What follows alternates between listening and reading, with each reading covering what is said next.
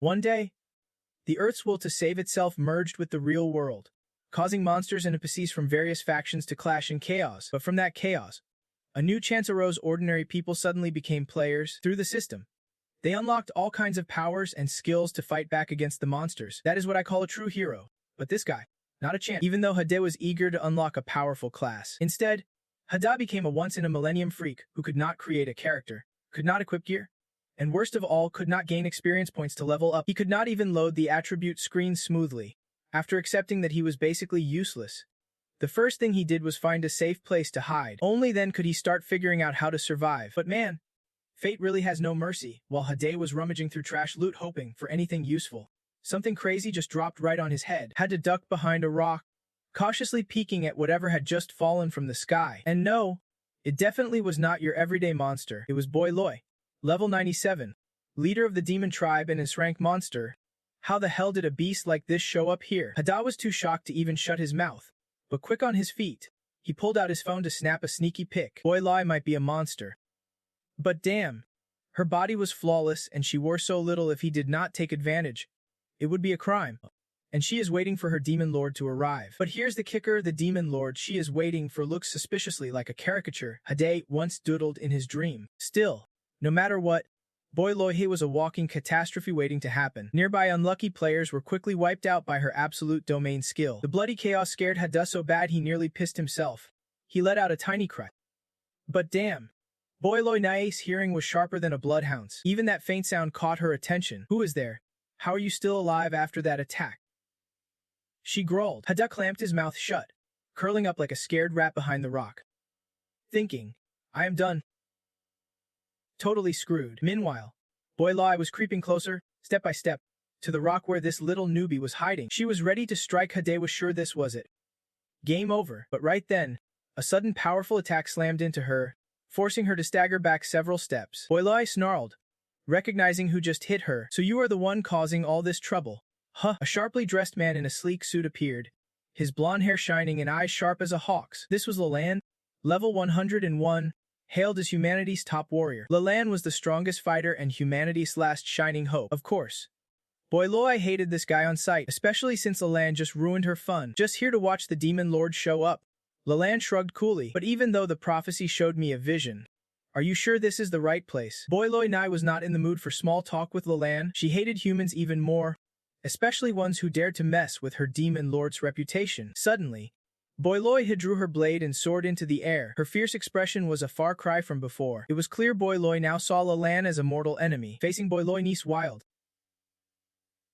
uncontrollable attacks, Leland stayed incredibly calm. Every slash of her blade was a deadly strike, but he dodged each with ease. Then, he finally unleashed a bit of his power and drew a weapon. It was the Silver Wind Sword, and with one slash, Boy Loy lost nearly 3/4 of her health. Her already scanty outfit was torn to shreds. But that was not the main point. The key was that this strike triggered her rage mode. Just thinking about meeting her demon lord made her power spike. Boy Loy's combat power surged by 20% in an uncontrollable burst. Leland, Boy Loy hissed each word like venom. At the same time, he sprang up, the bat in his hand soaring through the air. Leland watched this unfold, utterly shocked. This woman's temper is as unstable as melting ice cream. If she lashes out, we are all done for. Thinking that, Leland decided to play the ultimate dirty trick. As Boy Loy closed in, Leland pulled out from his chest a portrait of the great demon king. This was the same painting Boy Loy had accidentally caught earlier when he hit the bat. Just as expected, the moment he saw it, Boy Loy immediately stopped. His eyes, once filled with rage, now gleamed with the adoration of a devoted follower.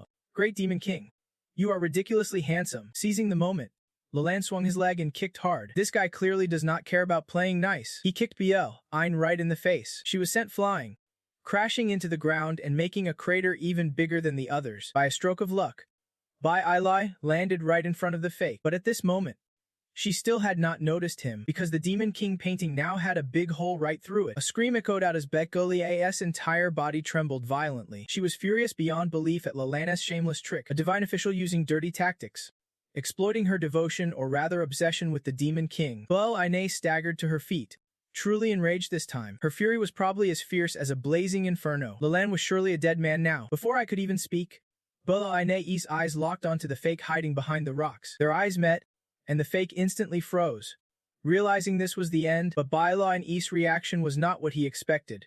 Great Demon King, I finally found you. But before this dramatic reunion could last more than a few seconds, Leland seized the distraction and sliced right through both them with his sword. The hot spray splattered the fake's face, freezing Leland in stunned silence once again. The seventh heavenly king of the demon clan just died so easily. Leland had set up a few traps. These were traps he would specially prepared for the Demon King's arrival. All he had to do was lure him in. Then it would be an easy assassination. The plan was so flawless it made Leland grin ear to ear. If this was a rookie Demon King, there'd be no problem at all. Leland turned his head and accidentally noticed the fake sitting frozen behind. Damn, both sides were frozen solid now. Leland studied the fake in front of him. It looked oddly similar to the painting Bui Lie 9 held. Plus, the location seemed to match perfectly. If that is the case, the real Demon King had sneaked up behind him without making a sound. Sensing danger, Leland immediately launched a barrage of skills, but all he got was a big fat 0 from level 2 abilities.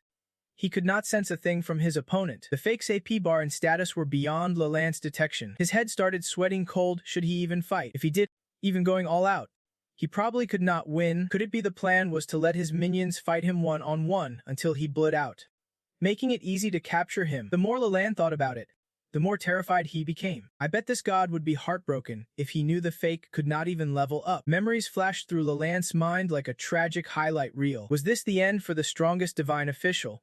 Just like that, Da Lung stood up, and in Leland's eyes, that move screamed, I am about to die. In Da's hand, a glow appeared. I thought he was about to draw his weapon. Leland gripped his sword tightly, ready for a fight to the death, but what he pulled out was just a rookie health potion. Leland's head filled with question marks. What kind of weird twist is this? My AP's almost empty, and all I get is this. If you do not get a stomach ache, would you want to drink it? At the same time, from high above, a few strangers were watching the state of the world. They were NPCs tasked with monitoring and assisting new players battling monsters. Even the plan to send Leland, the divine officer, to eliminate Boy Loy and the newborn Demon King was their doing. Entrusting it to Lord Leland means there is nothing to worry about. Yeah, that guy says badass as the last hope of humanity title sounds. But the last hope of mankind right now was choking on his own spit when facing a rookie who could not even absorb experience properly. Leland stared at the newbie's health potion for a long time, wondering what his real intention was. He suspected the potion he held was poison. There was no way this guy wanted him to die easily. He would have to suffer through the poison before a painfully humiliating death. What a cowardly Demon King. Leland thought bluntly but did not have the guts to say it out loud. He also dared not refuse the health potion, knowing that saying no might get him eliminated on the spot. Maybe if he pretended not to know anything now, there'd still be a chance to survive. With that in mind, Leland immediately boosted his resistance using every skill, then decisively grabbed the health potion and used it. But after taking it, his body showed no change except for EP increasing by 50. Damn, the Demon King really just gave me a basic newbie health potion. Sorry, this is all I have got from my batch of 3. Rukia, clueless about his own identity, was still awkwardly apologizing for not having better gear for Leland. Damn it, he scared the hell out of me. Leland silently cursed him in his mind again. Thinking about it, he figured he might realize something important soon, like the fact that the previous guy was just useless trash, not some top-tier Demon King or anything. But no, Leland's IQ seemed to have dropped below 0. He only thought that Ajia was messing with him. Lucky for him, he escaped death. What do you want? I do want to ask you a few things. Hearing that, Leland immediately went on high alert, hand on his sword. But surprisingly, what Ajia wanted to know was the nearest safe zone for newbies. What do you mean new? A whole bunch of question marks popped up in Leland's head again. Did he just hear that right? The Demon King is asking for a safe spot for noobs, the place where low-level players with 0 combat skills can quietly learn and grow. That is right, Leland gave a weird, twisted smile. I thought this guy would be caught on to the fishy vibes by now, but no, he stubbornly refused to take the straightforward path and had to go around in circles. Leland figured Hajia wanted to reach the safe zone to scout out new players while they were still weak. That way, no one could ever beat him in the future. Clever move. But do you really think I would sell out my own kind just to survive? Leland was horrified and mentally cursed Ajia's entire family tree again. But sure enough, he had betrayed the newbies. The so-called divine officer, the hope of humanity, turned out to be just a scared little coward. He reluctantly agreed to lead Ajia, hoping to keep his own skin intact for now. Leland thought to himself that once they reached the safe zone, he would find a way to contact his teammates and then figure out how to control or borrow Hajia for his own plans. On the way, suddenly a monster charged out of nowhere. This thing was nothing compared to Leland's fighting power. Instinctively, he drew his sword and sliced it in half. But then a whole horde of monsters swarmed in. Leland swung his sword wildly, cutting down countless enemies. Moments like this showed how badass this divine officer really was. A far cry from the cold, emotionless vibe he gave when sizing up Hajia's identity. Suddenly, a monster charged straight at Hajia, letting out a roar in a language neither Leland nor Hajia understood. But if you translate from monster tongue, it meant boss, of course. Hajia had no idea he was the leader. Facing this situation, you have no choice but to sprint full speed and cling to Leland's leg. And that god over there, he still can't see that Hajia is completely incapable of fighting. He stubbornly believes this guy is just putting on a show. Leland single-handedly wiped out the entire ambush of monsters. You are an so you can loot gear from monsters. That means everything that dropped from Blei ended up straight in Hajia. See equipment bag. Too bad. Since your character's been captured, none of that gear can be equipped, single-handedly looting all the high-level boss drops. If it were anyone else, they would be on Cloud 9 by now. If only I would been luckier when creating my account. Hajia sighed heavily, but with his tribal minister mindset, he still prioritized just surviving first, missing out on experience points and level ups.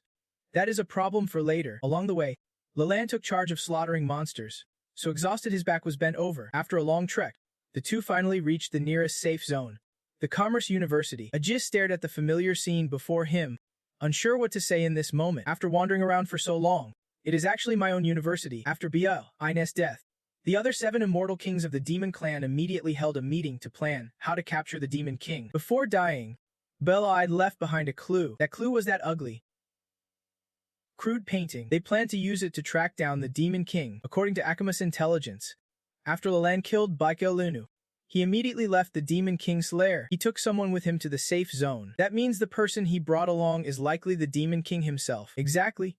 After the meeting ended, the 7 immortal kings mobilized all forces to find the Demon King. Meanwhile, Ajivochi, clueless about his true identity, was just happy to have reached the safe zone. Many new soldiers had arrived before Hajia too. Woo, so many people.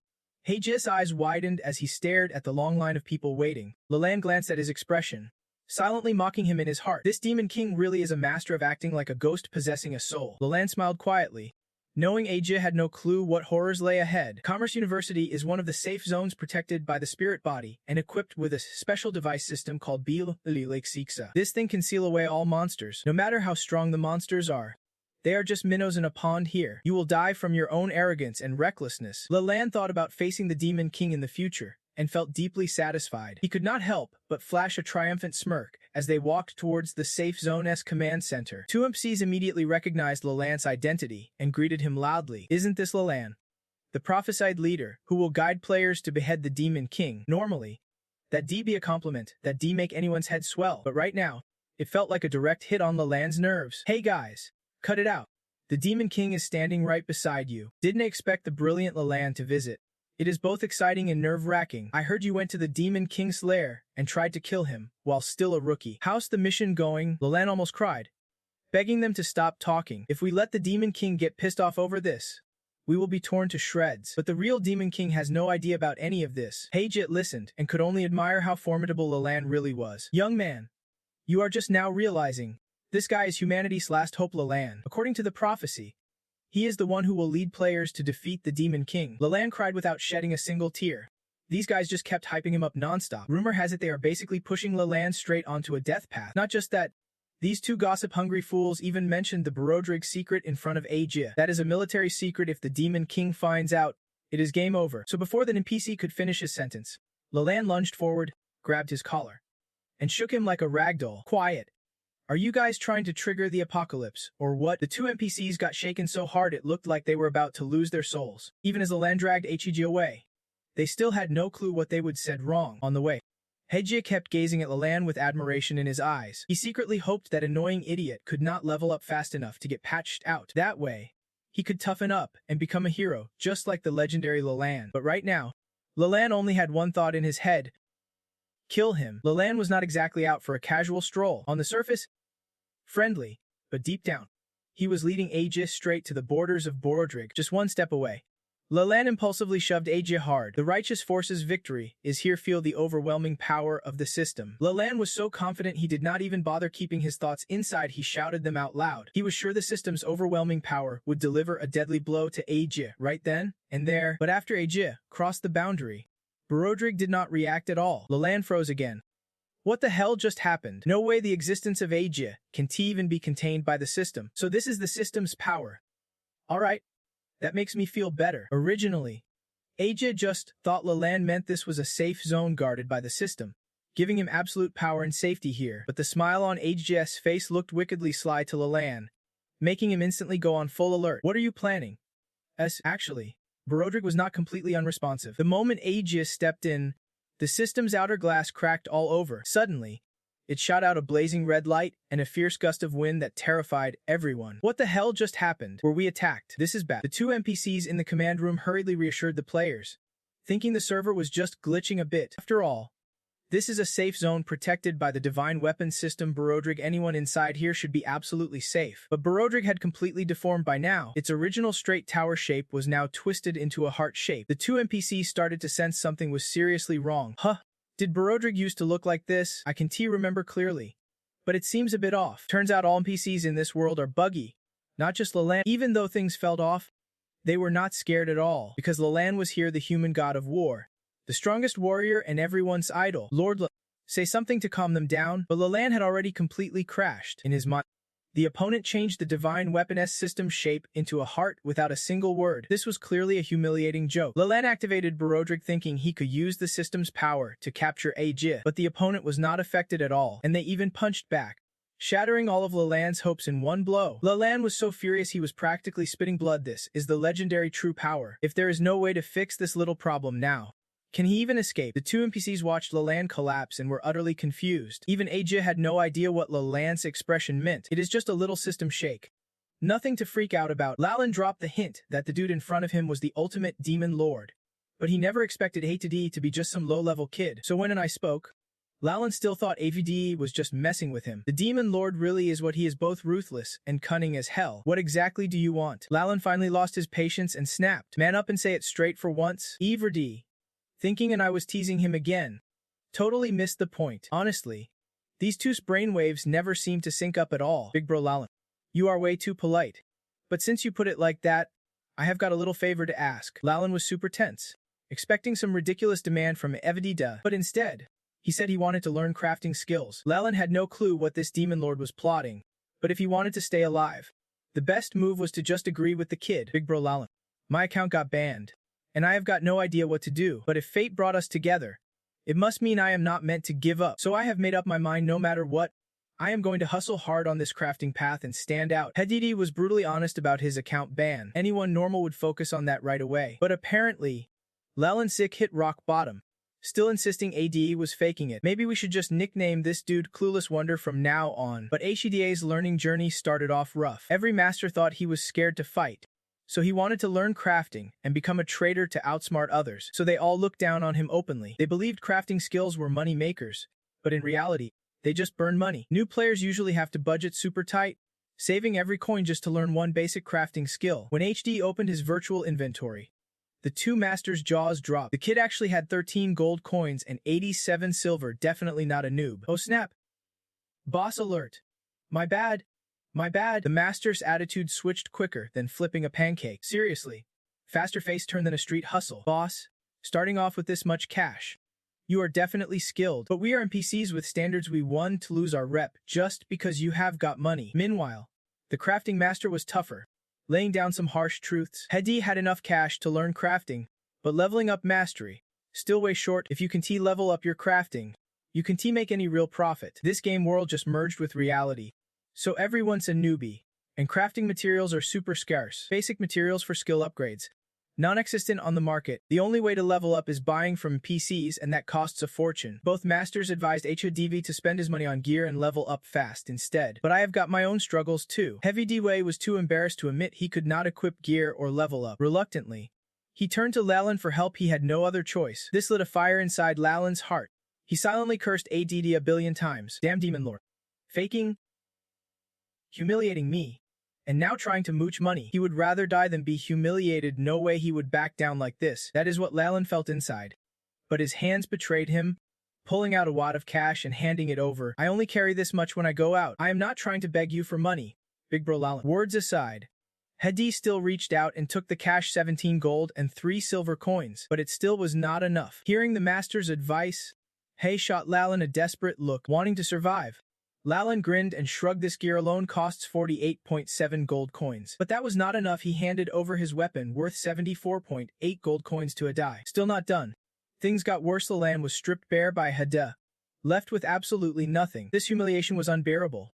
Lalan was so angry he punched the wall with all his might. Damn that king. One day, I swear I will make him pay. But even after being stripped clean, the money he got still was not enough. Haniat hinted that Lalan still had a very precious watch left. There it was, that coming-of-age gift from his father. Finally, even that last treasure was taken away. Why does Lord Lalan treat you so well? I am honestly touched. Maybe he sees real potential in you. Really? He respects me. Actually, I told him I wanted to be a hero and hoped for his guidance. Never expected him to help me this much. It is honestly heartwarming. Lalan just knows how to play the game. Who wants to help some sneaky king? I am basically dead meat. At one point, he even wished a day would just kill him and end it all. As the strongest divine official in the world, the hope of humanity, Lalan was starting to seriously hate this world. Lam Bang Bang suggested head ahead to the merchant Pasi to make some cash. After all, in the early days, new players usually earn money by selling items there. Hada followed her advice and went to the trading center. Tons of people were selling items, but they only made a little money. When it was Hadia's turn, the stuff he sold was priced through the roof. This gear made the shopkeeper's jaw drop wide open. Holy crap! These are all scrayed items. He felt like he would seen these before, but could not place where. After thinking for a moment, his jaw dropped again. Wait, these are all Lord Lalan's items. But that was not all. Hade even pulled out one more thing. It was the tattered piece of cloth he got from Boy Loi Nai earlier. This cursed item also belonged to Lord Lalan. The shopkeeper did not want to overthink it, but this piece was not bad at all. Boss, how much do you think this will sell for? The shopkeeper immediately used his level 99 appraisal skill, and the result shocked him to the core. That chest cloth from Boy Loyai was worth a staggering 340 gold coins. This not only shocked the shopkeeper, but stirred up the new players around him too. Boss, are you kidding me?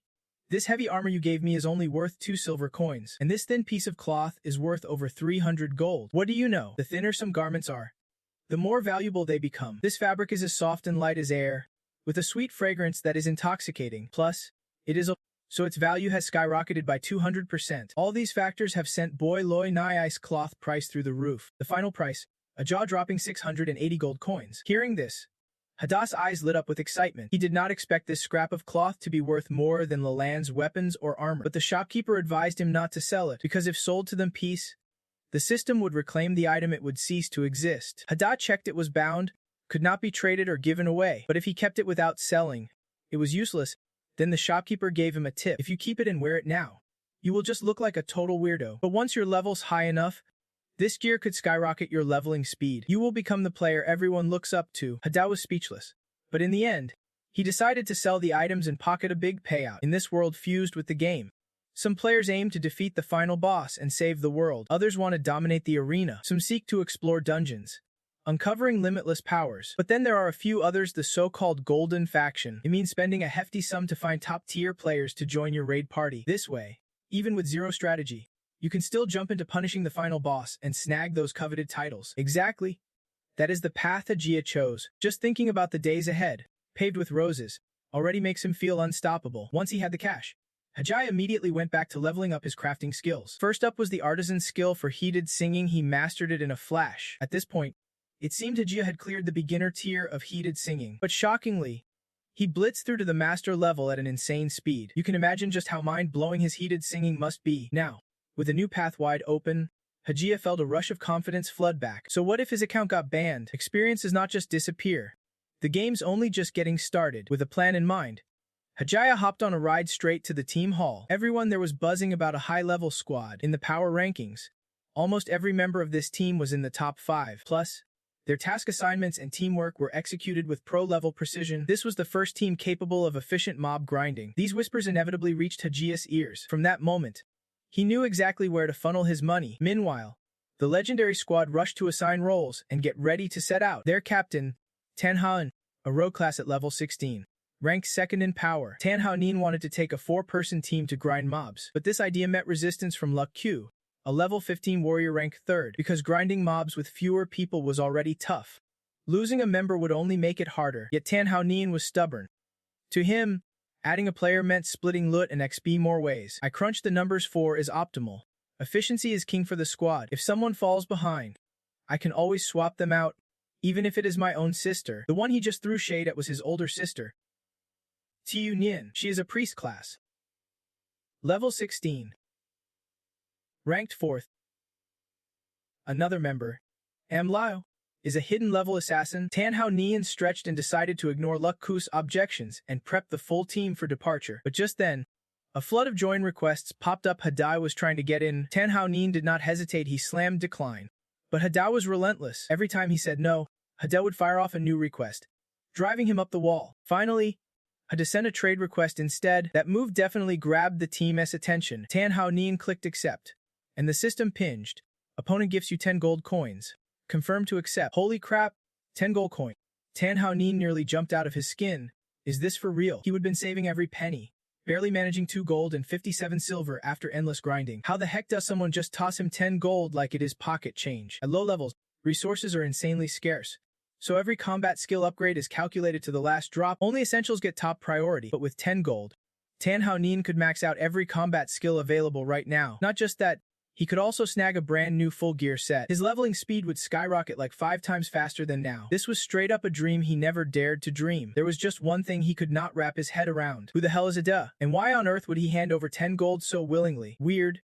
Does anyone in this world even have 10 gold coins? Is he the top-ranked player or what? Or is this some new kind of scam? Should he just reject it? But hold up, Tan Hao Nian did not hit decline after all. Who could possibly say no to powering up their cash like this? And it is not just any cash, this is a fat stack of gold. The moment he hit confirm, the system instantly credited Tan Hao Nian with 10 gold coins, and immediately spiraled into a behavior frenzy. Money raining from the sky felt better than a downpour. Right after, Hadai sent a request to join the team. This time, Tan Hao Nian accepted. After some back and forth, and finally understood what those 10 gold coins really meant. Hadai wanted to hire their team to take him back to his original home to retrieve something incredibly important. That area was taken over by an 18th level sewer monster. There was no way he could get back alone. No way. We do not have time for charity runs like this. Luk Ku was about to refuse, but once Tan Hao Nian had the cash in hand, backing out was off the table. Gotta take the job. Professional teamwork is key if we want to go far. Love might be the most important thing, but for this mission, we are taking it. Who the heck is Du San-an? Luk Ku thought he must be Mishered. A full 180 flip. Could this really be Tan Hao Nian? Captain, we are currently ranked number 1 in progress. How can we be wasting time on nonsense like this? Luk Ku still did not want Hadai on the team at all. Take a look at this first, then you will get it. Tan Hao Nian casually opened his gear bag. Luk Ku was shocked. Since when did the captain have this much cash? Could it be that weakling Kan's money went straight to a 2-star? Tan Hao Nian did not deny it. A cold, ruthless grin slowly crept across his lips. Hadai was not mad about spending 10 gold just to reclaim some old stuff from his old house. Tan Hao Nian figured that item had to be some kind of ultimate treasure. Hold up, Xiao Yuan finally caught on. You are not seriously thinking of stealing someone's treasure?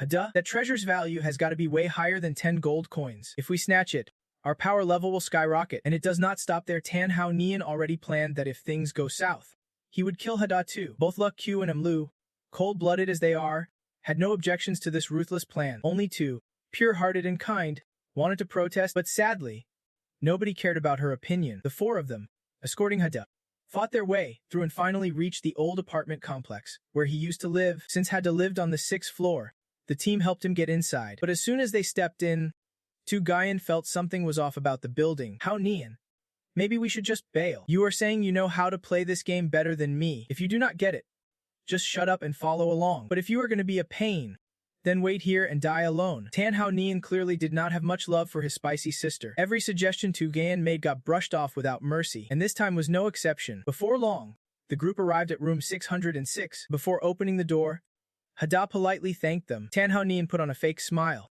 but inside he was grinning ear to ear. Just as Hadai bent down to unlock the door, Tan Hao Nian charged from behind, ready to ambush, but right then, a giant mutated sewer monster lunged in. Tan Hao Nian was caught off guard and shouted out loud, "Everyone, get back!" The whole crew reacted fast, leaping to the sides, narrowly dodging danger. The sewer monster slammed down, creating a huge crater. Hadai was not so lucky. He was standing nearby and accidentally fell into the pit. Tan Hao Nian was not about to rescue him after all. The door was already locked tight, but Amlu was quicker. He dove into the pit first. Let me save him. Damn, this is seriously bad news. Up here, only 3 of them were left facing an enraged level 22 a rank monster. Let you analyze the situation for a moment and honestly felt uneasy. There were only 3 of them left. Normally, if they worked well together, the 3 could barely take down a rank monster of their level. But this beast, it was 6 levels above them. Sure, they had a shot at winning, But the danger level was off the charts. The treasure is right in front of us. And after wasting so much time without any gain, it is no wonder we lost our lead like this. Ju, though reluctant, finally called for a retreat, but Kunho Ran wanted to hang back and observe a little longer. He could not shake the feeling that something was off about this sewer rat. But he could not put his finger on what exactly. The sewer rat squeaked a few times. Roughly translated, it was saying, "I smell the demon lord." But of course Kunho Ran had no clue. The rat sniffed around in horror, realizing its demon lord had fallen below and Hade was still in freefall. Hey, am I about to die? If I fall and die, maybe I will finally awaken some kind of system, right? Hade cried while falling. But when he hit the ground, he did not die. More than that, he did not even feel pain. He did not understand why, but not dying was a win. Still clueless about how to get out, a swarm of rats suddenly emerged from the shadows. Squeak, squeak. Roughly meaning, there is the demon lord. Squeak, squeak, squeak. Roughly, why is the demon lord hanging around here? Squeak, squeak, squeak, squeak. Roughly, demon lord, I am so scared I am gonna die. Before Hade could even react, the three rats were instantly killed. Jiao Gam lunged forward, driving a precise strike straight into their throats with terrifying force. Someone stepped out of the shadows. It was none other than Liu. It is super dangerous around here. Be careful. With that, Liu grabbed Hade and led the way, guiding him through an escape route back to the 6th floor to meet up with Kunho Ran's group. Liu was a strange one. She was not kind-hearted enough to genuinely want to save Hade's life. She just thought it would be a waste for Hade to die before realizing they wanted to rescue his treasure. She wanted him to feel that bitter sting of regret, the crushing heartbreak of being betrayed before he died. Midway through their escape, Liu suddenly changed her mind and activated a sneak attack skill. But at that exact moment, Hade pulled out a roasted chicken from the shadows. Jiao Gam stabbed it straight into the chicken, leaving Liu stunned stiff. Seriously, this weakling only used a roasted chicken to block my critical hit, and Hade did not even sense her murderous intent just now. I have put a lot of work into upgrading my crafting skills. Here's your blood, he said. Eat this, it will heal you a bit. Only then did Hade notice Jiao Gam still clamped down on the roasted chicken. This weapon of yours is meant for eating chicken. Huh. Embarrassed, Liu immediately threw down her weapon and took a few steps back. She thought it was weird Hade looked like just a weak little guy, but he could casually pull out 10 gold coins at once, and even had crafting skills. The strangest part, that roasted chicken could be used as a shield, completely blocking Liu's attack. Keep in mind, even a level 16 warrior with pure defense skills would not survive a hit like that unscathed, so there had to be a huge secret hidden on Hade's person. The more Liu thought about it, the more cautious she became. She was not sure if that roasted chicken was poisoned. If she ate it, she might be completely controlled, turned into a puppet for the enemy. There was no way she could eat it. That was the last thought in Liu's mind, but in reality, she grabbed the chicken and took a huge bite. This thing smells amazing, I just can't resist. After eating, Liu's body did change, but not the poison she feared. She instantly leveled up by 8 ranks, her skills boosting across the board. Plus, this roasted chicken turned her from a weak assassin into a top-tier killer. This is not just any roasted chicken. It is clearly a modified weapon. Liu stared at Hade for a long moment. She was a seasoned assassin, always hunting down the strongest players. But the pale-faced guy in front of her held a hidden power that was far deadlier than that Tian Ato Nayan fellow. A silent calculation sparked in Liu's mind. Compared to Hade, those 4 Tenheo Nayan guys might actually be weaker. With that thought, Liu finally bowed deeply and loudly said to Hade, "From now on, I'm You want me to do anything? Just say the word." Hade was genuinely spooked by her sudden devotion, because he had no clue how valuable his roasted chicken just now actually was. Hade only saw Liu as a cold-blooded assassin, yet she was pledging her loyalty over a roasted chicken. What kind of crazy deal was that? "I do not want you to repay me like that. Just keep me safe, that is enough. And if you are not full of life, how are you gonna protect me?" "Huh? Protect you? Yeah? After all, I am the one putting up the cash here." Suddenly, Liu's eyes lit up like a light bulb just turned on. "Sir, I am filled with curiosity and admiration now." "Got it. I swear I will protect you, Lord." Meanwhile, up above, Tunahonen had just slain a level 22 dire rat. Though honestly, it was more like the rat chose its own death. The reason? It accidentally wounded its own demon lord master. The guilt was so crushing it felt unworthy of life anymore. Still, the final kill of the mutated dire rat clan went to Tenheo Nin. So naturally, he was the one to claim the rewards, the biggest prize, the title of Peerless Strongman. To earn this title, you had to defeat elite monsters at least 5 levels above you. Excited, Tunahonen quickly donned the new title. Instantly, his AP, attack, and defense stats all shot up by 3%. Who knew he would score such a sweet upgrade? Could it be that he is actually the main character who just unlocked some superpower? Tevyu In Gine on the other hand, thought nothing in this world was this easy to get. Since stepping in, she would felt an unshakable sense of unease, but Tan Ho-hun just brushed it off as her overthinking. That new title had him riding high on a wave of victory and self-delusion. He strode down the hallway like he owned the place. He truly felt like the strongest being alive. Tai-yu-ho, check this out. What is there to see? Nothing at all. Tan Ho-nen shot Tai-yu-nun a glare as she continued sulking. Wrong way. It is right behind you. A massive monster, several times bigger than the dire rat earlier, bared its razor-sharp teeth behind Tan Ho-navan before he could even react. Its claws slammed into him with a thunderous blow. His epi-bar instantly dropped by more than half. This beast was the Acma Cat, level 35. No longer just an elite monster like the dire rat. This was a boss-level beast. Its danger level far surpassed that of the mutated dire rat. The Acma Cat unleashed its yawn skill, even though it was only level 1. Its power was terrifying. Both La Cici and Tu-Gain were slammed against the wall. La Cici's health plummeted by more than half. Tu-Gain fared worse. She was down to just a third of her HP. Leader-tier monsters like this were supposed to be rare bosses, only found in dungeons. Could this place have turned into a dungeon? No wonder Tu-Gain had felt something was off since they walked in. Too bad Tan Ho-nen ignored her warnings. Now, the three of them were trapped in a seriously tight spot. Tan Ho-nen pulled out a newbie health potion and quickly healed a bit. I will lure that monster away, then we will jump it together when the time's right. He took 2 steps forward and sure enough, the Acma Cat swung at him again. The strike was just as brutal as the last one. P just recovered half of Tan Hao's health. Now it is down to just a sliver. Xiao Yuan activated his healing skill and managed to restore 144 geep for him. Tan Hao still tries to adjust his attack stance, aiming to seize the upper hand, but that Acma Cat is lightning fast and fierce, relentless in its assault. Each strike snatches away another 144 geep from Tan Hao. Xiao Yuan heals him again, topping him up by another 144 GP. Round after round, Tan Hao ends up beat to a pulp by that Acma Cat. Damn it! He just earned the title of Ultimate Strongman, and now he is getting knocked senseless. Talk about a total disgrace. Just let me die already. Tan Hao sighs deeply, sprawled out flat on the ground. Xiao Yuan wants to back Tan Hao up, while Lu Ku plans to cover their retreat, but Lu Ku sees the mess and bolts out of sight. Sorry, both of you. This team was formed to win, not to babysit each other. Xiao Yuan's furious, gripping his weapon tight. Lu Ku's words make sense, but given the situation, they are downright harsh. Meanwhile, Tan Hao's like a limp noodle, totally drained of energy, and that Acma Cat's still itching to throw another punch. Right then, where did Hades suddenly come from? Beibu, the Acma Cat hears its master's call, instantly shrinking down to the size of a regular house cat. Then it lets out a soft meow and nuzzles into Hades' chest. Thank God, you are okay. Beibu is over the moon to be reunited with his old owner, tail curling up in pure joy. Xiao Yuan turns back to Tan Hao, who looks like he has been hit by a truck. That leader-level monster nearly took their lives, yet it is Hades' pet. Hade ignores them, diving into a frantic search for food to feed Beibu. Tan Hao is propped up by Xiao Yu, walking and chatting, amazed that things turned out way crazier than expected, but at least he is alive. Though his impression of Hade is not great, short, weak, and kind of a loser, he never guessed he would keep a dungeon boss as a pet. Hades got secrets, no doubt. Keeping him alive means they can milk every advantage possible. Tan Hao glances toward Liu with a smirk. You did well. Unlike some others, you are my most reliable comrade. And Liu just shrugs it off, standing silent like the breeze passing by. Tan Hao keeps going, grinning.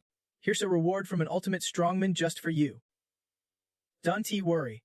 As long as you stick with me, we are still the strongest team. But no sooner does he finish his line than he is cut down with a brutal slash. Tan Hao's body is slammed flying, and even Lu Ku next to him gets caught in the blast from above, and Li looks down coldly.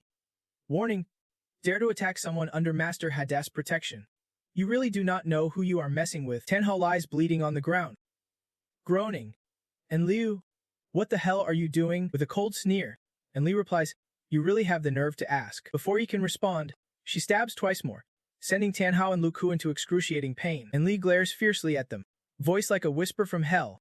You have no clue what kind of existence you have offended. Just then, Hade returns cheerfully. Got what I needed. Time to head back. And Liu immediately shifts her tone and nods, but her brow furrows at Beibu. What is this? Hade smiles softly. That is my cat. Before the world turned upside down, I was not there for him. Now, no matter what, I have to find him. Hearing this, and Liu mumble, slightly confused. So the treasure is actually... But before she finishes, she suddenly bows her head and sincerely says, got it. From now on, we are colleagues. Hade eyes her like she has lost it, then says, if you are really that crazy, you should get help. Anyway, let us head back to the city first. But just 2 steps in, Hada steps on something squishy and stops. Turns out Tan Hao and Lu Ku are sprawled out on the ground, guts spilling everywhere. Emily stood by calmly explaining, I saw they were gravely injured beyond saving, so I wanted to help them and end their pain quickly. Hearing this, Hanine could not help but sit up and retort, 2/3 blood loss. How's that gravely injured? You are just making stuff up. Emily stayed cool and said calmly, but even your 2/3 is out in the open now. So let us stop right there. Hanine got even angrier, eyes locking onto her like daggers. If looks could kill, she would have been dead 1,000 times over. But Emily shamelessly put on a regretful act, saying, too late. They are beyond saving. Hanine screamed, who told you they could still be saved? Tai Yungan was on the other side desperately trying to heal his sister, but it was hopeless. She spoke up sadly, it is no use anymore. They are losing blood too fast. We can stop it. In the shadows, Emily smiled slyly. That was her signature move. After a moment of sulking, Hanine finally accepted the harsh truth, sighed, and muttered, 2 whole human ranks down, and they have to die so bitterly. Emily raised an eyebrow at him, who told you to poke the hornet's nest? You should not have touched that power. Hanine closed his eyes in despair, waiting for death to come. He knew at this point, regrets were useless. Then suddenly a voice rang out, pulling Hanine back from the brink. Maybe there is still a chance. Even Lu Q was startled. Glancing back, the voice belonged to Hada, who excitedly said, maybe I can still save them. In his hand was a roll of bandage, a top-tier item that could restore life essence. Hanine gasped in shock. Wait, it is a bandage, but a crafted emergency skill item, and the highest grade demon script bandage at that. Emergency skill crafting is the most expensive skill to level up early on. It is the art of turning cloth into healing bandages. At low to mid levels, 1 bandage healing power can rival 5 healers of the same tier using their burst abilities, and the demon script bandage can even instantly patch up a level 80 defense warrior. But because it is early game and super rare, no one wastes resources leveling up emergency skills, not to mention most can't afford it. But Hada's a main character with top-tier luck, so he is different. He grinned widely. Since I am not great at anything else, surviving is key in this world, so I leveled up emergency skills first. He never expected to actually use it. Now talk about perfect timing. Hanine was speechless, thinking, this guy just handed me 10 gold coins, can tame dungeon bosses as pets, and now has master-level emergency skills. With all that, if he still tries anything shady, Hada must think he is a total idiot. Meanwhile, Emenu seemed to be deep in thought. Finally, she concluded that Hada's plan was to heal first, then finish them off like the knave king meeting the cold-hearted queen. With that thought, Emu laughed wildly behind Hada. Hanine and Lu Ku froze in fear, muttering, maybe we should not save them. Let us just accept death now. Hada ignored their faces, unrolled the bandage, and said, all right, let us use this quickly. Hanine hesitated, but this is a demon script bandage. What about our bones? Just earlier, before he could finish, Hada snapped, cut the nonsense. What is more precious than a life in this world? Those heartfelt words brought Hanine to tears. Choking up, he said, boss, from now on you are like a second parent to me. No sooner had he spoken, a chat window popped up before him. The message read, the other party requests to trade with you. Startling Hanine stiff, then Hada calmly said, I did not want to charge, but since you insisted, I can't refuse. So he took all the gold and silver from Lu Q, and Hanine the mood flipped from touching to tense instantly. But Hada did not care. Honestly, he said, don't worry. Since I took your money, I want to let you die. Saying that, he placed the demon script bandage on each injured body in a flash. The bandage wrapped tightly around Hanine's body. It did not just heal his wounds, but also repaired the soul's fractures between despair and fate. Hanine felt an overwhelming warmth. Through the process, it moved him to tears. The system was just giving a friendly reminder. Hada has already taken all their affection. Haran, startled for a moment, then swore, that is fate, our destiny. But honestly, he was not wrong. They gained so much right after healing. They jumped 5 levels, and their profession skyrocketed from rookies to pros. Seeing the system message pop up, the 3 Heron members immediately perked up. This has to be the gear upgrade machine for Demon Ice Rune inscriptions. Without hesitation, they immediately bowed and thanked it. Thank you, boss. From now on, you are our big bro. We will climb mountains and dive into hellfire for you. Hada waved it off with a smile. No need for all that fuss. Just keep it in your heart. Each Demon Ice Rune inscription costs 30 gold, and the rest you guys can just keep as profit. Plus, there is a 35% interest rate. The schemer in the back chuckled silently, knowing this was not over. Such a slick move. Huh. Is this the real deal or what? Lord Hud definitely knows how to play the game. A short while later, the 5 of them finally left the chamber, earning 50,000 experience points from clearing the dungeon. Experience worth a fortune. Instantly, The world system popped up a notification. Hada cleared the star apartment dungeon. Ranked first and the only one. Players outside got the alert the moment it dropped. The crowd gasped. What kind of demon speed is this? They have not even caught their breath. Not just them, Hada himself looked stunned. A thick-voiced player asked, "Wait, was that a copy dungeon we just entered?" Heron nodded without hesitation. "Yeah, that is right. Didn't you say your pet was the dungeon boss?"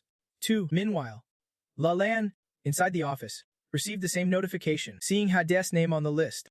His smile froze instantly. What kind of game is this?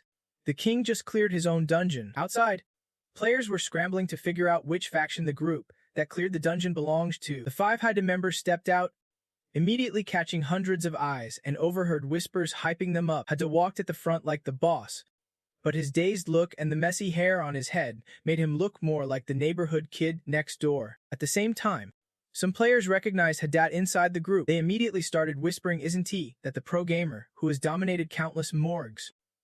No wonder. Plus, with the title Peerless Strongman floating above him, he looked seriously proud. Hada smirked and said, "Looks like you guys know a thing or two. But clearing the dungeon was not just my glory, it was thanks to my big bros. Especially this guy here." Saying that, he pointed at Hada leading the way. But just then, a voice suddenly rang out, "Congratulations to you all." They stopped dead, eyes narrowing suspiciously toward the source. Someone was blocking their path. It was Lalan. Looking flustered, beads of sweat dripping down his forehead. Seeing them, Lalan breathed a quiet sigh of relief. "Good thing I made it in time. If they would expose the Demon King's disguise, everyone here would have been doomed." With that thought, he regained his composure. Then he stepped forward, bowing slightly. "Dear players, on behalf of the Sacred City, I offer you my congratulations and highest honors." As he spoke, a rod appeared in Lalan's hand. Without another word, he bound 4 of the Heron guys like hogs and dragged them across the ground. Leaving them baffled, calmly, he said, "Please, 14 brave warriors, come with me. I will personally award your honors." Everyone was confused. Why did Lalan only drag 4 people when 5 had come out? Hada was also caught off guard, but he quickly caught on and hurriedly explained, "I am the boss, so I am exempt." Pretty normal, right? Meanwhile, Lalan had dragged the 4 others to a secluded spot, then punched the wall in frustration. He smiled with fake warmth and said, "You talk too much, want to die all at once."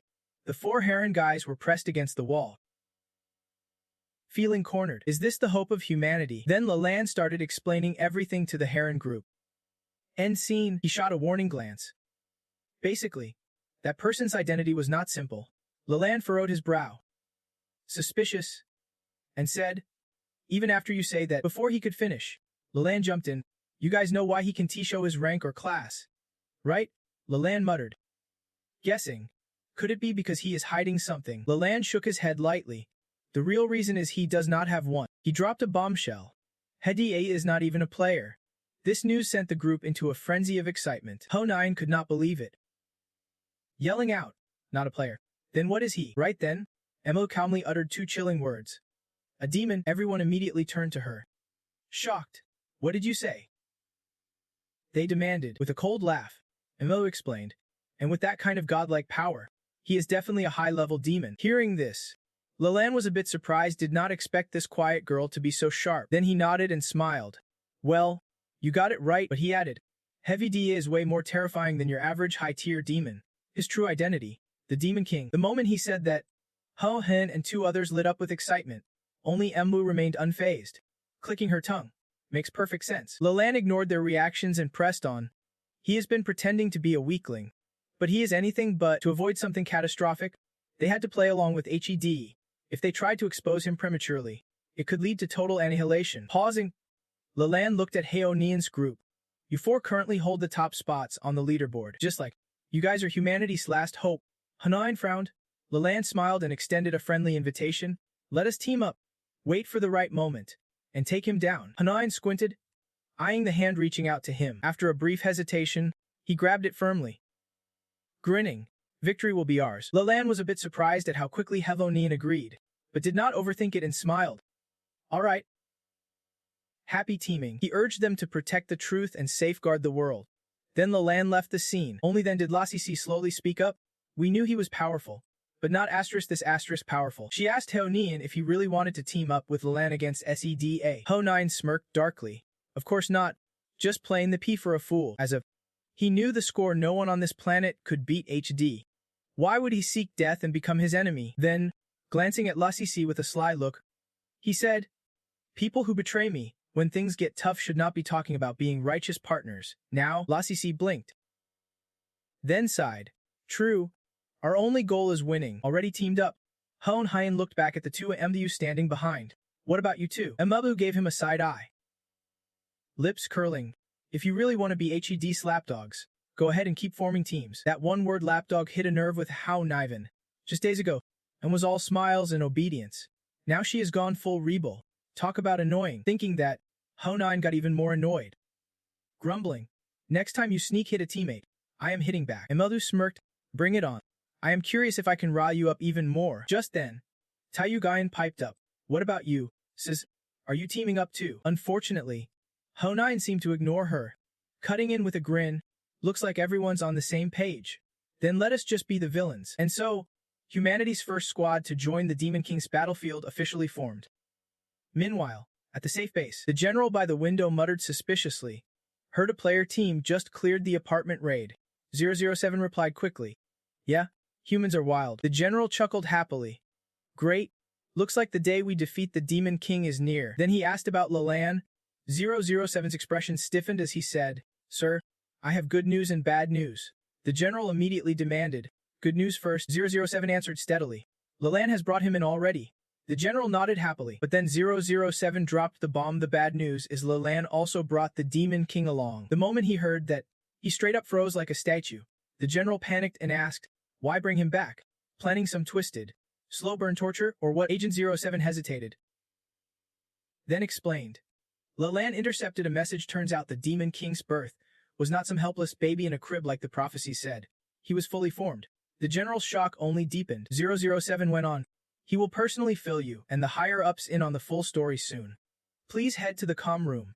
Lelan is already en route. Meanwhile, Lelan had just returned from outside. Everyone bowed respectfully the moment they saw him. He barely acknowledged them and strode straight inside.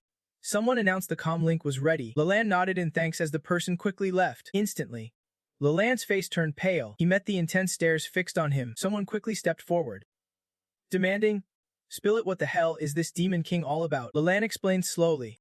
"He is way more dangerous than we imagined. He can snap the toughest, rarest bone in your body like it is nothing, no effort at all." Hearing this, those on the comm line buzzed with whispers.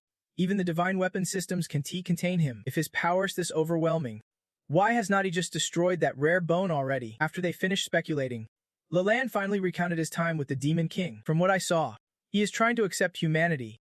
Once I compromised, he did not launch any more attacks." Panic and questions erupted again, leaving Lelan a bit overwhelmed. Finally, someone cut in. "Stop asking. No one here knows how to answer these questions anyway." But at that moment, Lelan spoke up. "I have figured it out, the Demon King's real goal." Hearing this, the crowd lit up, cheering for Lelan. After the noise died down, someone asked, "All right, spill it, what is his real goal?" Lelan took a deep breath, then said, "He wants to tear apart human political systems and alliances. That way, humanity could be wiped out completely without a fight." The others nodded, seeing the logic. Lelan smirked. "When I met him today, he was assimilating our strongest player team. Luckily, I switched teams in time, stopped his plan, and forged a cooperative alliance with that team." Just then, someone else chimed in, "So you are saying he is using the dungeon system to build his reputation?" Before they could finish, Lelan cut, "Exactly. It is all about gaining trust and deceiving people. Right now, there are two types of monsters in the world. Mutated creatures from Earth's native flora and fauna, twisted by the Demon King's dark power, like mutated cockroaches. The other type is the Demon Tribe from the Destiny planet. They are the true enemies. Demon King's minions bent on world destruction, defeated by human players and courageous leaders. That is the main plot of the Destiny planet. There is a huge power gap between the Demon Tribe and the mutated monsters, but only the strongest among them earn the title of boss level. The final boss of the dungeon is one of those bosses, a demon dungeon, actually a fortress the Demon King built on Earth." Upon hearing this, the crowd erupted in anger, condemning the Demon King's ruthless oppression. Just then, someone hesitated.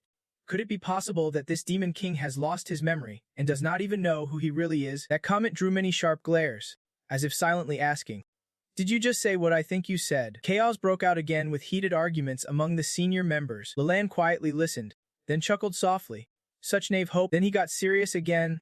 Bottom line, we are not strong enough to take him on yet. We have to wait for reinforcements to arrive on Earth, for more human players to level up, and then strike.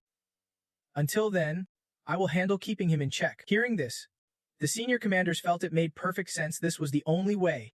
Piling on against Leland was their best shot. Leland gave a slight nod in response, then looked down at them with a cold glare. In his eyes at that moment, there was only one firm resolve: to kill the Demon King. Meanwhile, the very target of their plans was lounging comfortably on his soft, beloved bed. That plush mattress made resting feel like pure luxury. Glancing at the cash in his hand, the second son could not help but sigh indeed.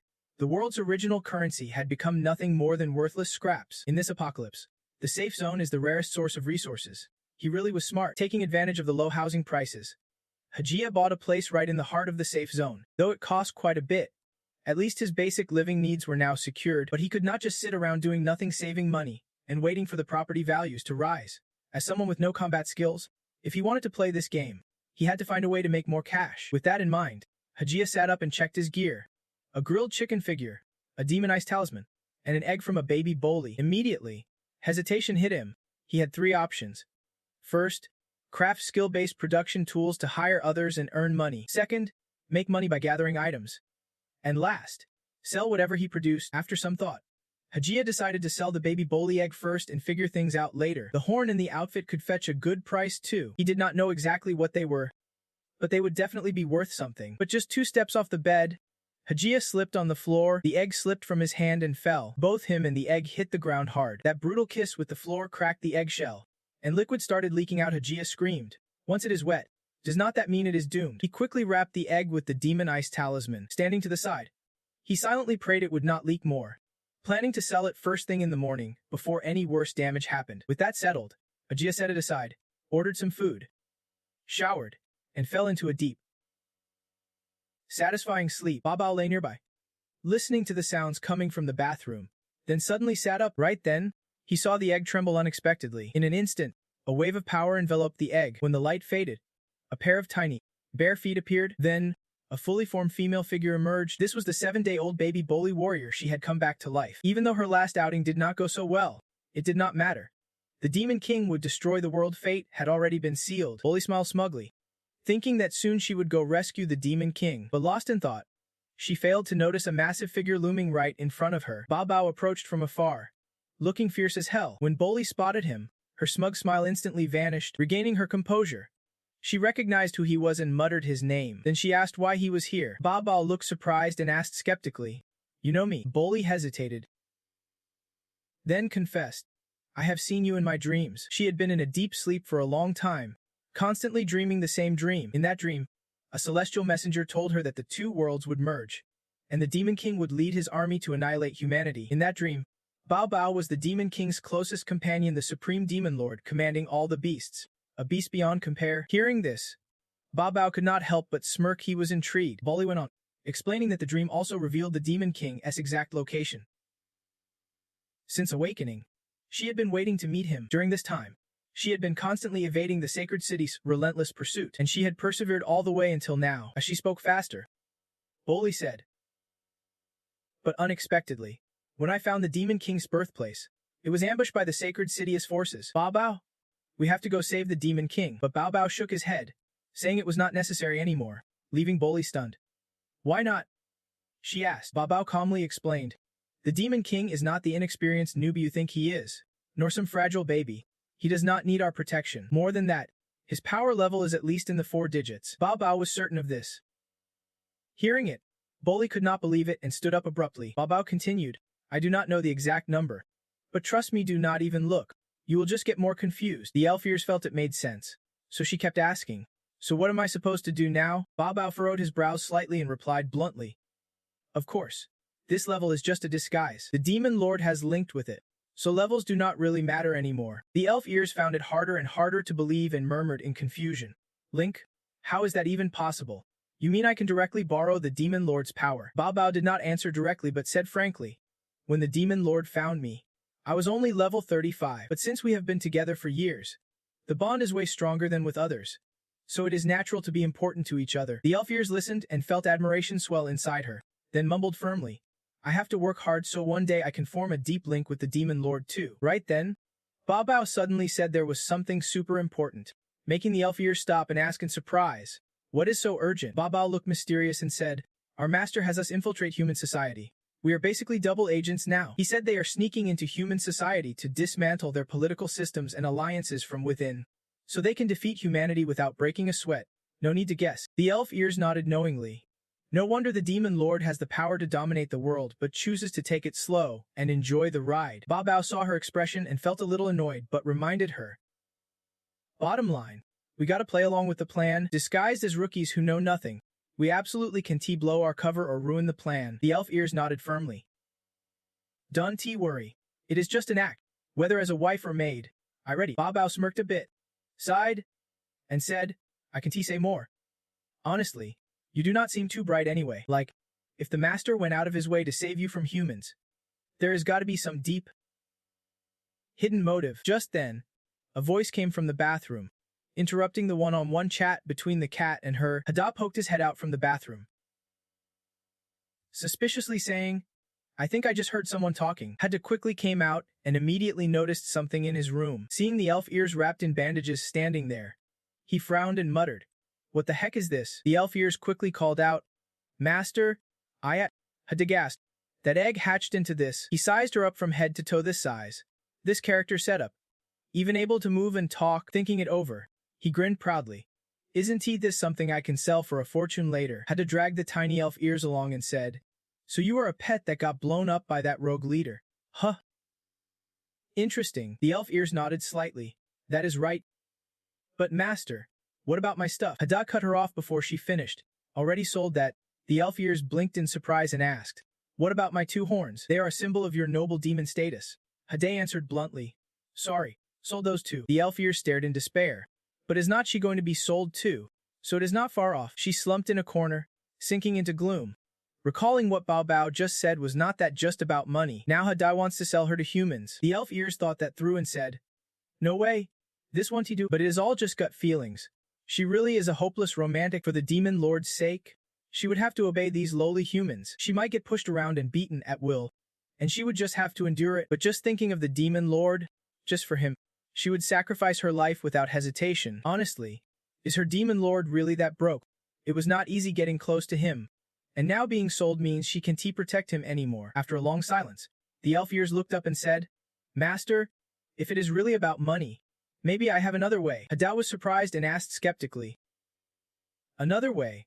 Huh. The elf ears did not say more but suddenly floated up, her body wrapped in a soft golden glow, which made Hada uneasy. Just then, Sipper, the food delivery guy, arrived, but as he stepped in, he immediately caught sight of the shocking scene inside the room. The little devil was perched on Echeverry's shoulder, eyes flicking toward the door. In an instant, the room fell into a tense silence. Sipper, ever so timely, dropped the food by the door and dashed off, leaving Eddie unable even to explain. With no options left, he let out a helpless sigh. Then he looked back at the little devil and asked, All right, tell me, what is this money-making scheme you mentioned? She blinked happily and smiled. Watch this. Master, let me show you my special skill. Hetty's eyes twitched slightly, filled with vague curiosity. Right then, the little devil started demonstrating as something began growing on her head. The process seemed a bit painful, causing her forehead to furrow in discomfort. Moments later, 2 horns sprouted from her head. Without hesitation, she snapped one off and handed it to Ashd, pleading, Master, please sell this for me. Seeing it, Ejetri jumped back in shock. Whoa, is that a ferret's tail or what? He had not expected this move. His face drained of color in pure terror. The little devil went on, These grow a little every day, so I can just cut them daily. Please. Master, do not sell me off. Hearing this, Hedaya reached out and patted her shoulder. He smiled reassuringly. You silly thing. How could I ever sell you? Truth be told, his mind was already calculating the cash those horns could rake in. Quick math.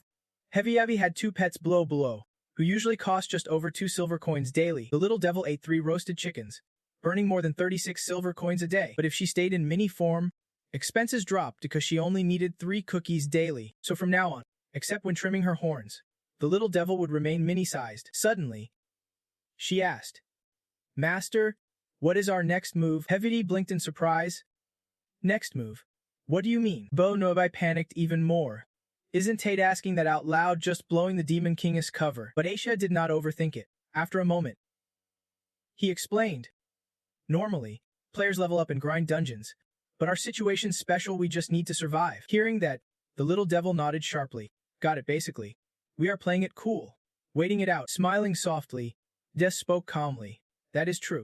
But we also have to gather enough wealth to have a shot at buying a boss seat for the final dungeon raid. His plan: buy raw materials from merchants, craft and process them, then sell to earn crafting fees. But the profit margins from selling those goods were painfully low. That is why the little devil was so valuable to FAD. Hearing this, her eyes lit up brightly. Her face flushed with emotion as she looked at him determinedly.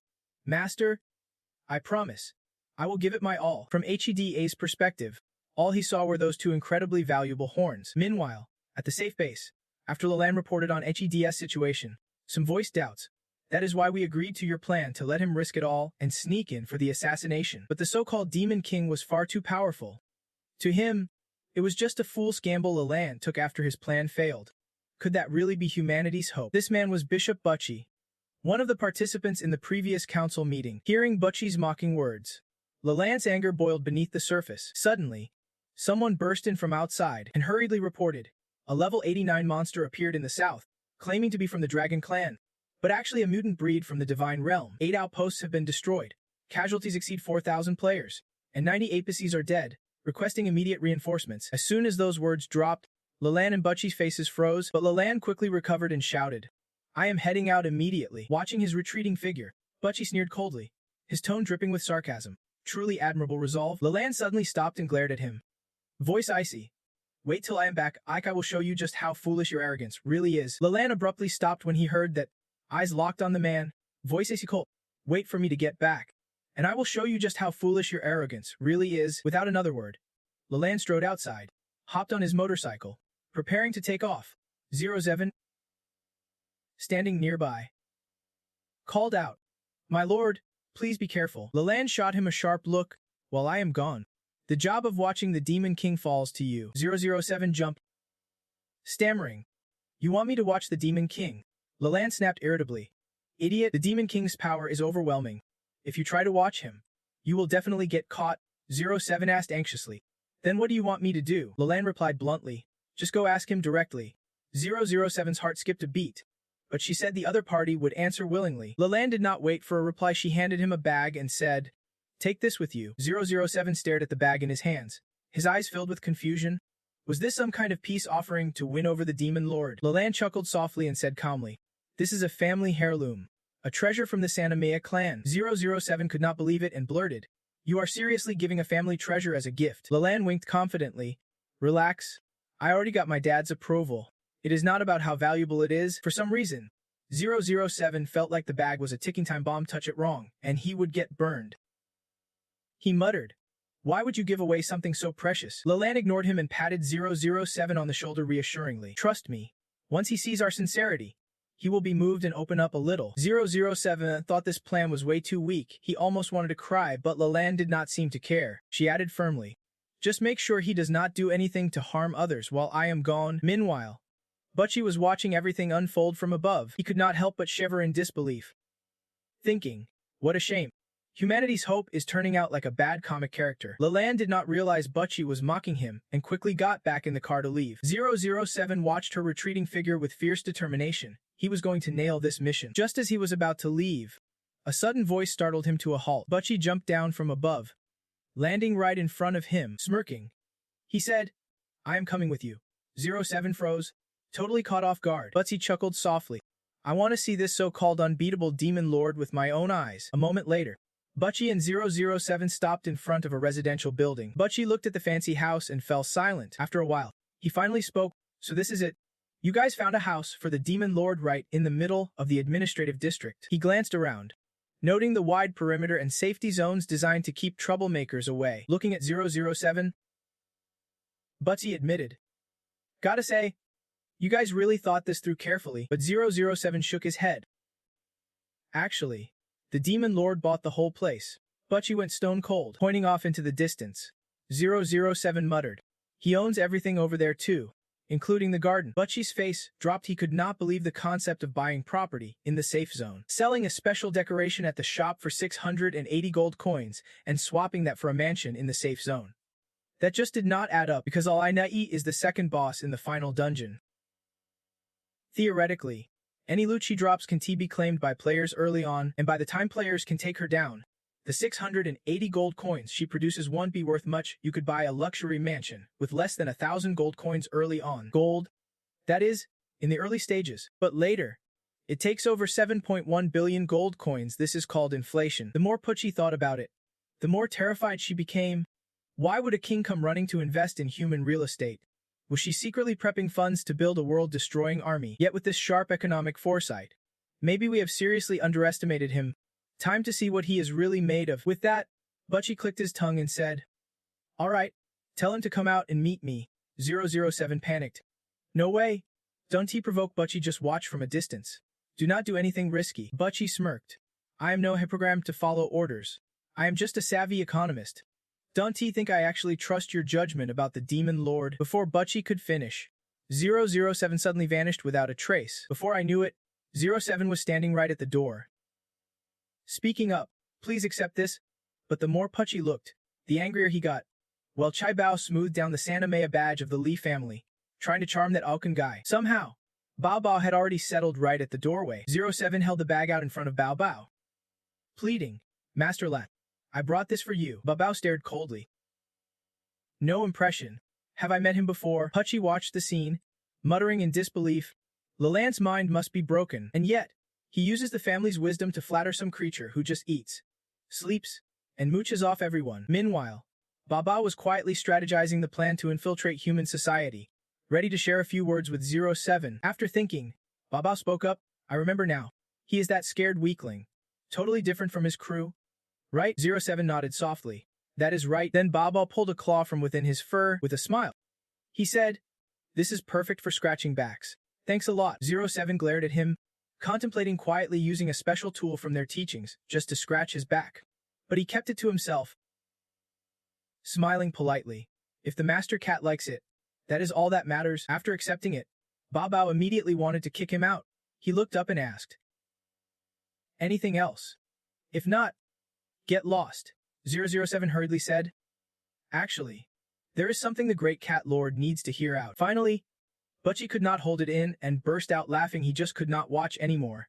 The guy clearly does not get the whole high ground, thick soil thing. No way you are swaying him easily. He actually thinks he is a cut above everyone else, just waiting for someone to show him what humanity is really made of. Just then, a streak of pure blue light flickered in Pucci's hand. 007 did not pay it any mind. He was still politely talking to Bao Bao, saying it was not a big deal, just wanted to ask if Athenian Sin had any plans to destroy the world lately. But then, out of nowhere, Bao Bao suddenly stood up. Bao Bao stood up, his voice icy. "Whatever it is, spit it out." 07 was a bit flustered. "Wait, what?" And Pucci snapped his movements to a halt. Glaring sharply, Bao Bao ignored them and looked behind. "I just got a sudden errand." Pucci and 07 followed his gaze and saw a divine creature flying toward them. As it came closer, Pucci panicked. "That is a dong." 07's expression froze, whispering in horror, "Nana, it is some mutated divine beast." Bao Bao, on the other hand, was not too fazed. "Just a divine beast. What is there to fear?" Pucci was freaking out now. "Isn't he the dong supposed to be blocked? Where is he?" "Don't ask why it is called a dong before this. He was playing chase with that divine beast. The beast flying above, him chasing in a car. It flew. He chased. When the car finally caught up with the mutated divine beast, he jumped onto the roof. Without hesitation, he drew his sword and slashed at it. But the mutated beast countered with its tail. Its strength was immense, forcing him to desperately block with his sword. But it was useless. He was struck down and crashed to the ground. His body hit the ground hard, dust flying everywhere. Luckily, he was still alive. After getting up, he kept chasing. But by then, the mutated beast had flown far away. The beast headed straight to the safe zone. It does not mess with the strong, it only preys on the weak. Back to the present. Seeing the divine beast flying this way, 07 shouted, "It is here. What do we do now?" Dust Chi furrowed his brow. "It is a monster." Yet Lalan does not even flinch. "No need to freak out this much. This is a safe zone, protected by the Bo Nai Kang system." But when he saw the Bo Nai Da Kang symbol morph into a heart shape, he snorted. "This is messed up." 07 hurriedly explained, "Bishop, it is because Lalan pushed the system's power limiter against the Demon King, causing Bo Nai Da Kang to backfire and take on this form." Dust Chai did not know what to say after hearing that, while the divine beast was already dangerously close. Suddenly, a blue orb formed in its mouth, ready to spit toward the safe zone. Seeing this, Dust Chi's face went pitch black. "We are toast." In the blink of an eye, A brilliant light burst through the pitch-black night. Dust-covered faces grew more and more hideous. Without a reinforced shield to protect them, if this attack landed, every low-level player in the safe zone would be dead, no matter how his legs trembled. The orb spewed by that mutated god creature was closing in fast. It darted like a gust of wind, charging straight into the safe zone. Only Bao Bao stood calm, eyes glinting with an unreadable look. Just as the energy orb neared, a mysterious light suddenly appeared from nowhere. It pierced right through the orb and slammed directly into the mutated god far off. This scene caught Lalan's eye as he sped over on his bike. He immediately slammed on the brakes, suspicion written all over his face. Butchie and 007, standing near Bao Bao, were even more stunned, shouting in disbelief. Just one hit wiped out an 80-level mutant boss. Ignoring their reactions, Bao Bao stayed in his dog-like pose atop the gate. He glanced sharply at the two and spoke coldly. All right. Spill it. What were you trying to say earlier? 007 finally snapped out of it, but was at a loss for words. Just standing there like a mute. Butchie beside him was the same, frowning deeply, hiding his regret. Luckily, he had not launched that attack earlier, otherwise it would have been game over. He was so scared he might cry. Thank goodness the mighty god Min was backing him up. Without hesitation, Butchie rushed up to Bao Bao and started buttering him up. "O mighty cat lord, this is the ancestral sacred sword passed down in my family for generations. A special gift for you. Please accept it." Switched gears so fast 007 could not keep up. Not just a sword. He even whipped out a deed to a property. Butchie even dangled his own salary as part of the bribe. 007 felt like he was the bigger simp here. Seeing this, 007's expression softened as if to say, "Butchie, finally you get it. Lord Lan will be thrilled." Butchie quickly nodded back. "Yeah, I get it now." While the two flirted with their eyes, Bao Bao suddenly spoke up. "So what are you guys spying on? Don't you think I know everything just 'cause I am home?" 007 hurriedly asked. "I want to know, are you planning to massacre the safe zone soon? Or is there some operation where humans like us need to risk our lives? We need to mentally prepare." Butchie nodded absent-mindedly, but quickly realized the risk asking so bluntly could get them killed or worse. Under Butchie's wary gaze, Bao Bao actually answered, "Not for now. The king wants to make a quick buck." Hearing that, 007's face lit up. "That is great. That is great." Bao Bao did not care about their reactions and coldly asked. Done asking, 007 nodded slightly. Bao Bao then put on a superior look and waved them off. 007 got the hint and left without another word. Butchie watched this unfold, utterly stunned. Just one question and Bao Bao threw away his family's sacred sword, a holy house, and a lifetime of salary. 007 was more than satisfied with just one answer. His mission was perfectly accomplished. At least they could confirm the world would not end today. Soon after, Hade returned happily from outside, a big smile on his face. But as soon as he got home, he saw Bao Bao standing at the door. "What are you doing standing there, you silly cat?" he asked. Bao Bao did not answer. Lipped from above onto Hade's shoulder, then rubbed his face against his. Hade chuckled softly, happily saying, "I missed you too." The two of them, human and cat, happily walked into the house together. But right after, Hade saw a pile of poop in a corner, and his expression instantly changed. Angry, he grabbed Bao Bao's tail and scolded, "How many times do I have to tell you? Use the litter box." Without another word, he tossed Bao Bao outside. No mercy at all. Bao Bao was thrown out the door, living the hard-knock life, forced to sleep outside by Hade. Hade stayed inside, still grumbling and cursing. Stupid cat. Hopeless case. But when he entered his room, he saw a shocking sight. Loigia was lying on the bed, smiling brightly. "Your humble servant has come to serve, master." Hade heard those words and froze, completely baffled. Sleeping like this? A pet in a game actually has this trick up its sleeve. So he was forced to lie on the bed, his mind racing back and forth, feeling like he was just a piece of wood. Finally, Hade could not hold it in and called out. Lion quickly replied, "I am your master." He awkwardly scooted away and muttered, "Sleeping like this might not be the best idea." Lion giggled softly, then after a moment said, "I get." Right after, she transformed into a mini-pody version of herself, curled up next to the pillow, and cheerfully asked, "Better now?" Hade hesitated but admitted, "Yeah.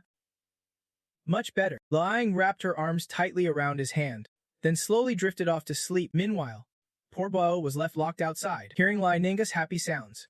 Bao's mood soared. After a long night, the morning brought no relief. Bao, worn out and sleepless, had tears dried up, lying listlessly on one side. At that moment, Hade woke up, seeing Lai Ning still asleep beside him. Suddenly, he felt a little flutter in his chest. She was actually kind of cute, like this. Then, Heavy noticed something sticking out from Lying's pillow. He reached over and pulled it out. It was a diary. Hedy could not help but smirk. This pet from the game actually keeps a diary. Straight up impressive. He eagerly flipped it open, finding pages filled with wild love confessions about the Demon King. The more he read, the more it seemed Lying was totally into that Demon King guy. But then, he suddenly froze, suspicion creeping in like poison. Despite his doubts, he kept flipping pages until bloody, terrifying words stared back at him. Heavy got so freaked out he nearly pissed his pants, hurriedly stuffing the diary away. Almost forgot she is a seriously scary demon. Heavy jumped off the bed, muttering to himself, I am totally under her spell. This is dangerous. At the same time, Lying opened her eyes. She would actually been awake for a while and noticed aged Dove reading her diary. Her eyes sparkled with pink hearts. Totally thrilled, but that night, Lying got kicked out in disgrace. Meanwhile, Bobo got called back in by Heather. Lying had no clue why she was outcast after just one night, so she sulked outside the door all night long. Elsewhere, Hone Hein's crew was taking a break on a high-rise rooftop, leading the pack. Hanine said, after leveling up our jobs, our fighting power has seriously shot up. Not only did Lord AD heal us, he also boosted our ranks. That kind of move is only something a boss could pull off. So you raised an eyebrow and said, so that means we are aiming to be the Demon King's top players. The Gip chuckled, and Ho Nian smirked. Her mouth definitely needs some honey. In other words, we need to pick the right team. Victory is ours for sure. Just then, Taiyu Guyan suddenly cried out, Hedy Yu Ho, look over there. Something is coming this way. The moment she said that, everyone's eyes shifted to see something flying toward them. Hanine frowned, whispering, can T make it out clearly? Lasisiu thought for a moment and said, let me check it out. Without hesitation, she activated her eye skill, her vision instantly zooming far ahead. Quickly, she spotted a demon figure and exclaimed, I see, it is a demon girl, but her rank is insanely high. That is Babylon, one of the 4 heavenly kings of the demon clan.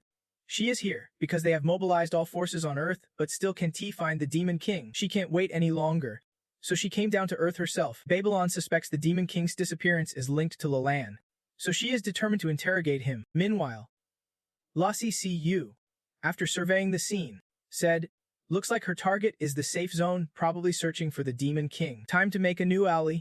Let us go say hi. Suddenly, Babylon spots something while flying. In the distance, a group of people were waving at her, making her suspicious. As she got closer, Babylon saw it was Honian's squad.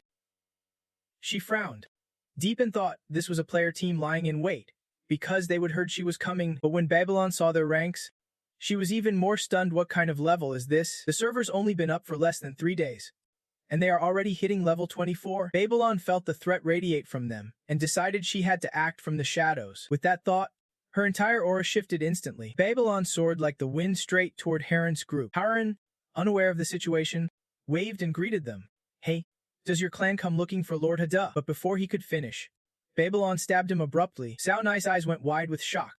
Xiao Hao. Luku also flinched, stunned that Babylon had struck so quickly. But before she could react, Babylon lunged in front of her, spitting out, no way you are getting away. Wait. Actually, we are. Before she could finish, Babylon struck again without mercy. Luku was blasted backward, completely caught off guard. Yuan hurriedly tried a binding spell to stop her, but Babylon moved like a ghost, her voice. Do you think you will get a chance? No sooner had she spoken than she attacked again. Just then, a brilliant light suddenly erupted from the middle of the fight. Babylon's face twisted instantly. She ground her teeth and muttered, what? You actually blocked my attack? Who the hell are you? The one who blocked the blow was none other than Amlu. Frowning, she looked at Babylon and spoke, but before she could finish, Babylon was still in shock, never expecting an assassin to wield a shield. But even with a shield, she should not be able to block a direct hit from her. As she pondered this, Babylon caught a glimpse of the grilled chicken in Amlu's hand, and immediately stiffened. Meanwhile, Haran sat among the wreckage, wiping his brow, muttering, good thing I just used a healing potion. Moments later, Haran urgently shouted to Amlu, tell her fast. Amlu heard him but replied cryptically, this is not just grilled chicken. Without another word, she retracted the item in her hand. Babylon eyed her suspiciously. Then what is it? With a faint smirk, Amlu coldly said, a reward from Lord Hada himself, proof of his favor. No sooner had she spoken than Amlu shoved Babylon backward. But Amlu did not stop there. A sword with a twisted hilt appeared in her hand. She swung it in a wide arc, and a flurry of deadly throwing knives sprang to life. Babylon could not react in time and was blasted out of the carriage once again. At this moment, Amlu wielded a sword brimming with dark power. She called it the world's ultimate treasure, her victory chicken. With that, Amlu slashed again, splitting the ground with a thunderous crack. Watching this, Luku could not help but marvel. That grilled chicken looks ordinary, but it just took down an Akbar level 101. At that moment, Amlu descended from the hill, still clutching the chicken, smiling brightly. Lord Hade foresaw the danger I would face and bestowed this gift upon me. Far away, Hanen watched this scene and went speechless, but he quickly snapped out of it. Enough talk, say what you gotta say. We are standing right in front of the Demon Lord's throne, yet no one paid him any mind. Below, the battlefield was a total wreck. Babylon stepped out, her voice cold as ice. You are careless. Players under level 30 should not have this kind of power, it is unreal. She suspected a cheat. She could not afford to lose here. She had to find the Demon Lord. Her aura shifted again, fiercer than before. The system's warning alarm blared in her eyes. Harren gasped in terror. This is bad, she is entering phase 2 of her transformation. Suddenly, a powerful aura enveloped Babylon's entire body. When the light faded, she had transformed into a full-on robot. Xiao Yuan rushed over to Harren, worry etched on his face. Xiao Hao, what do we do now? Harren replied calmly. Dun Ti panic. Then, with fierce determination, he clenched his fists and stared down at Babylon. We know where the Demon Lord is. Meanwhile, at the fake house, Bao Bao and Little Sharp were chilling at home, having a ridiculously chill and fun time. Since the movement on the other side caught Little Sharp's attention, she cast her gaze into the distance. Lion spotted a figure in Babylon's robot form. After a moment of thought, Little Sharp muttered, "It looked kind of familiar." Bao Bao heard that and looked over, saying it did not look familiar at all. Just some random animation maybe. Meanwhile, the Hao 9 group was in a rush. Hao 9 hurriedly said, "We know where the Demon King is." Those words made Babylon pause her transformation. Hao 9 seized the moment and urgently told Tiyungain, "Spill it, now." Immediately, Tiyungain started rambling nonstop about Hadi. Even Bao the pet chimed in. He talked about how he used the Demon Cloud skill to save them, going on and on. Babylon just silently listened. But when Tiyungain finished, she suddenly blew up. She screamed angrily, "You guys do not just shout, you want to bully me too. At least make your story somewhat believable. Who d buy that crap?" Before she finished, she threw a punch. Hao 9 panicked and shouted, "We have proof." Without hesitation, he pulled out a video showing photos of all 5 of them and showed it to Babylon. Babylon patiently examined it, then pulled out a picture from her pocket. It was that ugly demon-covered drawing of Hadizudi that Little Sharp had drawn. After comparing for a while, Babylon exploded again. "This is not the same person at all. You are totally lying to me. Damn humans. How dare you mess with me? I will wipe everything out within 10 miles. Hao 9 was stunned. Why would not Babylon believe them? The evidence was right there, with no other options. He shouted, "MLU. Attack her." But Amumzu was off to the side, crying pitifully. "Great Had, this is a disaster. Even my roasted chicken's gone." Hao 9 groaned. "So it only works once?" Right then, Luck Q got cold feet and bailed from the team, which shocked Hao Nian. At that moment, Babylon's overwhelming energy slammed down, hurtling to the ground like a meteor. But suddenly, a beam of light shot out, piercing right through the energy sphere. Seeing this, Hao 9 panicked, and even Babylon was stunned, eyes locked on the incoming light. Bao Bao was on Little Sharp's back, proving it was him who intervened. Little Sharp quickly flew toward Babylon. Bao Bao took the lead, yelling, "Stop it! Wreaking havoc here will ruin the Demon King's plan." But Babylon seemed deaf to reason and unleashed another fury. 2 missiles shot straight at Little Sharp's eyes. Seeing this, she dodged quickly, while Bao Bao on her back stayed alert. The Demon King, now disguised as a human, infiltrated the city, executing deeper strategies and plans. He said if Babylon stopped, he would take her to meet Hadi. Annoyingly, Babylon kept attacking, wildly firing at Little Sharp, driving Bao Bao into a frenzy. The Hao 9 group below grew worried. Tufengain blurted out, "She has lost her mind." Hao Nian shook his head slowly. "Even if she has not lost it, it is hard to communicate." He is right, how can a guy and a cat talk? The answer? They can T. Babylon can understand cat language, but Bao Bao does not realize he is still speaking cat. Babylon's relentless attacks only made the orange cat more furious. So Bao Bao lifted his tiny paws and unleashed an unexpectedly powerful blast of energy. With just that one energy strike, Bao Bao completely obliterated Babylon's body. That power was absolutely insane. Meanwhile, Hadi was on his way back home. A sudden breeze brushed his face, wiping the smile off his lips. It was so refreshingly cool. Today was a peaceful day, and Hadi had just made a ton of money, so of course, he was happy. Back at the scene, after Bao Bao's move, the place was a total wreck. Bao Bao landed from above and said coldly, "Now you can listen to what I have to say." But Babylon was on the ground, and all I could hear was a few meows. She struggled to make a sound. "I do not speak cat." Hearing this, Bao Bao suddenly realized the problem after asking Hadi. He forgot to switch the language source. Then he switched it to human language. Glaring at Laini and scolding, "Why did not you tell me sooner?" Laina smirked, "I forgot I could talk." Right then, Babylon finally recognized Alaino. She gasped, "You are still alive. Let us hurry and rescue the demon lord, blow this safe zone sky high." But before she finished, Bobo stormed in front of Babylon, gritting his teeth. "Honestly, I think you are begging to die." At the same moment, Hadi felt alive and kicking. Lin breathed a sigh of relief. Then Ladin, the notorious deserter, appeared short on punches but quick to speak up. "Too bad. I already bought your coffin." And just like that, these three clashed heads. Hadi sneered coldly. "Why are not you dead yet?" Lasisi smirked lightly, not paying much attention. "I have been watching from afar, pretty impressive. From the outside, it is just a fat house cat with an extreme diet, but in reality, it is a terrifying monster. One counterattack took down the Abar level 101 leader. That power is insane, makes you realize surviving under its claws was pure luck. Thanks to Heidi." Remembering this, the three of them nodded in silent agreement, but they forgot someone else, Menzu, still lurking in the shadows, crying nonstop because their plan just fell apart. Meanwhile, Hadi returned home, but the big house felt eerily empty. Bobo and the line were not home. He ran everywhere looking for them but came up empty. Thinking about the chaos, Hadike's face darkened. Something bad must have happened. Just then, a knock at the door startled him. He ran out to see Lin and the others standing there, Bo and Line Ene included, seeing his two pets. Hadi opened the door and took them in, tears streaming down. "Thank you all for saving Bobo again and bringing them back." Nen felt a little choked up, but remembered the Demon Lord's mission right in front of him. He scratched his head awkwardly. Just a lucky encounter. Demon Lorda?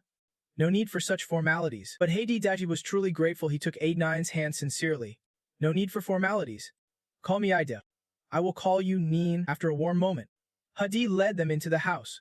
Hanen followed, saying, "Actually, we brought a little something for you." Hadi frowned slightly. "A gift?" Hanen smiled softly. "A little pet from our outing. Thought you might like it." Then he pulled out a mini version of Babylon for Hadi to see. Seeing Hedin, Babylon's eyes lit up. "Demon Lord, I finally found you." At the same time, Hadi stared back. Stone-faced, he realized this was another demon, but why was she giving him this? Thinking it over, Hadi declined. "My situation's complicated. I can take care of too many pets. You guys keep it." Hanein's smile froze. "You are raising a demon. Planning to get yourself killed." Babylon could not believe it either. How did she just get rejected? She started doubting life. Was she truly not worthy to be by the Demon Lord's side? In a blink, Babylon was crushed, but with a little guidance, she quickly came up with a plan. She broke off 2 pairs of horns from her head and handed them to Heidi. She said earnestly, "My horn regrowth is fast. I can grow 3 pairs a day. Please accept them." "Master." Babylon did not dare meet Hidiva's gaze. Fearing another rejection, Hadi looked at the horns in her hands, thought for a moment, then agreed. "Thanks, everyone. Come on in, have a seat." Pet Babylon officially joined Hidi's crew. Setting aside the new pet drama, Hadi quickly led he and Nian's group inside. As they walked, he said, "The place a bit messy, do not mind that." Hanain shook his head, smiling. "No worries. Adieu." But as soon as I stepped in, something felt off. A powerful surge erupted from beneath the ground, startling the group of them. Once he regained his composure, Little Yuan nervously asked, "That just now?" "Little How? What was that?" Hada, who was leading the way, sensed their concern and quickly explained, "Is it too much gear overwhelming you guys?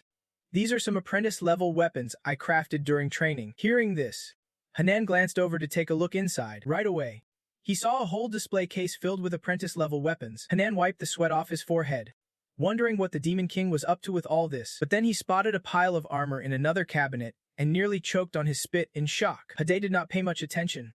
He just pointed to a glass case full of dolls and said, "Those are little dolls I made during training. Aren't they adorable?" "Adorable? Really adorable." Hanan nodded out of habit, but inside he was cursing. "This is not a home, it is a weapons warehouse." Plain and simple, it was a stockpile. Noticing their reaction, Hada walked over and said warmly, "I wanted to sell them, but selling cheap means losing out, and selling the land is tough. There is just no other choice but to pile them up at home. If you guys like anything, just take it, but only the basic stuff for practice. The mid and high level gear, I am saving that to sell later." Hearing this, Hanan felt like his jaw dropped. This pile is just beginner level, but he quickly accepted the reality. Makes sense if even grilled chicken can pack crazy energy. Then it is no surprise that seriously hoarded gear could mess with the natural order. Nothing about this is shocking. It all fits perfectly. They quickly made their way to the living room and sat down. Hanan barely sat down before asking, "Wait, how can we just take stuff whenever we want?" Hada thought they did not want to, smiled softly, and said, "I get it, your monster kill rewards are way more valuable than the stuff I have made." Hanan said nothing and was about to sit, but something felt off about the sofa. Looking closer, he realized it was made with demonic energy. Seeing Hanan hesitate, Hada said, "I made that sofa myself. No need to be shy. Go ahead and sit." With that, Hanan finally eased down, but his face still showed a mix of disbelief and speechlessness. It was not just the sofa, the floor, coffee table, the whole house, even the windows, were all infused with demonic energy. Hanan was so shocked he nearly froze on the spot. Even the water lighter just brought up was the same. It contained an incredibly strong demonic power. Hanan was horrified. Is this house some kind of demon energy hub or what? At that moment, Hada cheerfully said, "To save on water bills, I set up a private water source in the backyard. All the tea here is brewed with it." Hanan could only give a wry smile. So it is a private water source. Huh. Makes sense. But honestly, instead of makes sense, he thought a DS setup was straight up legendary. Putting it all together with his first impression, Hanan finally understood the situation clearly. This house had turned into a den of demonic energy. It was definitely the Demon King's stronghold. Realizing this, Hanan's heart soared. If he hesitated before, this moment wiped all doubt away. It did not take 3 days to make all this gear. This place was insanely powerful. Hanan decided to surrender, so a family would accept him, and he could survive in this world by joining their ranks. Without knowing Hanan's thoughts, a family raised their glasses and said, "Drink up, everyone." Hanan's group obediently lifted their glasses and drank to the bottom. Seeing this, a family was delighted. Then continued, "I heard there was a fierce battle not far from the safe zone." Hanan asked, "Was that the fight where they defeated Babylon?" Hearing this, Hanan immediately nodded and admitted, "Yeah, that is right." Then he jokingly scolded a family for attacking his people. A family showed no offense, just gave a knowing smile and said, "Yeah, that was one hell of a fight." Hanan's face flushed with embarrassment. "Honestly, I should not have fought back, not that I really could." He stammered, wanting to explain, but a family laughed it off. Thankfully, it ended well. Hanan looked at him and asked, "Ended well how?" Suddenly chuckling, Hajia looked straight at Nian and said, "Of course you guys survived, plus, you managed to show up in my house, and even drink your fill. Impressive." At that moment, Hanin finally exhaled in relief. "Thank God we made it." Hajia ignored the uneasy look on his face, raised his glass, and declared, "I have to toast to you all for surviving yet another round." Those words made Hanayan feel like Hajia had finally accepted their presence and struggles. Right after, the four of them wisely returned the toast, keeping quiet. But Ajaya was not done. He locked eyes with Vumelju and said, "You have already polished off all the chickens from last time, have not you?" El smiled smugly, thinking he knew exactly how the fight went down, and that she would used up all her guaranteed victory chickens. She nodded in agreement immediately. But Ajaya was not overthinking it. He went on, "I still have plenty left over. It is too cramped for me, so I am sharing some with you guys." No sooner had he finished speaking than MLU received 20 roasted chickens. Even the 3 Hanin guys benefited 20 chickens each. And Lo stared intently at Ajia. A supreme victory chicken, a rare treasure like that, and he is handing out 20 to each of them. She thought, this guy's way too generous, it is crazy. Then she shot a warning look at the 3 Hanin guys, silently telling them that if they betrayed Ajia, they were done for. Hanin could not help but feel uneasy. But it was okay, the team was a bit beaten up, but still hanging in there. As long as the Demon Lord recognized them, they were good. Next, as long as no unexpected trouble popped up, they could firmly stand on the winning side and wrap up the game. Just then, someone knocked at the door. It was Leland, carrying a bag. He greeted warmly. "I heard there was a little skirmish outside, especially near an cheat." Hajia smiled upon seeing him. Brother Leland finally showed up. Leland put on a serious face and said again, "I heard there was a small fight out there, especially near an cheat. Mr. J, is everything okay on your end? If you need anything, just let me know anytime." But before he finished, Leland spotted 2 mini pets poking out from Hajia's bag. His face instantly froze. "Wait, are not those the dead pets? Why are they here? And there is even one more?" Leland started questioning his own life choices. But when he looked down at the house, things felt even more off. After this pet became a demonic weapon, his heart raced with excitement, seeing the weapons and armor displayed in glass cases. To him, they were deadly war tools. Leland's eyes went wide with shock. Clearly, they were prepping for a full-blown world war. The entire house was the Demon Lord's stronghold. He was trying to figure out where humanity had slipped up, what had pissed off the Demon Lord so badly. But no matter how hard he thought, he could not crack it. So Leland decided to calm himself and approach first. With a heavy heart, Leland stepped inside and immediately spotted Hanian's group. Sitting there, he recognized them right away. Hanian spotted him too, and their eyes locked instantly. Leland felt everything was clear. They figured the Demon Lord was acting strange, and he would come here to join forces. No wonder they were the top team of humanity, true legends. Thinking this, Leland gave a thumbs up. Silently impressed, Hanian noticed and felt a glimmer of good luck, but still, better safe than sorry. Hadi glanced at them with a knowing look and could not help but ask, "Hey, you guys all know each other?" Leland did not hesitate and nodded. "Yeah, we do." Hanian, on the other hand, was not so eager to admit it. Hadi did not mind and kept smiling. "These are the folks who pulled through the great battle just now. Surviving was not easy, they must be taking some serious hits." Leland heard that like a jab but did not show it. He calmly nodded. "Yeah, casualties were unavoidable." Hadi suddenly looked worried and spoke up.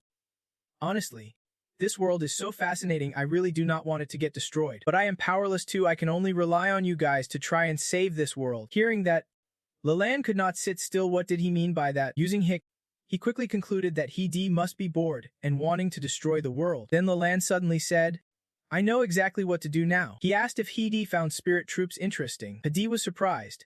"There is still spirit troops to play with," Leland slowly explained. "I know of a place still unexplored, known as the ancient land of spirit troops. If we search carefully, we might find something." Hadi's eyes lit up instantly. "That sounds exciting. If there is a chance, I definitely want to check it out." Seeing Hadi so pleased, Leland felt the world might just be saved. He quickly added, "Great, I am off to catch it." Hanayan nearby overheard their conversation and could not help but chuckle quietly. Humans really do look pathetic with such low hopes when facing the Demon King. At that moment, Hadi spoke up reluctantly. "Even though Big Brother Leland trusts me so much, and that makes me happy, I am just a rookie, I really do not have any fighting strength." Saying that, he glanced at Hyonin, hoping the one who opened humanity's future would trust him more. He was truly the most devoted player here. In the blink of an eye, both Hadi and Leland turned their gazes toward the person sitting across from them. Hin suddenly felt their intense stares and tensed up. Hadi wondered if he would misunderstood the relationship between Hyonin and Leland and hurried to explain. But before he could finish, Leland cut him off. "No wonder. Sorry, there is nothing you can hide from him. I am seriously forging a deep partnership with humanity's top team." That only made Hyonin's face uglier, furious enough to want to punch someone. But Leland did not notice and went on. "Since it is out in the open, there is no need to hide anymore. Right? If it is discovered, then let us just work straight up. For this spirit troop hunt, the four of us will go with you.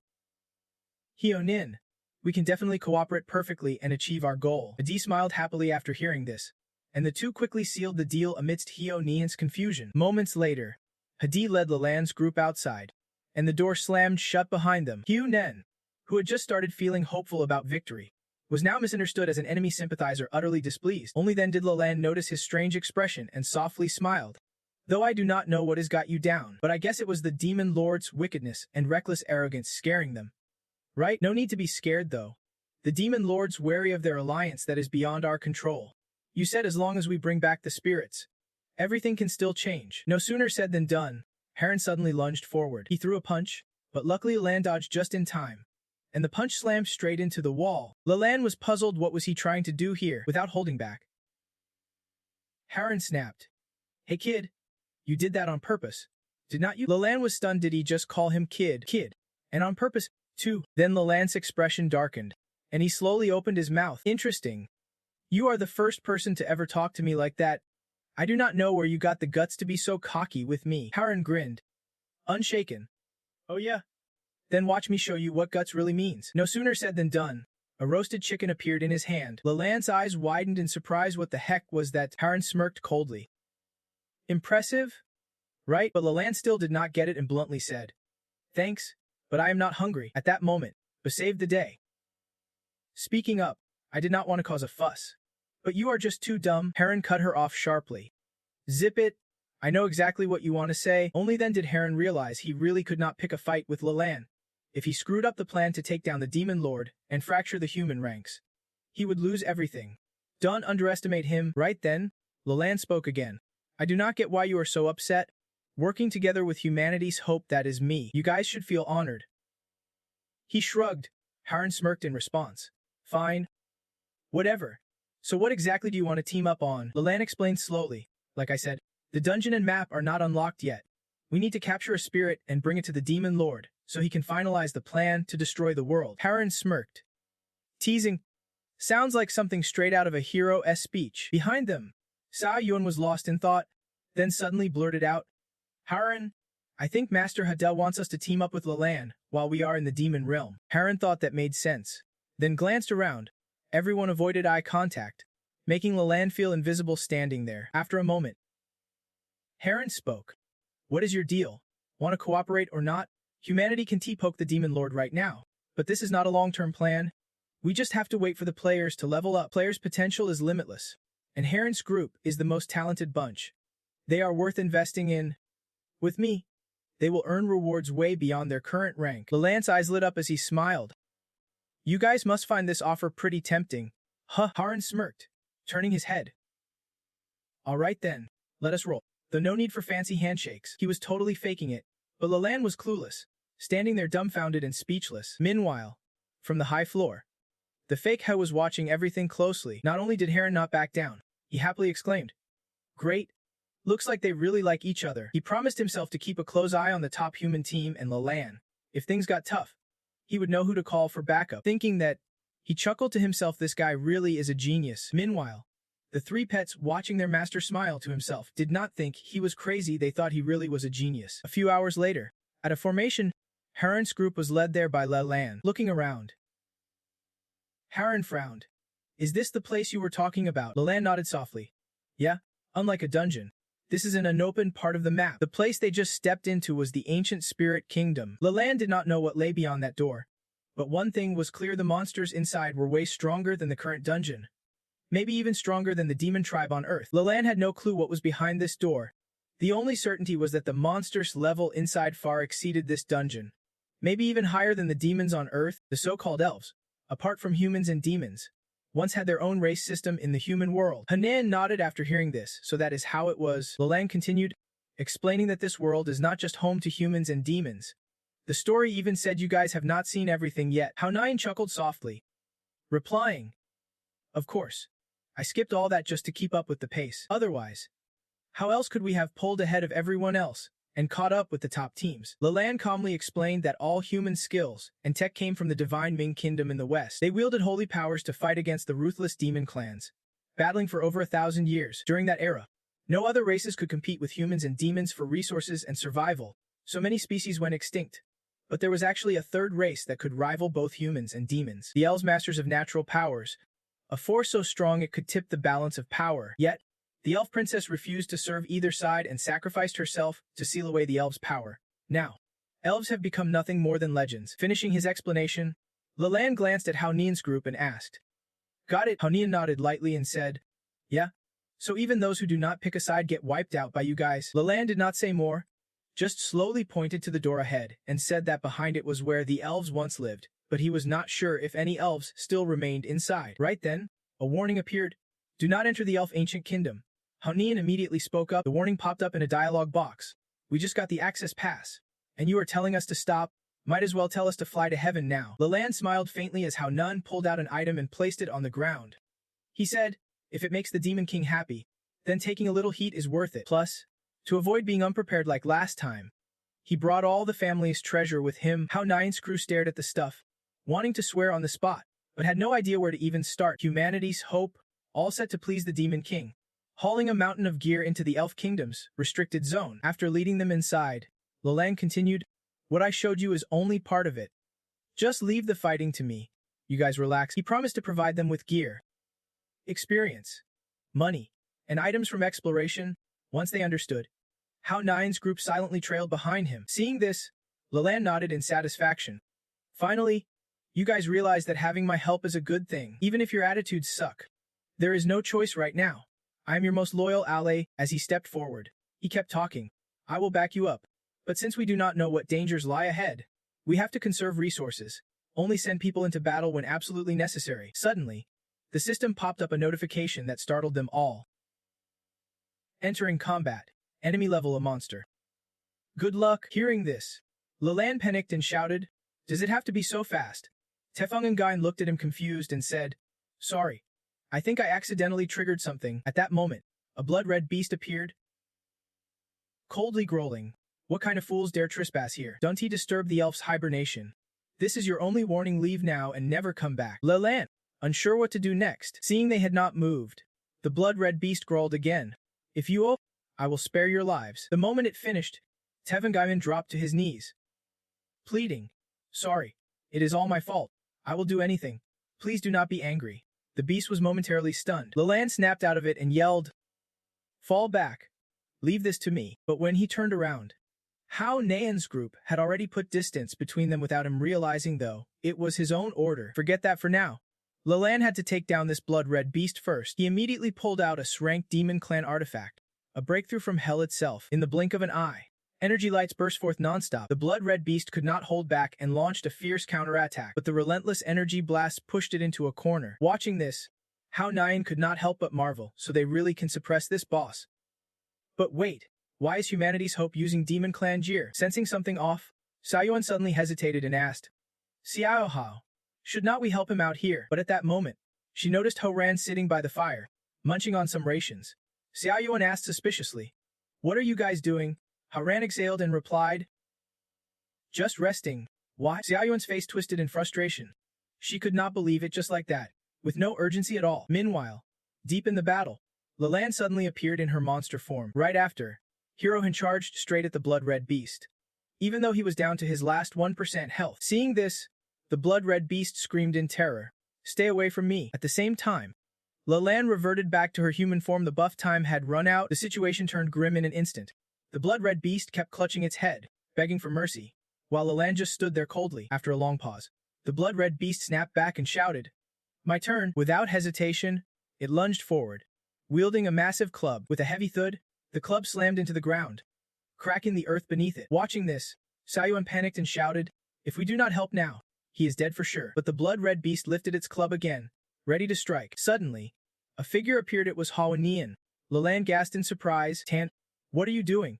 You know you are no match for that thing, right? But before she could finish, Leland's eyes widened even more at what Hao Nian held in his hand. Frowning in confusion, Leland asked, Why are you holding roasted chicken? Hao Nian ignored her and boldly stepped forward with the roasted chicken in hand. Leland's shock turned to horror as she screamed, You are seriously trying to bribe the boss with food? Thinking about it, she yelled urgently, Are you crazy? Turn back. I admit your tactics are unique, but have not you noticed? That boss does not care about roasted chicken at all. Yet Hao Nian just shrugged off her warnings like they were nothing. The blood-red beast, furious at Hao Nian's reckless move, sneered coldly.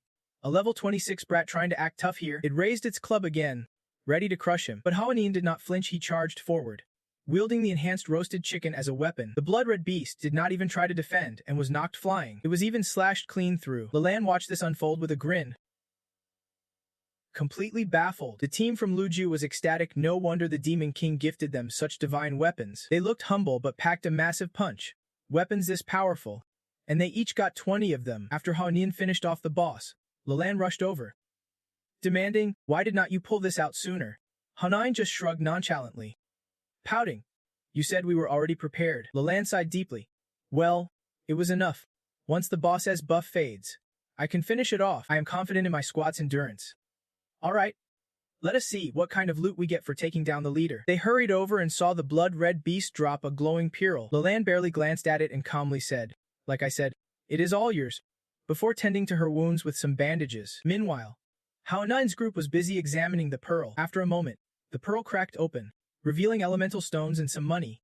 Hao Nian nodded approvingly. Not bad for regular loot. That cash was enough to secure financial freedom early on, and the mineral stones would be crucial for upgrading gear later. Too bad compared to the roasted chicken gifted by the Demon King. This was just pocket change, not just Hao Nian. The others also began breathing easier over the loot. Leland overheard this and could not help but feel skeptical. After a moment, she spoke up. Suddenly, I just remembered something, she asked coldly. That item you used just now, no ordinary gear, right? Where did you get it? Donnie tell me the Demon King handed it out too. While talking, Leland drew her sword. Hao Nian's group looked thrilled but unsure how to answer. Still the same quick-witted tone. She replied tensely, We found a rare treasure chest while leveling up. Just invest 998 coins and you will get a super powerful item. She said they were just ridiculously lucky. Haran nodded along. Exactly. That is how it is. Only Lu Ku thought these two sisters from the Tan family were nuts level 20s picking up gear that could easily kill level 100 monsters. Such a ridiculous lie only a snail would buy. Across from them, Leland's expression was not looking too good either. Lu Ku's eyes narrowed. Feeling uneasy, this was probably going to turn into a fight. But surprisingly, Leland actually believed it. He turned and said, "You guys split the loot. I am going ahead to check things out." Lu Ku was stunned, thinking, "No way. Leland's a total snail." Just then, Haran suddenly spoke up. "To be honest, Leland's been reminding me a lot." Lu Ku frowned and asked, "Reminding you about what?" Smirking softly, Haran said bluntly, "That Lord Wong gave us such powerful gear. It is really not normal." Lu Ku was a bit confused, not sure what he meant. Haran locked eyes with her, smiling slyly. "He definitely..." Lu Ku, suddenly tense, kept repeating, "He definitely is." After hesitating, Haran blurted out, "He really wants to raise a spirit." Lu Ku nodded in agreement. "That is why he gave us the gear to help us kill monsters." Haran frowned slightly, muttering suspiciously, "Yeah, because the difficulty of this map was already part of his plan. He knew we could not win." Lu Ku, thinking that way. It all makes sense. The two exchanged glances without saying a word. They had to find a spirit, so Hada could see their sincerity. They saved each other's words and shared a light-hearted laugh. Tim and Gillian, standing behind, did not hear what they said, but could not help smiling. This was getting interesting. Moments later, they ventured deeper and ran into a guardian of the royal seal, a level of boss. It glared at them, warning, "I want to let you take another step forward." Without wasting a word, it charged. But Lilan and the others were not ordinary. They swiftly dodged its attack. The boss did not give up, whipping its tail to strike at them. Lilan pulled out a teleportation item. In no time, he closed in behind the guardian of the royal throne. He swung his sword, stabbing a spear strike straight into its tail. The tail was severed, but that was not the end. Haran charged in, wielding a blazing grilled chicken as a weapon. At the same time, he used a skill from his profession, throwing a sharp spear right at the royal guardian. Bombarded by this sudden assault, the beast's anger flared up like wildfire. Where did it even get all these weapons? But it was not over yet. What it saw next was utterly terrifying. Leland and Haran were charging in, swords drawn with deadly intent. Together, they unleashed two spear strikes imbued with overwhelming energy. And just like that, the royal guardian fell at their feet. The beast was not ready to give up. It angrily complained to the system, but the system responded with pure indifference, only awarding 4 honor points. The royal guardian's face twisted in fury upon seeing the notification. Then what? No follow-up. What kind of joke is this? Before it could protest, it just exploded in rage and died on the spot. The duo pressed deeper into the lair. They stopped only when a glowing artifact came into view. Leland spoke slowly. "Ahead lies the throne of the Spirit King. If any spirits remain alive, there must be clues inside. But spirits seal themselves to prevent their power and treasures from falling into the hands of other tribes. There is no doubt that unforeseen dangers await them ahead. Whatever happens, there is no way we are letting another mix-up like last time happen again." Just then, the system popped up a warning, "Prepare for battle." Leland snapped, "Can we get a little more professional here?" Haran spun around and shouted back, "Seriously, can we be a bit more professional?" But Yuan shook his head. "Honestly, I am barely daring to walk here. What professional stuff are you talking about?" No matter who is grumbling, the monster had already appeared. Seeing it, the faces of Leland's group twisted in disgust. The beast snarled a warning, "Humans, you dare disturb the slumber of the Spirit King. Thought you would live forever. Get out of here, and never come back. Follow me, and maybe I will spare your lives." Leland rolled his eyes. "Wait, have not I heard this line somewhere before?" The monster froze, startled by the remark. Then it changed its tone. "How about this? I will drag you all into a dead end. Come on, mortals, feel my wrath." But Leland and Haran were not fazed. Haran muttered skeptically, "This sounds a lot like some game I played before. Is this a copycat?" Leland nodded. "Yeah, kinda sounds familiar." Their words made the monster even more flustered. It began scrambling for a new line, but while distracted, it suddenly shrank into a tiny Spirit King form. Seizing the moment, Leland's group trapped it inside a jar. Even caged, it kept talking non-stop, driving Haran's group nuts. At that moment, Leland, teleportation is ready. Looks like it just unlocked the Spirit King throne as preliminary level. Haran frowned. "Really? Difficulty this low? I thought this would be a walk in the park. Too easy." Honestly, the trapped monster's ears twitched like it had been pierced by 1,000 arrows. It protested, "I am just a clone of the Master. The Master is the strongest Spirit King in the kingdom." Haran raised an eyebrow. "Master? Huh," the boss proudly boasted, "after the princess sacrificed herself and the kingdom was destroyed. Everyone died, only the master survived, guarding the kingdom alone for 1,000 years. He is the mightiest spirit king. Hearing this, Haran and the land were not scared. Instead, they smiled wider. Haran asked, "So you are saying she is a spirit king? Great, why did not she show up sooner?" That boss heard this and did not know how to respond. Its master was curious because of the strange mushroom's shape, and just like that, they got poisoned to death. How can I even explain this? It is downright embarrassing. A moment later, Lalanne's group, hiding to the side, spotted a spirit emerge mass, the ruler of the spirit nation, but what they saw was only a soul, whispering with suspicion. Could she really be dead? Haran would not just give up like that, shaking his head. He added, "And would the king just let us charge in freely?" "No way." Lalanne nodded in agreement. "Exactly. Impossible. Without outside interference, spirits are immortal. The king would not allow a fight inside his domain. This can't be an assassination." Haran frowned. "Not an assassination? Then what? Did she just give up and choose to cross over to the other side?" Lalanne stayed silent. While Haran pondered, he noticed Mass's corpse lying nearby. Immediately, he brightened and exclaimed, "I get it now." He guessed that Mass had guarded the relic alone for thousands of years, worn down by solitude. Losing herself in the process, the soul split into an evil fragment, while the body and good fragment fell into a deep sleep. The dungeon's condition was to defeat the evil fragment and awaken her. Mass guards looked a bit dumbfounded. "That is not quite right, and what you are calling a body is clearly a corpse. This guy's definitely lost it." Lalanne, however, was confident. "Remember what I said? I guessed it right." The boss nodded approvingly. "Perfect logic, sir. You are brilliant." Smirking softly, Lalanne hesitated. "But this spirit knight is no ordinary level a monster. Even I am not confident I can beat S-tier powerhouse." Haran grimaced. "I am out of gear anyway." Lalanne sighed helplessly. "Looks like this is our only shot. The strongest gear. And I could not even use it when we first caught the Demon King." Suddenly, Mass's eerie voice cut through the air. "Someone's here. Then use your blood to soothe my spirit." As those words echoed, her body began to change, but in less than 3 seconds, Mass movement suddenly froze. A strange object appeared out of nowhere, gliding like a ghost right in front of her. Mass blinked in confusion. "What the heck is that? But if it is on the ground, it must be a trap." Before she could react, a flash of blue light suddenly erupted, illuminating the entire dungeon. Seeing this, Haran panicked. Lalanne calmly explained, "This is what I originally planned to use on the Demon King, a legendary family heirloom, an S-tier artifact, the Trap of Huangdich. It harnesses the power of the 4 great Huangdich demons, breaking their seal to deal massive true damage and control effects. The catch: it makes the victim's pain unbearable, worse than death, and leaves them helpless." Hearing this, Haran shouted, "Why does your clan always inherit the lamest stuff?" Lalanne chuckled. "Our clan has been hunting Huangdich demons for generations and collecting powerful artifacts from them." "Sounds logical, right?" Haran was not convinced. "Feels more like you are stuck in some lame family drama." "Honestly, yeah, like some cheesy soap opera at home."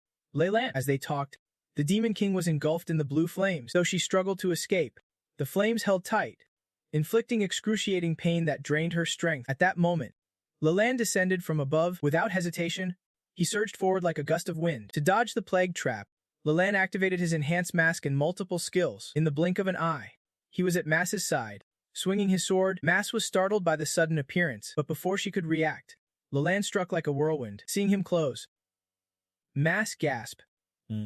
That is some high-level move. Yet after seeing Lalanne's grin, she screamed in terror. "It is worse, this is a true demon." Regardless of Mass' thoughts, Lalanne launched a relentless assault. His sword strikes never stopped, and Mass' health plummeted pitifully fast. The boss outside watching this could not help but scoff. This villain's laugh was downright cruel. "It is. Yet they are dragging along a bunch of lowlifes to bully others, using tactics with zero honor or skill." How Nyan can't he help but feel impressed? Did not expect him to be this powerful when going all out. No wonder he is called humanity's hope. Looks like they seriously underestimated him before. The boss monster panics and screams. "What, humanity's hope?" Hanayan's eyes narrowed. "Who knows that?" The monster hurriedly explains. "Not long. A voice gave us a prophecy. After the 2 worlds merge, a hero will rise to lead players in wiping out the demon clan and defeating the demon king known as humanity's hope. And it is him. It feels more like a hopeless disappointment." Just then, Mass explodes with anger. "Don't underestimate my 1,000-year iron will." She screams, unleashing a fierce energy wave in an instant. Lalanne is blasted backward, gritting his teeth. The time limit for the plague trap has nearly run out. Unfortunately, The damage is just shy of enough. Mas still has a bit of blood left. Maz glares at Leland standing before her. She sneers coldly. How could we risk our lives protecting a human child like you? Is that so? Leland smirks coldly. Then, with a swift slash, he cuts Mas's body in half. She spits out blood in agony. Mas collapses. The chamber falls silent, and Leland sheathes his sword. The final battle is over. Leland leaps down from above, eyes twinkling. Not bad. He looks at him with a smirk. If you are trying to flatter me, cut it out. Or else. Hit the road. Hearing this, the boss monster fumes, struggling to get up. You better stop messing with your own master. And you still want to touch his body. How can that be called hope? Then it vanishes into despair. Suddenly, Leland speaks up. That is weird. No reward. Not even a little spirit shard left. Doesn't he match the data? Maybe I fought the boss wrong. Hearing this, how Nyan can T help but laugh. So now you realize your style's got issues. What is next then? Leland thinks for a moment, then locks eyes on Mas' body lying on the ground. If this does not work, we will just have to take it to the Demon King. Hanayan loses it, shouting, Are you serious? You're really serious. Suddenly, the ground violently shakes, making everyone panic. Hanayan screams, No way! Did my harsh words and devilish attitude really provoke the wandering souls in this ruin? Leland shakes his head. It is probably because I moved the body and triggered the spirit's seal. Little did Hanayan know, Leland had already revived Mas. While they bicker, the ground keeps trembling. This is the spirit's highest level seal, and it is starting to break. Suddenly, a beam of light bursts forth. Leland furrows his brow. What is being released? Hanayan urgently warns, Dude, put that down before it is too late. Amid their panic, a golden light shines. Sister Mas. Then a girl appears. She is the spirit princess. Ini. She mutters, I can sense Sister Mas. Where did she go? But as she speaks, she sees Mas lying on Leland's shoulder, and Hini immediately goes offline shocked. Hanayan and the others freeze. It is not easy to find a living spirit. Why did she faint? Leland ponders for a moment, then says, At this level, she is salvageable, at least stronger than the frozen me. Hanayan stares blankly. Hanayan asks, Is this the main point? Leland shakes his head. This is, carry the body for me. I will bring the glue. But before they can act, Ini's body is engulfed by a mysterious energy. Boom, the chamber explodes. The energy shoots straight into the sky. When the light fades, Ini is burnt black as coal. Hanayan helplessly asks, Now what? Leland sighs. Better than nothing. I guess. The more Han looked, the more irritated he became, rubbing his eyes. He snapped, Don't even mention the dry magic. Losing like this just makes it sting more. Emu glared at him from behind, as if to say, Failing the mission and still thinking you will get FaceTime with the Demon King. I will kill you all myself before that happens. Right then, Lasisi Nian suggested, Let me search the whole ruin first. See if anyone's still alive. Taiyugain also chimed in wanting to go. Memto tagged along behind, and the weapons were already secured. Seeing this, Hanin finally exhaled in relief. Suddenly, Leland Zaitat Nian spotted something glowing bright red near Hinia's cell. Ini, he exclaimed in shock. Could this be the legendary spirit's true treasure, the Alpha Stone of Wisdom? The very same item the Spirit Princess tried to destroy earlier, and the one their clan sealed away 1,000 years ago. This rank artifact, the Alpha Stone of Wisdom. Leland immediately sat down to examine it, and after a moment, said, An rank artifact like this can influence destiny for thousands of years. All the knowledge the spirits hold, plus their power control methods, are compiled inside it. Hun Hin's eyes lit up. So you are saying that whoever wields this basically holds spirit-level power. A third kind of strength, rivaling divine or demonic forces. Vera Ahmed, Leland smiled softly. With this, we do not have to fear the Demon King anymore. We can finally wipe away all the humiliation we have endured. Saying that, he reached out to take it, but a hand suddenly stopped him. Leland turned sharply to glare at the owner of the hand. Seeing the doubt in his eyes, Hu Hein responded gravely. I mean, this is not something to hand over to the Demon King. Leland shot him a skeptical look. Dude, are you getting way too into character here? We are causing up to the Demon King, just to keep him in check. Now that we have this artifact, we have got a real shot at taking him down. There is no way we can just give it away. Hun Hein fell silent after hearing that. After a while, he burst out laughing. Haha, so that is how it is? Now I get it. Leland looked confused. Get what? Hunan's eyes sparkled as he smiled broadly. I finally figured out why the Demon King wanted me to find the spirit along with you. Leland, puzzled, asked anxiously. Why? Hu Hein explained. I used to think he just wanted a pet spirit for fun. Then he admitted he did not expect Hoven to be plotting behind the scenes, orchestrating everything. He already knew the Alpha Stone of Wisdom was here. Hearing this, Leland gasped. No way. Hunahan slowly laid it out for everyone. He knows the spirit's power, and he absolutely can let humanity control it. That is why he sent us along. The Demon King entrusted us with such an important mission because deep down, he actually trusts us. Leland frowned and said, sorry to break my promise, but I can hand over an artifact of this caliber. I have to bring it back to the sacred city. With this, humanity can finally stand tall and fight the Demon King. As he spoke, Leland reached out to grab the stone. He sighed in relief. At last, we can repay every insult we have suffered, but just as he spoke, the stone vanished from his hand.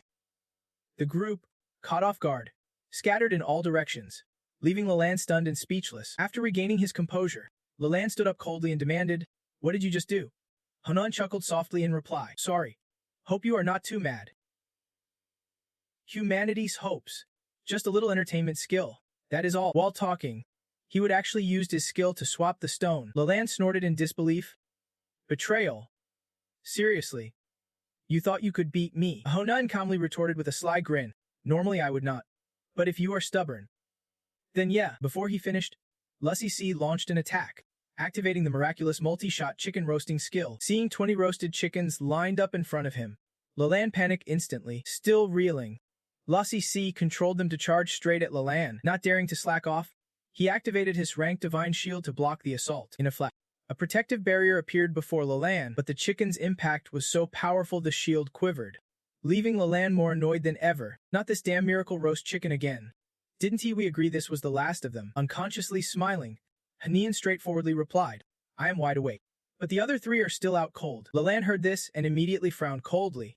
So that is how it is. Emerging from the dust, his form already half lost, he glared fiercely. From the start, you guys left me to clean up the mess. No sooner had he spoken than he triggered a flurry of skills and charged forward. Don't he just stand there blocking the way? Xiao Hao, step up and stop him. You all, run. But before anyone could react, Leland slipped past her and thrust his sword straight at Hanan. Not daring to slack off, Hanan quickly used the roasted chicken to block the blow. Their eyes locked 1 second, comrades. The next second, bitter enemies. At that moment, Leland unleashed a slash of pure energy, sending Hanan flying backward, his health bar dropping fast. She forced a bitter smile. Even with the help of the roasted chicken, holding her own against him was a stretch, but a direct clash, the power gap was painfully obvious. Moreover, Xiao Hao glanced at Xiao Yuan and criticized. You are supposed to stop him, even if just for a second. Xiao Yuan, frustrated, replied, I gave it my all. Seriously. I did, but then, suddenly, she turned sharply this time. She really could hold him back. She activated her flame magic, channeling magical energy into her palm and shooting it out as a high-speed energy blast. With the roasted chicken lending support, the damage from the flame magic was even greater. Boom! An explosion rocked the air. Blindingly bright, Lu Kuer muttered. That light's way too flashy, it is like a bomb went off right in front of us. Meanwhile, hidden in the dust, Leland was struggling to hold on, biting his lip. He thought, is the roasted chicken out of energy? I can keep this up much longer. Better grab that sin stone and end this quick. But at that moment, he forgot one person, Liu. The assassin. She quietly appeared behind Leland. Without hesitation, Liu lunged forward with her spear. But Leland sensed the deadly intent and quickly blocked with his sword. Nearby, the sin stone lay just out of reach. Xiao Hao's eyes widened in alarm. This was the same stone he would been knocked away from earlier. Immediately, he shouted, Liu, grab the stone first. She nodded and reached for it. But Leland was not about to let that happen. His voice cut cold. Don't even think about it. Then he dashed forward. Leland was a step quicker than Liu, ready to snatch the stone, but suddenly, a foot slammed down. The mysterious Lu Ku had come running and kicked the stone away. He shouted, Captain, catch it. Xiao Hao immediately lunged, ready to catch it. Seeing this, Leland's anger flared, but the stone was already heading towards Xiao Hao. Meanwhile, Hade was at home totally chill, probably in some dark corner where a group was raging and losing their minds over him. Hade was fixing the TV so his two pets could watch. Who knew that after leveling up to Master Builder, he could even fix a V? Looks like he would be saving a ton on repairs from now on. Surviving in this world definitely was not easy. You had to budget carefully. As Hade pondered what skill to train next, he headed into the armory. Watching Hade's back, the two little demons admired their master, thinking, he has sacrificed so much fighting human society's twisted mess. Back in the ancient spirit kingdom, Xiao Hao was about to snatch the sin stone. But suddenly, a hand grabbed his face. Leland appeared right in front of Xiao Hao, shoved him away with one hand, and caught the sin stone with the other. He secured the prize. Xiaohao fell backward, disbelief flashing in his eyes. How did he suddenly get teleported right here? Even Lu Ku from a distance was baffled. We have been attacking non-stop. How did he teleport here with our coordination so limited? But just as he said this, they realized the target they would been attacking had turned into a calf. Leland kindly explained it was just a low-tier trick he learned on a whim. Hearing that, Xiaohao clenched his teeth in anger, but before he could curse, he got smacked in the face with a rock. The three Lu Ku watching this scene grew worried instantly, but quickly. They suddenly felt Leland was absolutely right. He was utterly untouchable. At that moment, Leland hoisted the stone high and shouted, "Time to end this farce." The moment his words echoed in the dark bunker, brilliant streaks of lightning erupted. Seeing this, Luck Q and Liu immediately grabbed their roasted chicken to shield themselves. The bolts kept striking relentlessly, and all they could do was desperately defend, but before long, their health bars plummeted, and Luck Q could not hold back a grimace. So this is the raw power of the Alpha Wisdom Stone. Even the chicken gifted by the Demon Lord can save them. Leland ignored them and stepped in front of Hanian, saying, "I thought we were on good terms." Hanian tensed up. What was he even talking about? Leland pressed on, "You are one of humanity's top players, and yet you risk your life like this just for the Demon King. Aren't you ashamed?" Only now did Hanian realize what he was referring to. He replied quietly, "On that point, do you think I would let you talk down to me?" Leland frowned slightly, then said solemnly, "No matter how much humans are humiliated, one day they will rise up. I never doubted humanity's foresight would prevail." Hanian replied with a smirk, "But I am pretty skeptical myself." Hearing this, Leland was taken aback, unsure how to respond. After a moment's thought, he turned away. Hanian watched his retreating back and asked suspiciously, "Aren't you going to kill us?" Without hesitation, Leland, "No need. No matter how far you push your boundaries, there are lines I will never cross. Wait until I bring the Alpha Stone back to the sacred city, then you will see just how desperate you have been." After Leland left, Hanian's group finally started to recover. Luck Q whispered, "He took the gem with him." Hanian grumbled, "I saw. If such a powerful artifact falls into enemy hands, the mission's a total failure." Liu pulled out his weapon, saying anxiously, "We should kill them first, then follow. We can't afford to mess this up." Xiaohao, how can we possibly survive the Demon King's wrath?" Hanian looked helpless as Liu launched an attack. Luck Q defended while suggesting, "Maybe we should report back first. The Alpha Stone's power is too overwhelming, even with so many fighters. We can take it down. That is just how it is. If we honestly show our results, I believe the Demon King might forgive us." Liu reasoned, which made sense to them. So they brought the loot back to Ada. When Hada saw it, he could not believe it. "Is this the Link Stone you mentioned?" Hanian replied, "Yeah, but not entirely. About a third is still here." Then Hada pulled out a plastic bag containing a burnt part of Ini. Hada was speechless. "You brought that along too? Can we just plant it or something?" Looking at his face, Hanian hurriedly explained, "The most important part is gone. But do you think this stuff is acceptable?" Before he could finish, Hada's voice turned cold. "Acceptable? You call this acceptable?" Hanian's face immediately twisted in frustration. He was done for. Totally screwed. Hada glared at them without a word, silencing Hanian's group into a breathless freeze. Elsewhere, back at the sacred city, Leland returned after securing the stone. The city guard quickly greeted, "Lord welcome back. Did the mission go well?" Leland just smiled quietly. Seeing this, the guard eagerly added, "Well, it has been ages since we saw you this happy." Lord Leland finally spoke, "Very well. Better than well. We have finally secured true hope at last." Then he strode inside. A youth standing at the doorway called out, "We have been waiting a long time for this day. Time to report back." Leland nodded slightly and entered the room, where someone was already waiting.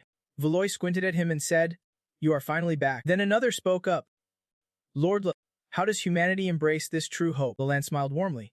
"I brought this, the treasure of the elves, the Alpha Stone." With that said, he took out the stone he had taken from Hainai. Over here, the heavy, damp air still hung thick in the living room, but Hades suddenly broke the silence. "Hey guys, what are you talking about? Though we can see the true fairy. Just bringing a gift back made you happy already." Hearing this, the group instantly jolted in surprise, but they quickly relaxed, because he was not angry, meaning they were going to survive. D, unaware of their thoughts, kept talking, "By the way, I just happened to learn some related tech. Maybe I can fix it." Honan blinked in disbelief, muttering, "Fix it? You are not going to slap on some duct tape, are you?" Hadi studied Haine's black orb carefully, then slowly said, "The chest area is the most damaged. If I can restore that, It should be fine. Hearing that, Ho Hein raised an eyebrow, recalling Leland's words that the chest and belly are where a fairy's power gathers. That explosion was basically a last-ditch move to keep the fairy from falling into their hands. The fairy unleashed all her power at once. Doing that means certain death. Her energy and soul were ripped away by the blast, returning to the world's energy flow, like a drop of water lost in the ocean once it is gone. You just can't get it back. Sighing helplessly, Honan admitted, as there is just no way to restore her anymore. Hearing this, Hadi clicked his tongue in sympathy. I see. That is a shame. No choice then. Instead, I will use the chest piece I happened to make 2 days ago. Ho Nan's face went blank the moment he saw what Hadi was holding. He did not know what to say. Hadi did not care and started checking the skin tone for Hinny. After a while, he finally found a good match and happily declared, "Done. We will use the original suit." Though Hadi is not a fighter, fixing a souvenir doll still counts as skilled work. With that, he began the repair process, trusting his instincts completely. Finding the energy reset button in the heart, all the functions could be restored to their original state, simplifying the complexity. Hadi took a deep breath, closed his eyes tight, fully focused until the screen popped up telling him to press the button to complete the repair. He knew this was the moment. Without hesitation, he pressed the button, and a light burst forth from Henia's body. Seeing this, Ho Nine was stunned. Speechless, her energy was gathering back inside her body. Soon, Ini's body returned to normal, and she woke from her daze. But the moment she opened her eyes, she saw Hadi standing right in front of her. Ini did not understand why the Demon King was here, and looking down at her chest, she was even more shocked. It is damaged, and why is it sunken in like that? Ini's face froze. She just went straight offline again. This time, she really did not want to wake up anymore. Please. No more. Meanwhile, Heho Nine, watching everything unfold, was dumbfounded. She definitely came back to life just now. This is some next-level power. Rewriting the energy flow rules entirely, truly an all-knowing, all-powerful existence. Hadi was staring blankly at Hinny, but caught Heiho Nan's gaze. He glanced over and smiled. I did not expect the souvenir doll you guys brought back to look this real. I actually like it. Ho Nine froze again. Wait, did he just say souvenir doll? He literally spat out his drink. The fairy princess was just a souvenir doll to play with. On the other hand, Uldu felt like she would just opened a whole new world finally. She got Hadia's vibe. The rare fairy princess in Hadia's hands was nothing more than a toy doll. He might seem indifferent, but deep down, he is super passionate. This is his style. While Uldu was lost in thought, Ho Nine spoke up. I even bought this at the souvenir shop. Please accept it. With perfect timing, a jade orb appeared in his hand. Hadia reached out to take it, then gave it a quick once-over. After a moment, he said, Interesting. I think I can fix this and use it as a joint alarm at the gate. Hadi added, if this thing does not leak on us, then I will respectfully comply. Though I do not have anything to trade back. While they were talking, Ini suddenly snapped awake. She finally realized these humans were using her as a bargaining chip with the Demon King. She wanted to know what could possibly be more valuable than herself, something they would risk betraying their own kind to get. Ini started eavesdropping. At that moment, Hanen chuckled. The roasted chicken's all gone, man. That was killer. Hada perked up. Glad you guys liked it. Then he pulled out another chicken for Hini. I have got even fancier Yumua chickens here, yours as well. Hearing this, Ini panicked, then quickly turned furious. She was the princess of the elves, and here they were trading her away for a few chickens. Ini could not help but glare at the humans. Gotta admit, it smelled amazing. She even drooled a bit without realizing it, but the taste was the least of her worries. The real problem, she was now in the Demon King's hands. What the heck was she supposed to do? While Hini was lost in thought, Hanen and Liu quietly slipped out of Hada's house. As they left, someone called out, How'd it go? Hanen did not even look back, just smirked. You girls already turned back. The divine emissary spoke up. Split up. We are in charge of preparations for the funeral. Are not? Tongayan chuckled from behind. Sao Hao's got skills. Huh. She used the money to snag some prime real estate. Even though the Demon King had slaughtered us, it is not like we are just ghosts and ghouls. Hanen gave her a sidelong glance, unsure if he should compliment her or not. Finally, he sighed. The Demon King has zero intention to mess with us. Tongayan nodded lightly. Got it. I will go return it now. But as soon as she started to leave, Luckyu pulled her back. Wait. The apocalypse is coming. Sooner or later we will need it. Luckyu looked to Haonen. What is going on here? Haonen grinned. Turns out our brave elves only brought back a bunch of baby goats. The Demon King's amused and even gifted us 10 Umiya chickens. Luckyu could not believe it, exclaiming, What? Newborns? And 10 of them? Damak nodded. Haonen proudly said, Yeah, his power really opened my eyes. You just can't help but feel like you made the right choice. Meanwhile, Over at the unsuccessful sacred ground, Leland was bragging about his spoils. I got this, looks pretty epic, right? But he was holding it awkwardly, leaving everyone in the room confused. Some said Leland was mistaken.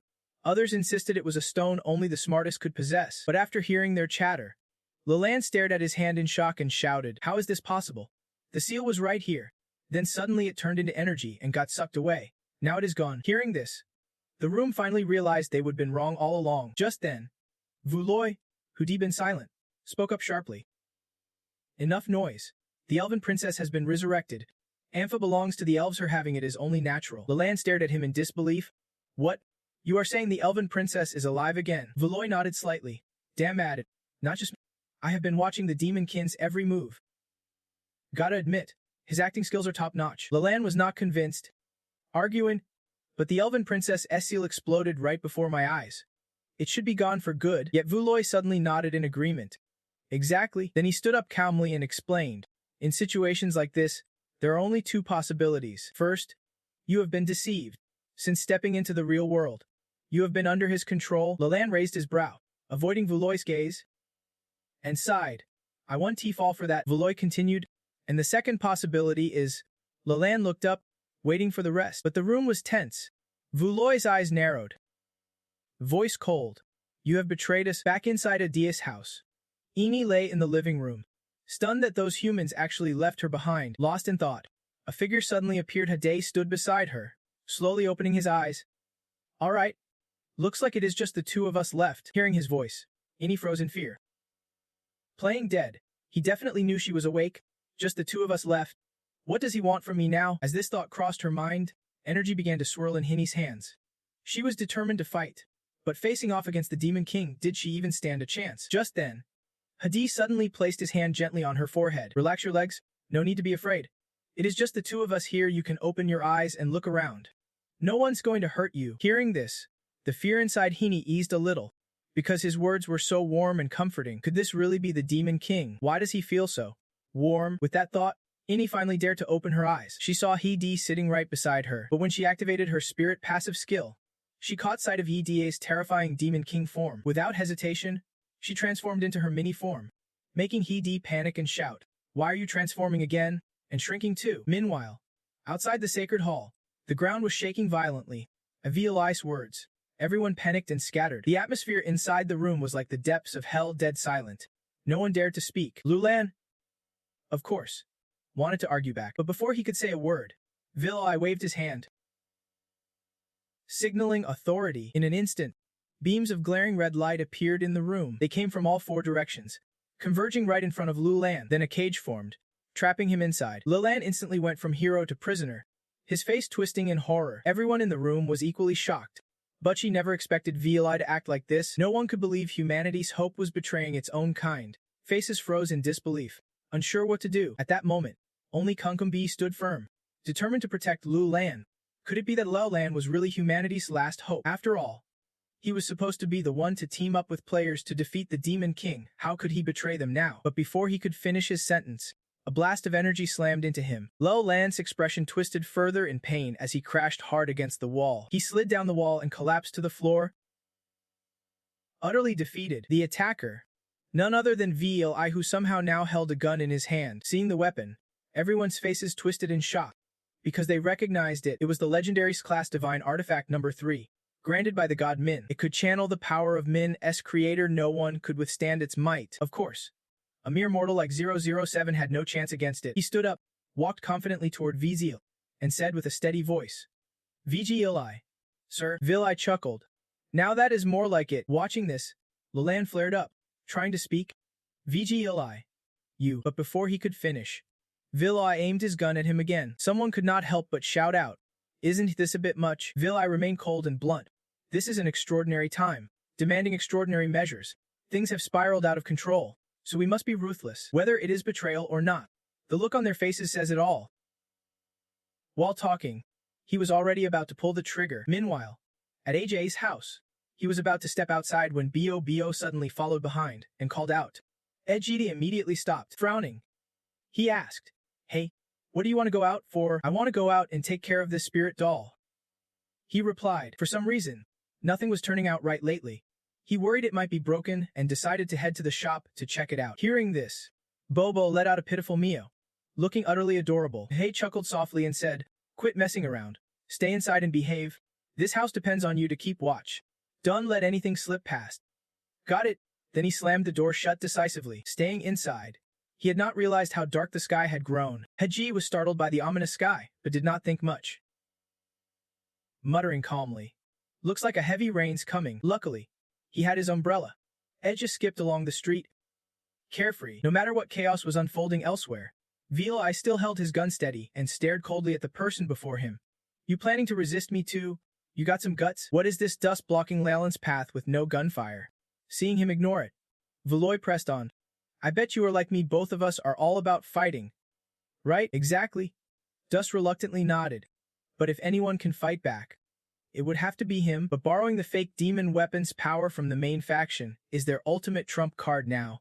Even facing the Demon King, they stand a real chance. If they can win, the whole game flips upside down. Thinking that, Dust glanced at Lalan, silently asking, "What do you think?" Lalan stayed silent, so Dust took it as a yes. He turned to Vili boldly. Let us declare war. But I have seen how powerful the Demon King is. Instead of hiding, I will face him head-on and prove those fools wrong with real strength." Vili fell deep into thought at those words. After a moment, he finally spoke. "You are right." Dust had convinced him, and Vili leapt down from the platform. Lalan tried to stop him, but Vili was determined. "Then it is settled. I will meet the Demon King myself, so weaklings like Lalan can see what true human spirit looks like." Hearing this, Lalan immediately protested. "Wait, Vili, the Demon King is not as simple as you think." Vili shrugged lightly. "I will find out for myself. Stay locked up and wait for good news." With that, he waved his hand, and the invisible prison holding Lalan vanished. Right after, Lalan disappeared from the room too. Vili shouted fiercely, "All right, get ready to declare war on the Demon King." He ordered all Game World Services shops, trades in Kareem to shut down, evacuated all in peace from safe zone, and sealed off Boy Needy Kong. Though whether they closed or not would not change much. As orders were executed, the third fake demon weapon appeared in the sacred sky above. It locked onto the safe zone, ready to fire directly. Dust stood inside the building, watching Vili and asked, "Vili, are you seriously going to give up the safe zone now?" Vili responded bluntly, "Kareem's about to become the Demon King's final dungeon. What is the point in holding on to it?" Dust thought that made sense. Looks like this time he is serious. If he wins, he can finally reclaim his lost honor. Then Vili immediately gave the order. "Troops, follow me out. Even if we can kill the Demon King, we must capture the spirit." Plus, he wanted to contact the media to arrange a global live broadcast so everyone worldwide could witness what real hope looks like. Meanwhile, Hada walked into the appraisal shop and saw a huge closet sign hanging on the door, making him stiffen instantly. He furrowed his brow, deep in thought, but finally decided it must be a legal holiday. Just then, he noticed a crowd of 3 or 4 people rushing by. Hadai did not think much, assuming they were just out sightseeing because of the holiday. Lost in thought, a young man suddenly shouted at him, "Hey, why are you just standing there? Boynighty Kwong just went offline, run now." Hada lifted his head, puzzled, but then his eyes lit up. He thought, even the divine system is on break, game perks are awesome. Suddenly, a flyer dropped at Hada's feet. At first, he ignored it, but the info on it caught his attention. Hada looked up. Housing prices have dropped. He finally grasped the gravity of the situation. While despairing over his failed real estate investment plan, Hadai did not notice someone approaching. By the time he realized, he was already surrounded. Vili stepped forward. "Finally found you." Hearing that, Hada snapped out of despair and stood up, narrowing his eyes warily. What is this about? Even Heaney, tucked in Hadi's pocket, stirred awake. Groggy, it saw the crowd and its tiny heart almost jumped out. Isn't this the war between humans and demons over her? Thinking this, she felt like no one suffered as much as she did. It seemed like Heaney sensed that Hada was awake, calming down as he said, "Stay calm. Do not be afraid. I am here now." Right after, he began counting down one by one. Heaney quietly thought, is this the Demon King about to make his move? She desperately wanted to shout at the people in front to run. There was no way they could beat this Demon King. The Vu Loi group was tense, holding their breath, frozen in place. Inside Hada's pocket, Heaney felt like a villainous seductress, doomed to bring disaster. But then, when Hada got to 3, he suddenly spun around and bolted. Heaney immediately freaked out. "Wait, we're not we supposed to fight it out? Go up. Why are you running now?" The Vu Loi guys were caught off guard by Hada's move. One asked suspiciously, "Second in command, should we chase him?" Vu Loi's second in command held him back, whispering, "Wait, There is a trap, but barely had he finished when Hada face planted hard ahead. Looking utterly defeated, Vu Loi's second-in-command hesitated. What now? The suspicion only deepened, but suspicious or not, Hada was still tied up like a sack of potatoes. The second-in-command felt something was off. Can it really be this simple? He muttered. Vu Loi agreed, his voice low and serious. Honestly, I am freaked out too. Did you find the spirit or the stone? The second-in-command shook his head slightly. He is obediently tied up. But if we try to search him, it is kind of spooky. So they just stood around Hada, no one daring to step forward. Meanwhile, hiding behind a nearby rock, someone was sneaking a closer look. She was suspicious, watching Hada tied up so tightly. Obviously powerful but not fighting back. What is he up to? After a moment of silence, Vu Loi suddenly spoke up. Hey, Hada flinched. Yeah. Vu Loi narrowed his eyes coldly and ordered, hand over the spirit. Hearing this, Hada froze. The spirit was their prize all along. But then his expression shifted suddenly. How much are you willing to pay? He asked. The crowd's faces twisted in surprise at Hada's question. They had not expected him to want to sell himself. Vu Loi never imagined Hada would bargain with the spirit like that. But digging deeper, Vu Loi did not understand what Hada was plotting. Meanwhile, Hada just wanted to get rid of the spirit fast. The only thing that mattered to him besides money was more money. Why did not he just say so earlier? But seeing Hada's sly grin, Vu Loi knew there was definitely a catch. This was a priceless treasure, a power strong enough to disrupt the balance. Rivaling divine weapons, selling it was not a small deal. Vu Loi was no fool. He was not like Lolan. He would not be tricked by Hada. With that thought, Vu Loi spoke confidently.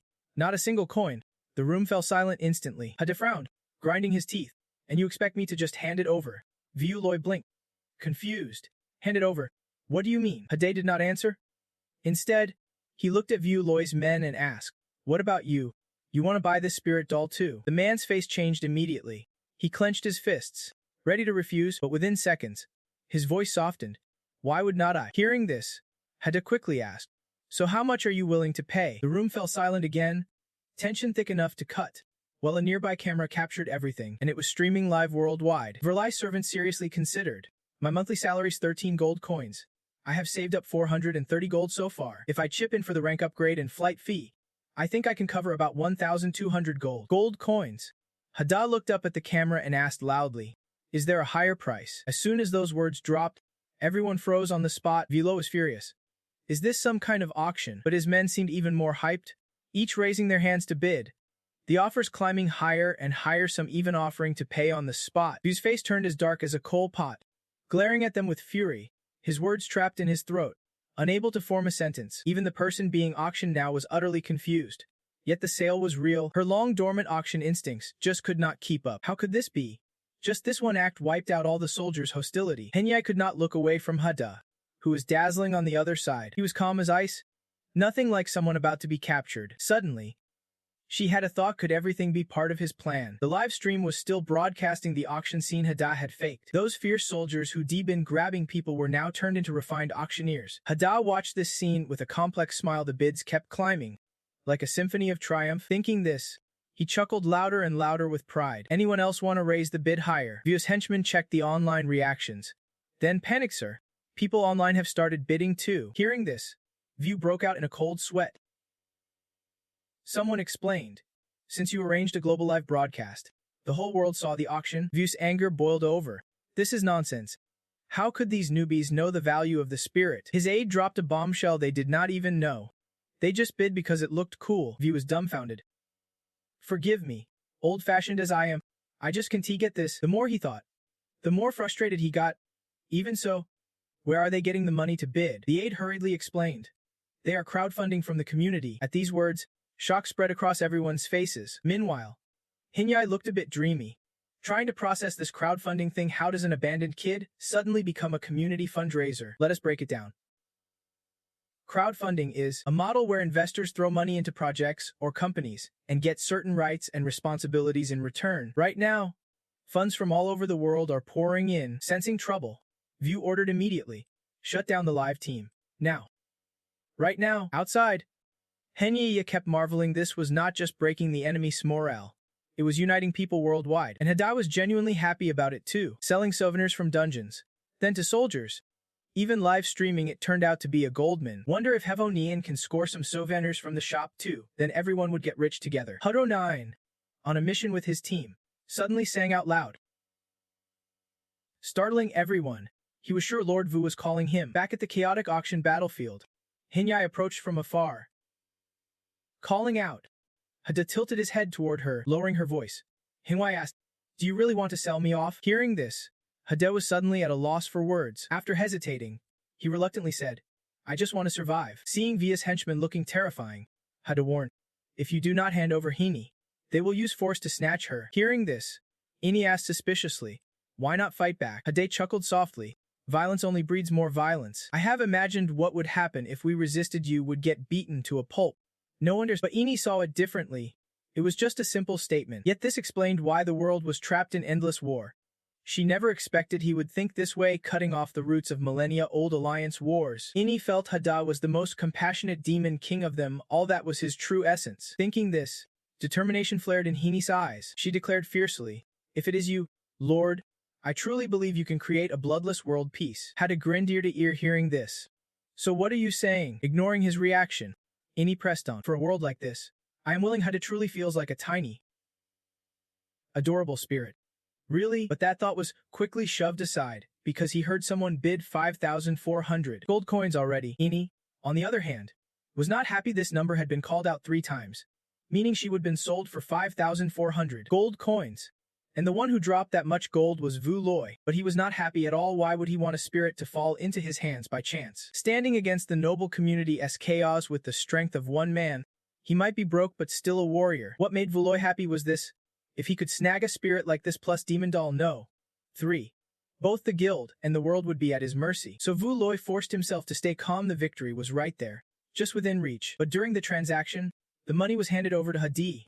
Yet the deal failed. A notification popped up saying Hini's spirit had already bonded with Hadi's soul, so the transaction could not go through. This left Vu Loi a bit shaken. He lowered his head, staring at the tiny Hini lying in his hand. She seemed to be mumbling some kind of spell, but the more Vu Loi listened, the more his face twisted with disgust. Then, Ini jumped into Hada's hands, bowed in respect, and sealed a contract, declaring Hada as her rightful master. From that day on, Hada was forced to sign the contract, then looked up with an awkward, sheepish smile. "Sorry, big bro.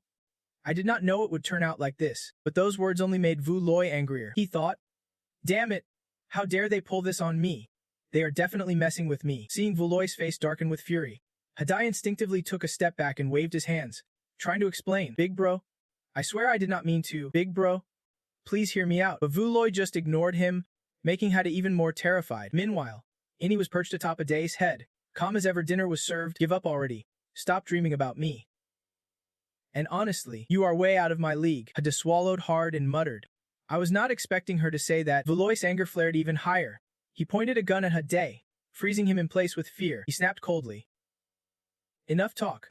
Say what you gotta say after you eat one of my bullets." As soon as those words left his mouth, the sacred weapon above began charging its energy. Babel was nearby by the window at that moment. He looked up and saw the weapon's energy hurtling straight toward the safe zone. At the same time, in the control room, staff received orders from Vu Loi. They were controlling Demon Doll No. 3, aiming it at the target. In the blink of an eye, the safe zone was shrouded by the weapon's shadow. Everyone panicked at the sight and started running. Meanwhile, 5 explosives had been set. Agent 007 in the control room was ready to hit the button, but before he could press it, a tiny pair of legs blocked him. It was the Demon King's loyal pet. Seeing Babo, 007 immediately snapped back to attention. Babo barked, "Don't you dare point that weird thing at someone else's home." But just as it finished, a beep sounded. Both man and cat froze in surprise. Babo startled, turning its head, blinking dumbfounded. "Can I press this?" While everyone was distracted, Demon Doll 3 fired a powerful energy blast. People in the safe zone saw the energy crashing down and panicked, thinking their city was doomed. The energy was about to hit the ground in the safe zone. Suddenly, another energy stream appeared in the sky. Vu Loi could not believe his eyes as Demon Doll No. 3's energy blast began to pull back. It looked like it was being sucked in. Vu Loi guessed right. The energy blast was retracting. The swirling energy strangely converged in one spot, then headed straight for Demon Doll No. 3's control room. Then, it all funneled into Babo's body. No watched this and panicked. How is this even possible? That is the power of the Creator. The highest, most supreme intellect, the strongest force in this world. And yet, it gets chosen by some lowleaf worm.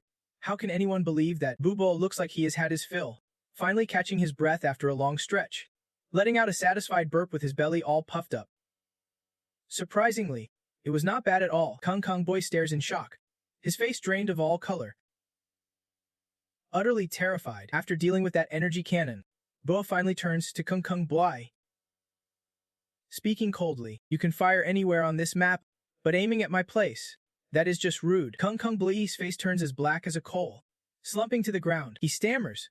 Wait, what kind of being helps you? Why does it have creator-level powers too? Bo smirks coldly. You should be asking my master what kind of being he is. He claims he is just a cat kept at home by the Demon King. Kung Kung Boy hears this and is stunned into silence, totally at a loss for words. Suddenly, a burst of energy explodes nearby. The sky over Thing Kong City fractures in an instant with a deafening blast. Flames spread wildly, lighting up the sky with an unbearable brightness. The city's residents, just recovering from earlier chaos, scream in terror. What now? Everyone thinks it is another explosion.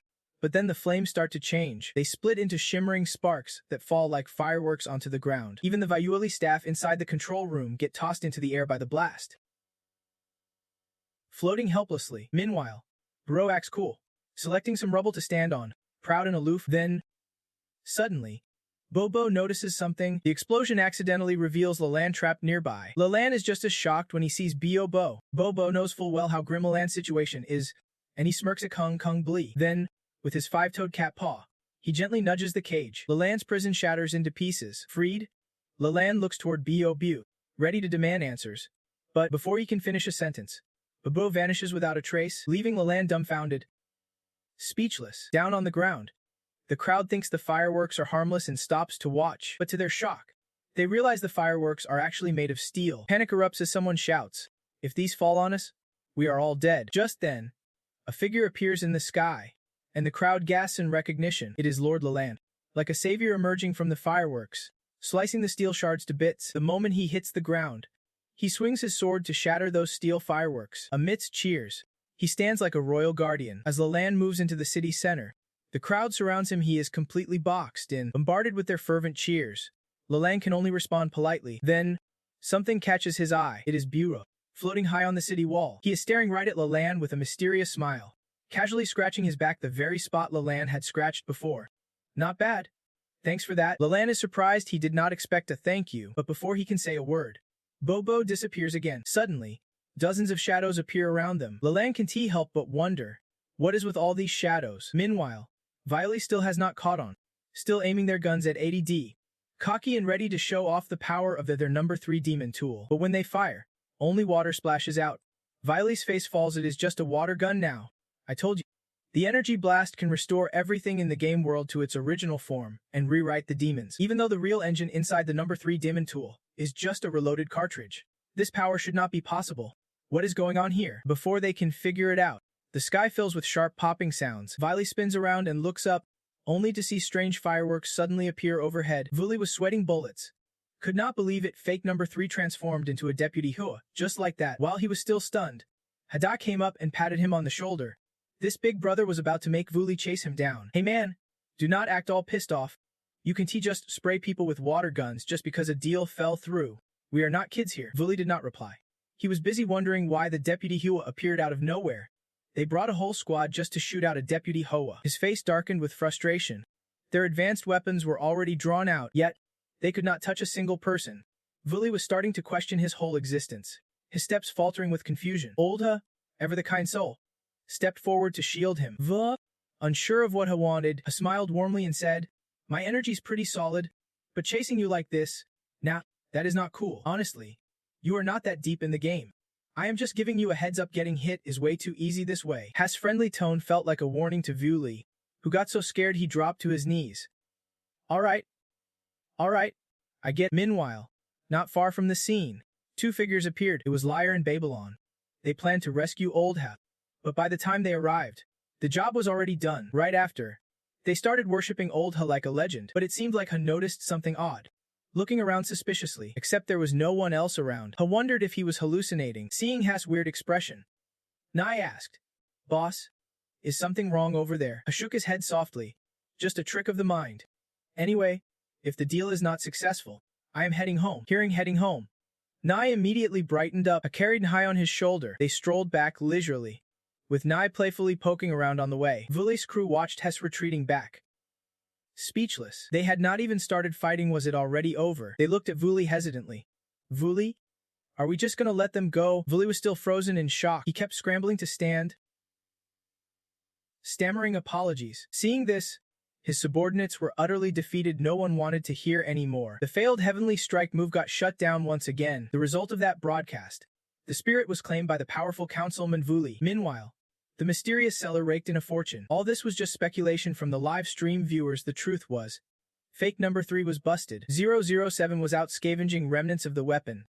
Buchi, we found the remains. Buchi replied, tell the team to transport fake number 3's remains back to base. Time to report what we are up against to Shen Ming. But Councilman Vuli, who supposedly won the bid, did not actually secure the spirit. He was the first to be sent back to heavenly failure for trial. Humanity's first strike against the Demon King ended in a total fail. The Demon King celebrated a joyful victory. But Adai was not exactly thrilled. The cost just got cheaper. Hades' pet beast was ecstatic.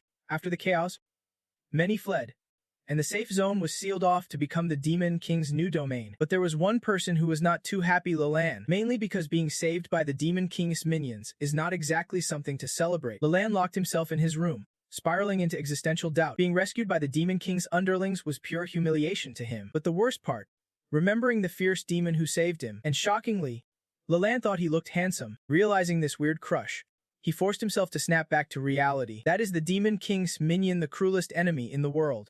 Remember all the evil he has done, but does it matter?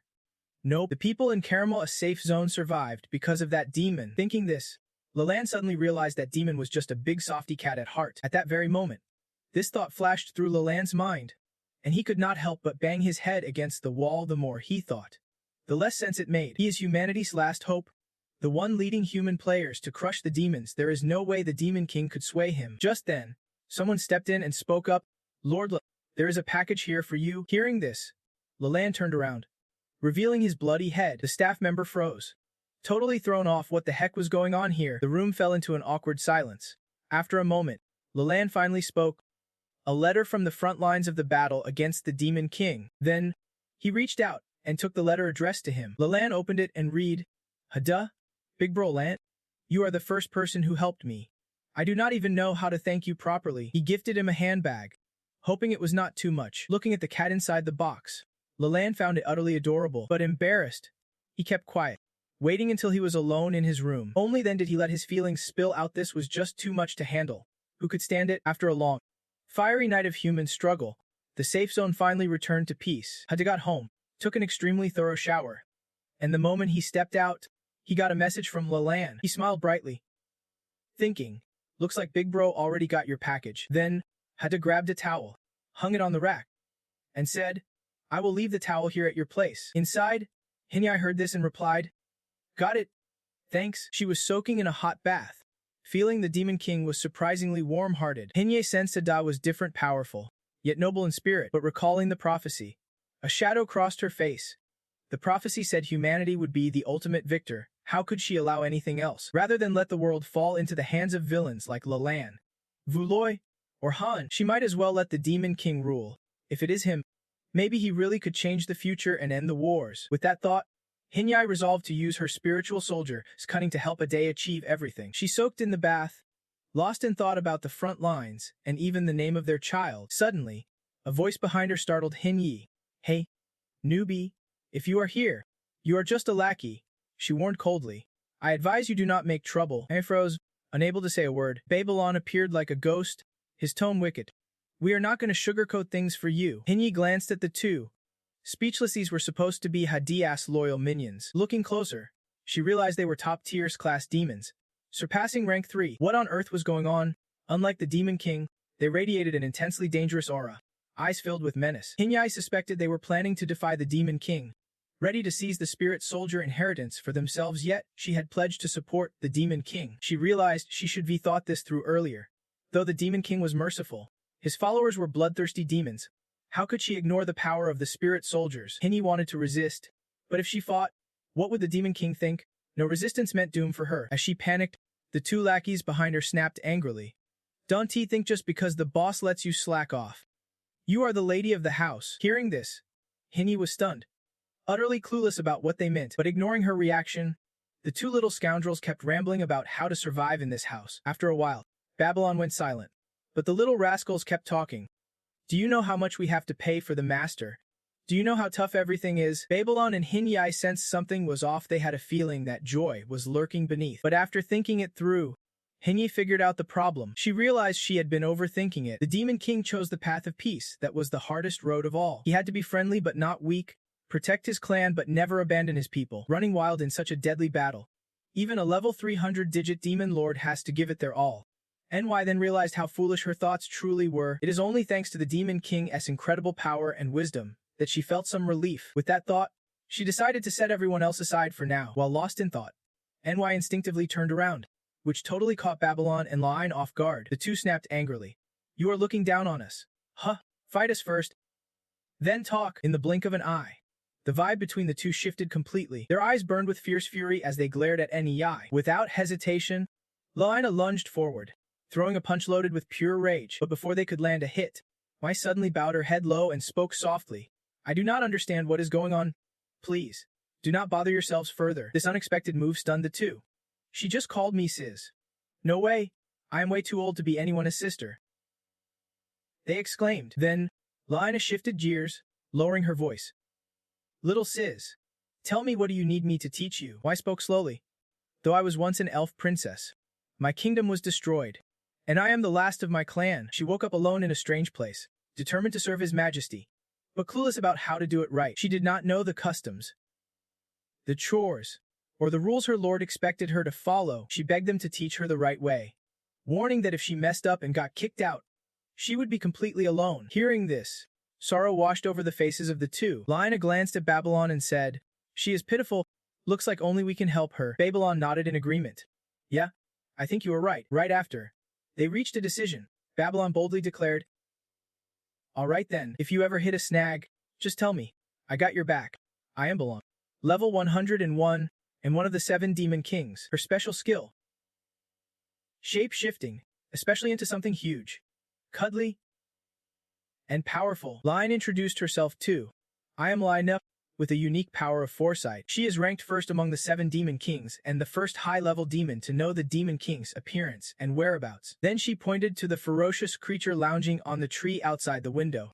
That cat is the future master of the demon beasts. Now that the spiritual bond with the Demon King is set, the third system's life force is doomed to be destroyed by it. La Ine explained that under the Demon King's orders, they often disguise themselves as level 1 pets, infiltrate human tribes, and dismantle them from within. Beside her, Biba London chimed in, Just act the part the Demon King assigns.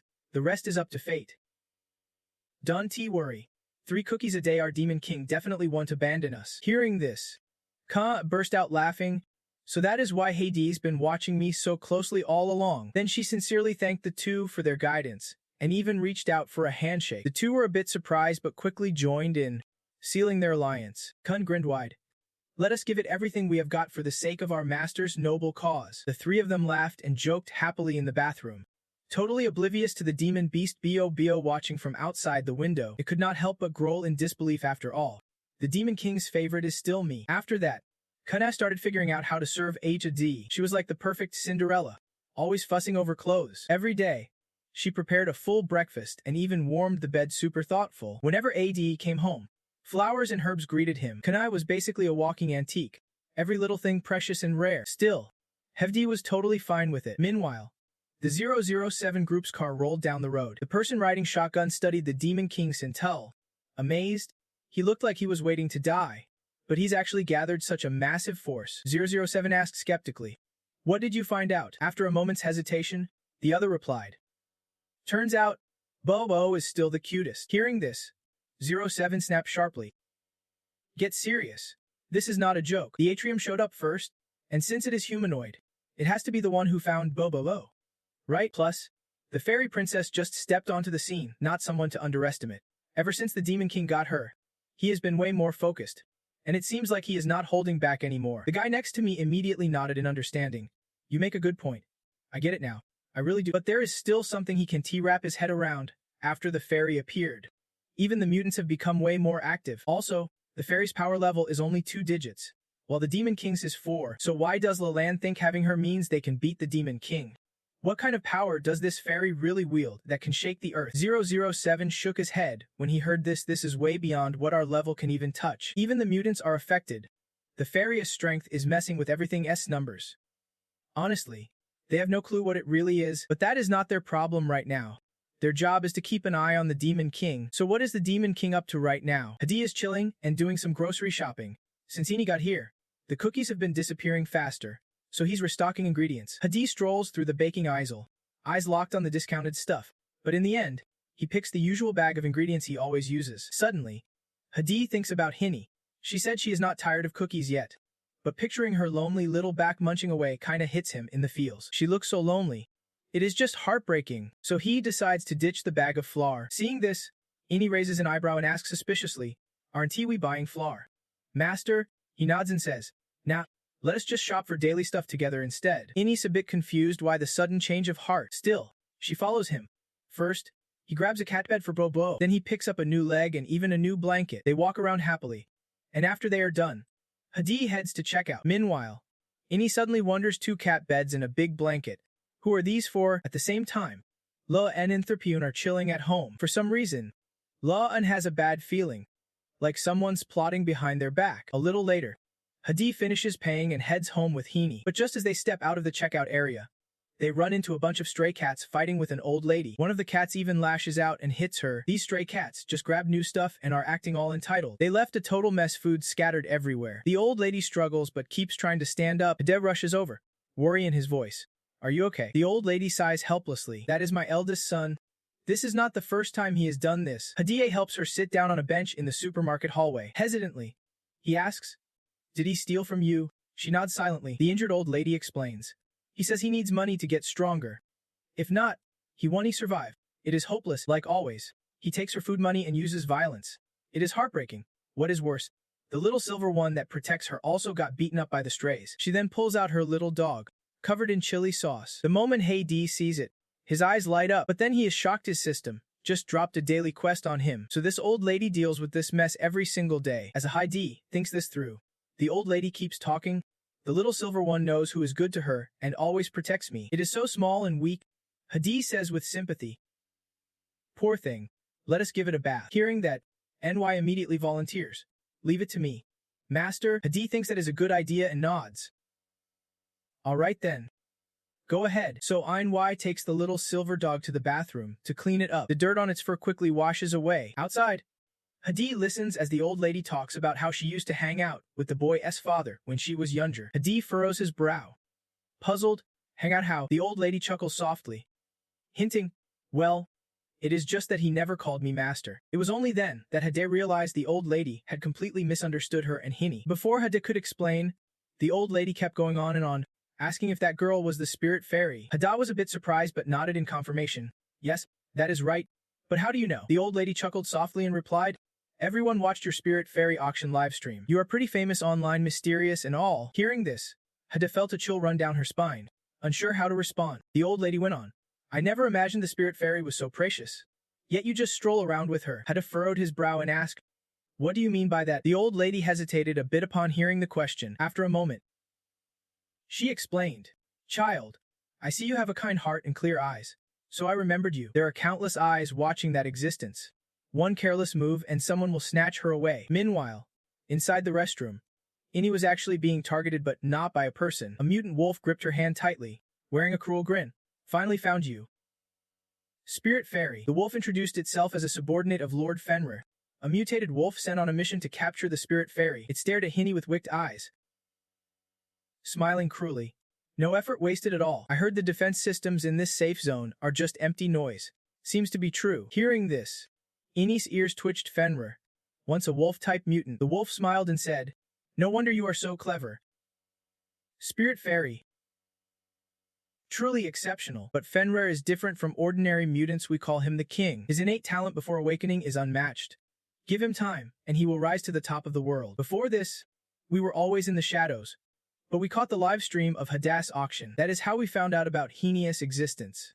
And Fenrir ordered us to capture her." The wolf arrived with a proud smile. "So here I, on official orders, with the power and intellect of the Spirit Fairy. No one can stop the rise of mutants like us." Ini twitched her ears and spoke softly. "If you have seen the live stream, You should know I already have an owner. The wolf sneered coldly. Owner? You mean the weak rookie or that scruffy middle-aged guy? Those words pissed Heaney off. You can insult me, but do not insult my owner. She grit her teeth and snapped. You rude beast. This is your one and only warning. Take back what you said or I won't hold back. But to the wolf, her threat was empty and hardly intimidating. You think you can bargain with me? Your face shows displeasure. But you are not breaking free from my grip, it asked. Did you think I did not know why? The wolf's sense of smell could dig through the ground to find someone its top-tier nose was no joke. It detected Heaney's low rank, meaning she had no strength to escape, which made her anxious. Meanwhile, outside, Hadao was completely unaware of this, still chatting with the old lady. After hearing the old lady's warning, he hesitated briefly, then laughed.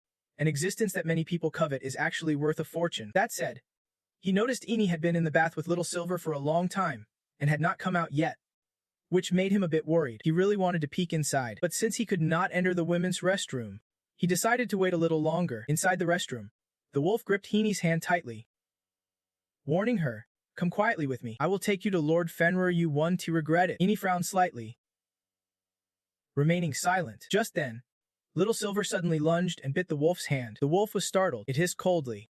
A little mutt. A rejected product that can evolve into a mutant. Eni was surprised too. Little Silver was defending her, though the bite did not hurt. The wolf was furious. It grabbed Little Silver's head and scolded. You are asking for it. Then it threw Little Silver against the wall behind. Seeing this, Eni panicked. The Fenrir howled a warning. If you do not want extra pain, just come along quietly. Spirit of the stars. No sooner had those words left its mouth, Eni's expression suddenly darkened. She fixed her gaze. First offense. Making arrogant claims about the Demon King's otherworldly origins, sheer disrespect. Second offense. Even if the kingdom falls, you are still the princess of the spirits. Defying your own will. That is outright insolence. Hearing this, Fenrir looked puzzled, narrowing its eyes. What are you babbling about? Eni calmly explained. Years ago, to keep others from abusing this power, I chose to seal myself. But do you even understand what spirit power is, how it can shake the very balance of the world? Fenrir's eyes widened in alarm. What? It demanded sharply. Suddenly, a surge of blue spiritual energy flickered around them. In the blink of an eye, the tiny white creature stood up. Everyone thought Fenrir's blow would kill it. But somehow, it was still alive. The moment it stood, it unleashed a fierce roar aimed straight at Fenrir. But Fenrir just sneered, barely glancing at the tiny creature. Is that all?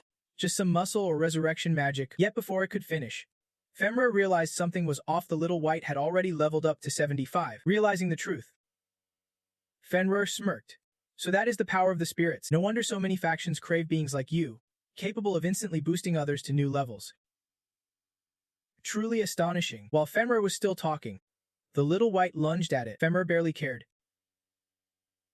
chuckling arrogantly, even at the same level, my combat skill and physique are unbeatable. But no sooner had it said that than its head was cleanly severed from its body. Fenrir could not grasp what just happened. Worse yet, it noticed its own level had suddenly dropped to 1. This was one of Heaney's tricks, not to level up the target, but to swap levels. As Fenrir was still reeling, the little white began to tear into it. Meanwhile, downstairs at the supermarket, 007's car was still parked. 007 was monitoring the info on those nearby at Handa. Suddenly, loud noises came from inside, and the two quickly jumped out. The two 3x4 agents rushed into the supermarket to see what was going down. Suspecting it was tied to the Demon King, one of them asked while running, "What is up?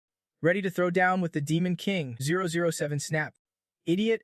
Of course we are here to protect the Demon King. No one's allowed to mess with Han's supermarket. But as they reached the scene, smoke billowed from the 4th floor, and there was a massive hole right in the wall. Eni's figure appeared from the wreckage, but her eyes were filled with confusion. Inside the bathroom was a gruesome scene. Little White was going berserk, tearing and biting, and Fenrir was nowhere to be found. Little White was covered in fresh blood. Eni scooped it up and muttered, "Great. Another bath. But I can't let the boss know. I can't even handle this simple task. You are keeping secrets from me, are not you?" Little White did not answer.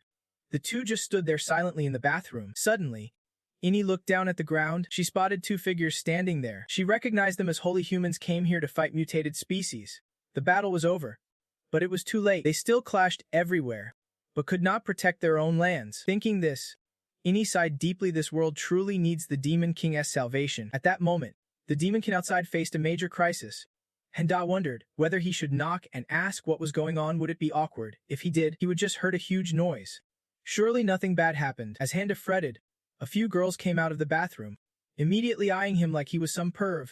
Hindi sighed helplessly. Haven't even done anything and already misunderstood. Meanwhile, the other side of the bathroom was a scene of utter devastation. Inni hesitated briefly, then jumped down from above. She quickly found herself face to face with 007 and another person. The moment they saw Inni, both were struck speechless. She was stunningly beautiful. While they were still daydreaming, Inni spoke up. If you came here for the mutant species, you are already too late. The 207 agents snapped upright in shock. One hesitated before asking, we are terribly sorry, but may I ask if the Demon Lord has been affected? Hearing this was like a slap to Henia's face. They actually dared to call their master Demon Lord. Could it be they shared her vision? But she quickly recalled what the two agents, Line and Babylon, had said the Demon Lord's plan was to secretly take over humanity from within. Suddenly, everything clicked for Heni. They were like-minded allies, rushing here just to protect the Demon Lord. Despite their small stature, their determination to die for him was fierce. Thinking this, Inni's admiration for the Demon Lord deepened. No wonder he was called the Demon Lord. His reputation soared far beyond what she imagined. Truly impressive. If that is the case, maybe she should take some action too. With that thought, Inni's tone dropped into a sharp warning. Mutants, get out of the safe zone. Don't let this happen again. Hearing this, the 207 agents' faces drained of color, panic flooding their expressions. Inni ignored their fear and continued. Your responsibility is to keep humanity safe here. Right? No matter how weak you are, you should handle something this simple. You do not get to rely on dumb luck every time. What Heni meant was she just happened to stumble on the problem and fixed it. No one got hurt. The 207 agents took it as a clear message. Do not let this happen again. The safety of the safe zone depends on them. If they wanted to live, they would better step up. Right after, the two agents dropped to their knees with reverence, saying solemnly, sorry.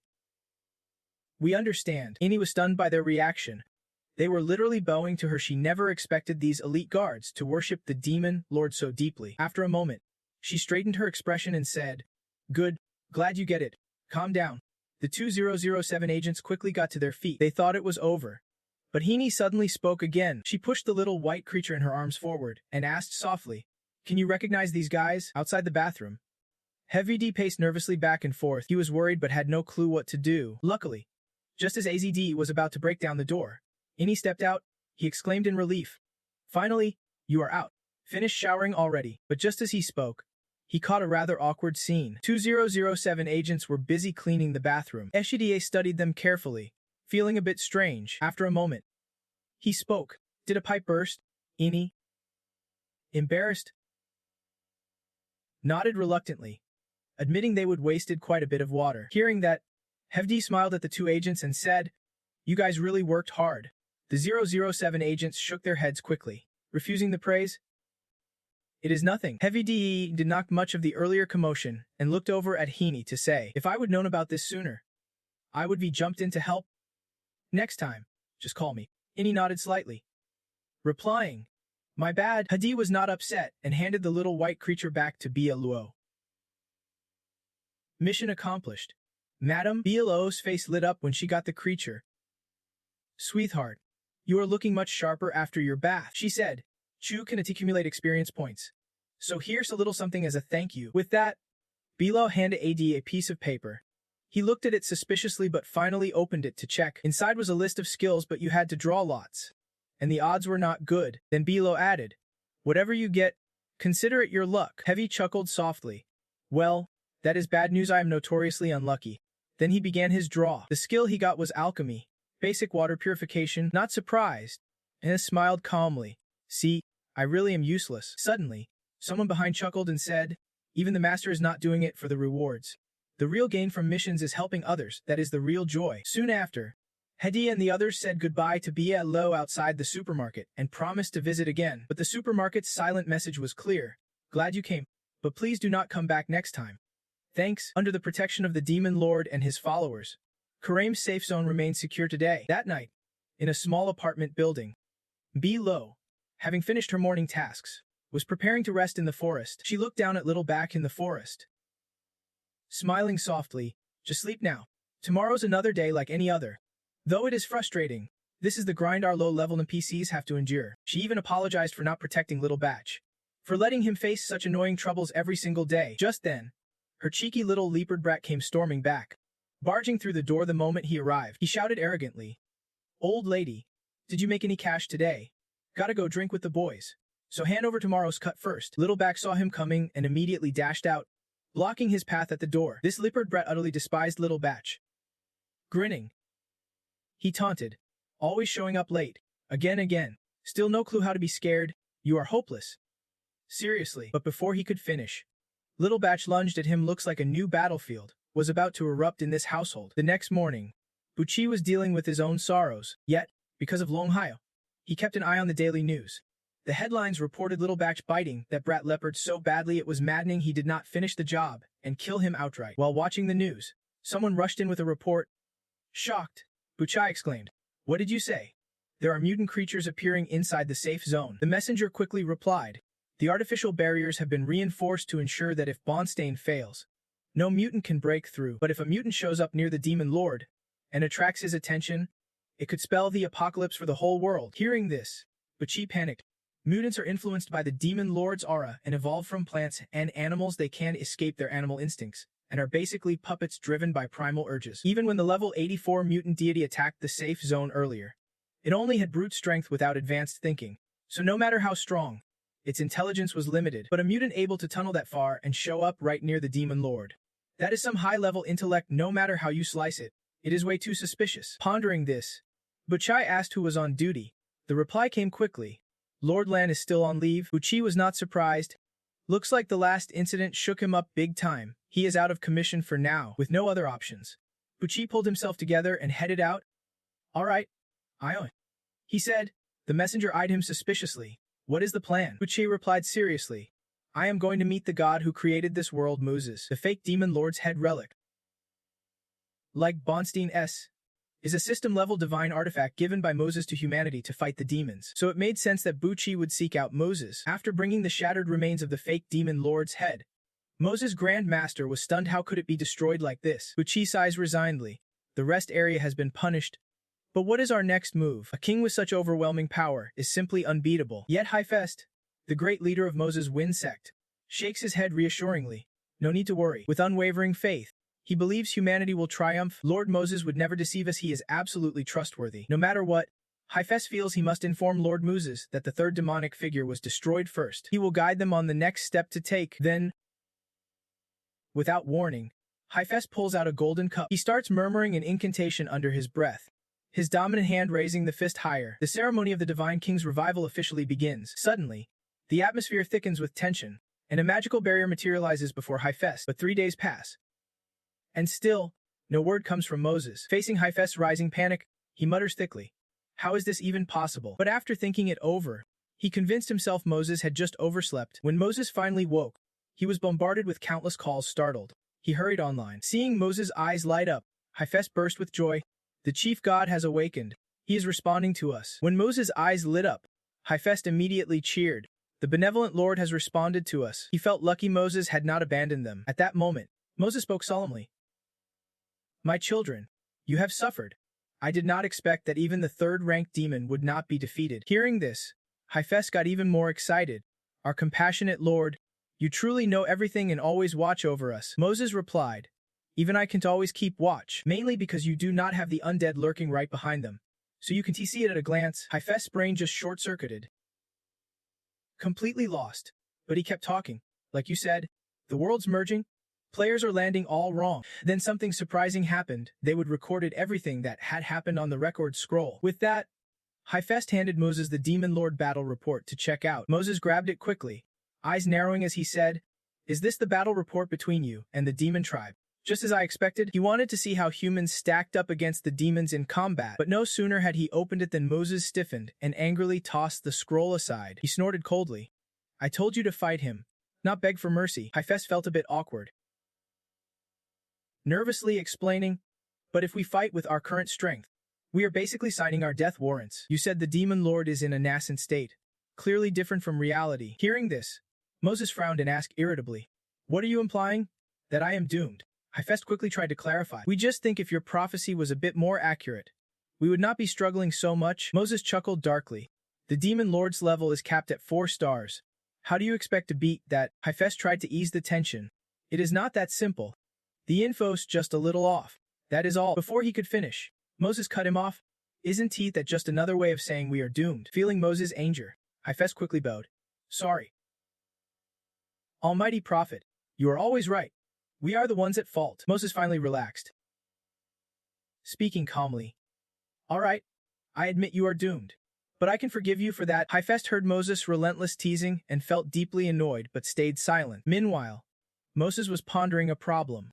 The demon lord should not be this strong right from the start. Even the divine weapon's first demon skull could be easily defeated. In some ways, it was a surprise, but there were only two ways to fight this. Either wait for the players to level up, or have Moses personally step in to slay the demon lord. But honestly, the second option's just for show. Do not take it seriously. After deciding, Moses started channeling his power into the statue in the mortal realm. Seeing energy radiate from the statue, Hephaestus cried out joyfully, "This is the power of the Lord God, the ultimate strength." Butchie beside him happily added, "The Lord returns, and the divine relic awakens." While they were celebrating, Moses' aura enveloped the entire demon skull number 3. Even the damaged parts of the skull were repaired by his power. In the blink of an eye, demon skull number 3 was fully restored.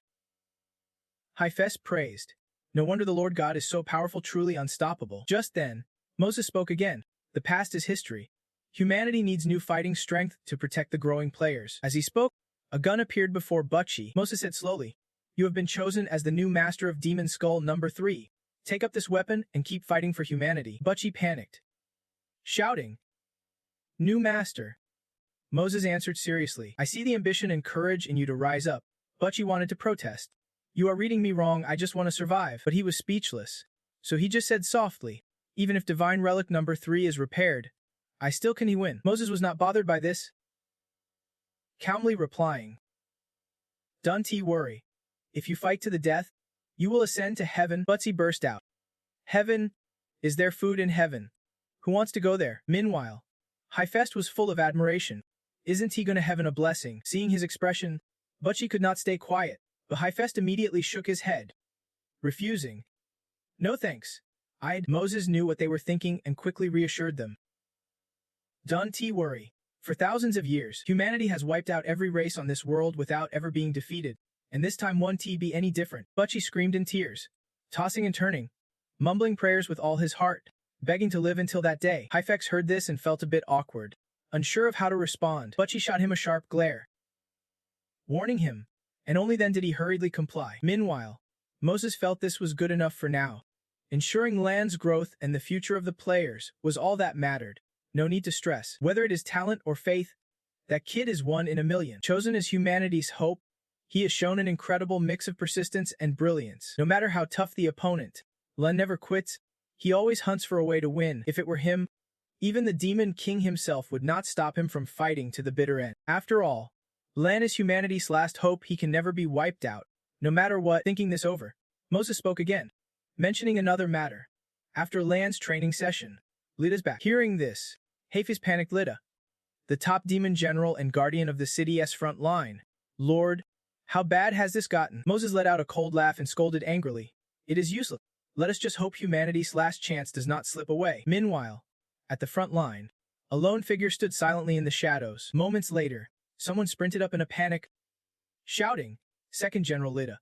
His Majesty sent word something huge is happening, and you must return to the city immediately." That man was Lida, Alana's father. He nodded slightly and replied, "Understood." He then glared coldly at the demon clan gathered below, issuing a chilling warning, "Consider yourselves lucky.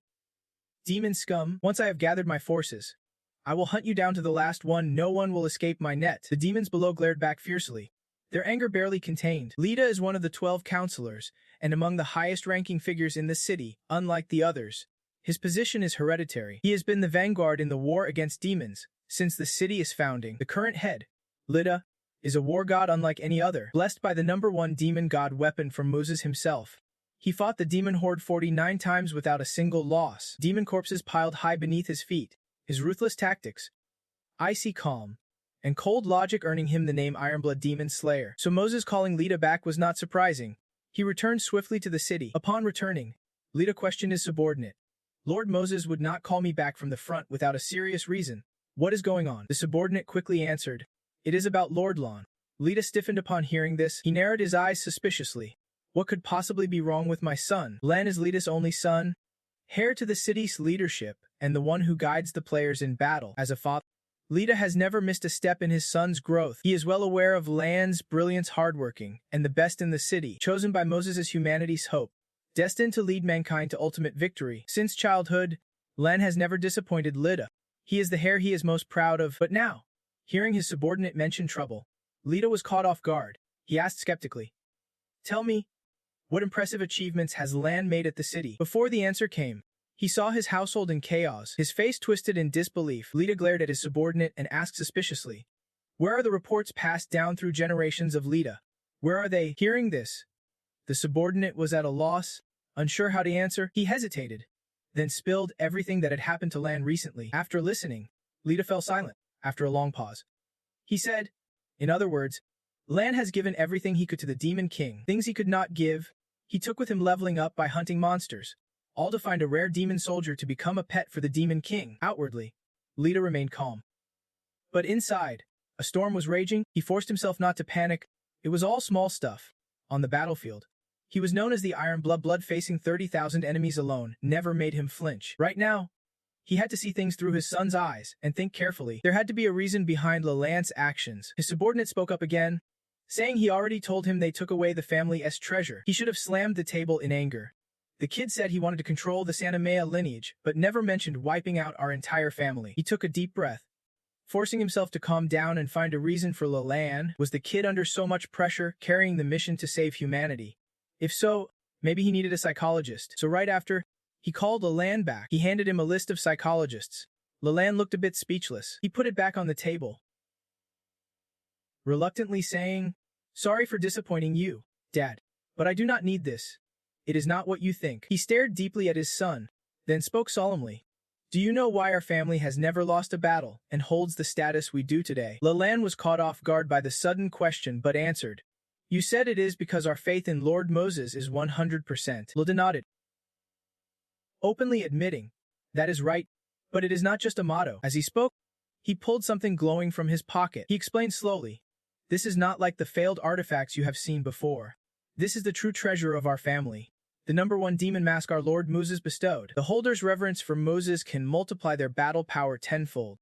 It also serves as a loyalty test to Moses." Hearing this, Lelan could not help but tense up. Lita calmly said, "Only by maintaining 100% loyalty to Lord Moses can this power be unleashed." He also knew his father had never lost to the demon tribe, so he could not grasp just how terrifying they were. But now, everything was different with his son caught in this mess. Lelan avoided his father's gaze, unsure what to say. Sighing, Lita handed the glowing item to Lelan, saying, "I am entrusting this to you now." This gesture moved Lelan deeply. He never doubted him. Lita cleared his throat and sincerely said, "You are still young, and fear is natural, but inner calm is the strongest power." Lelan reached out to take it, feeling he would already let his father down.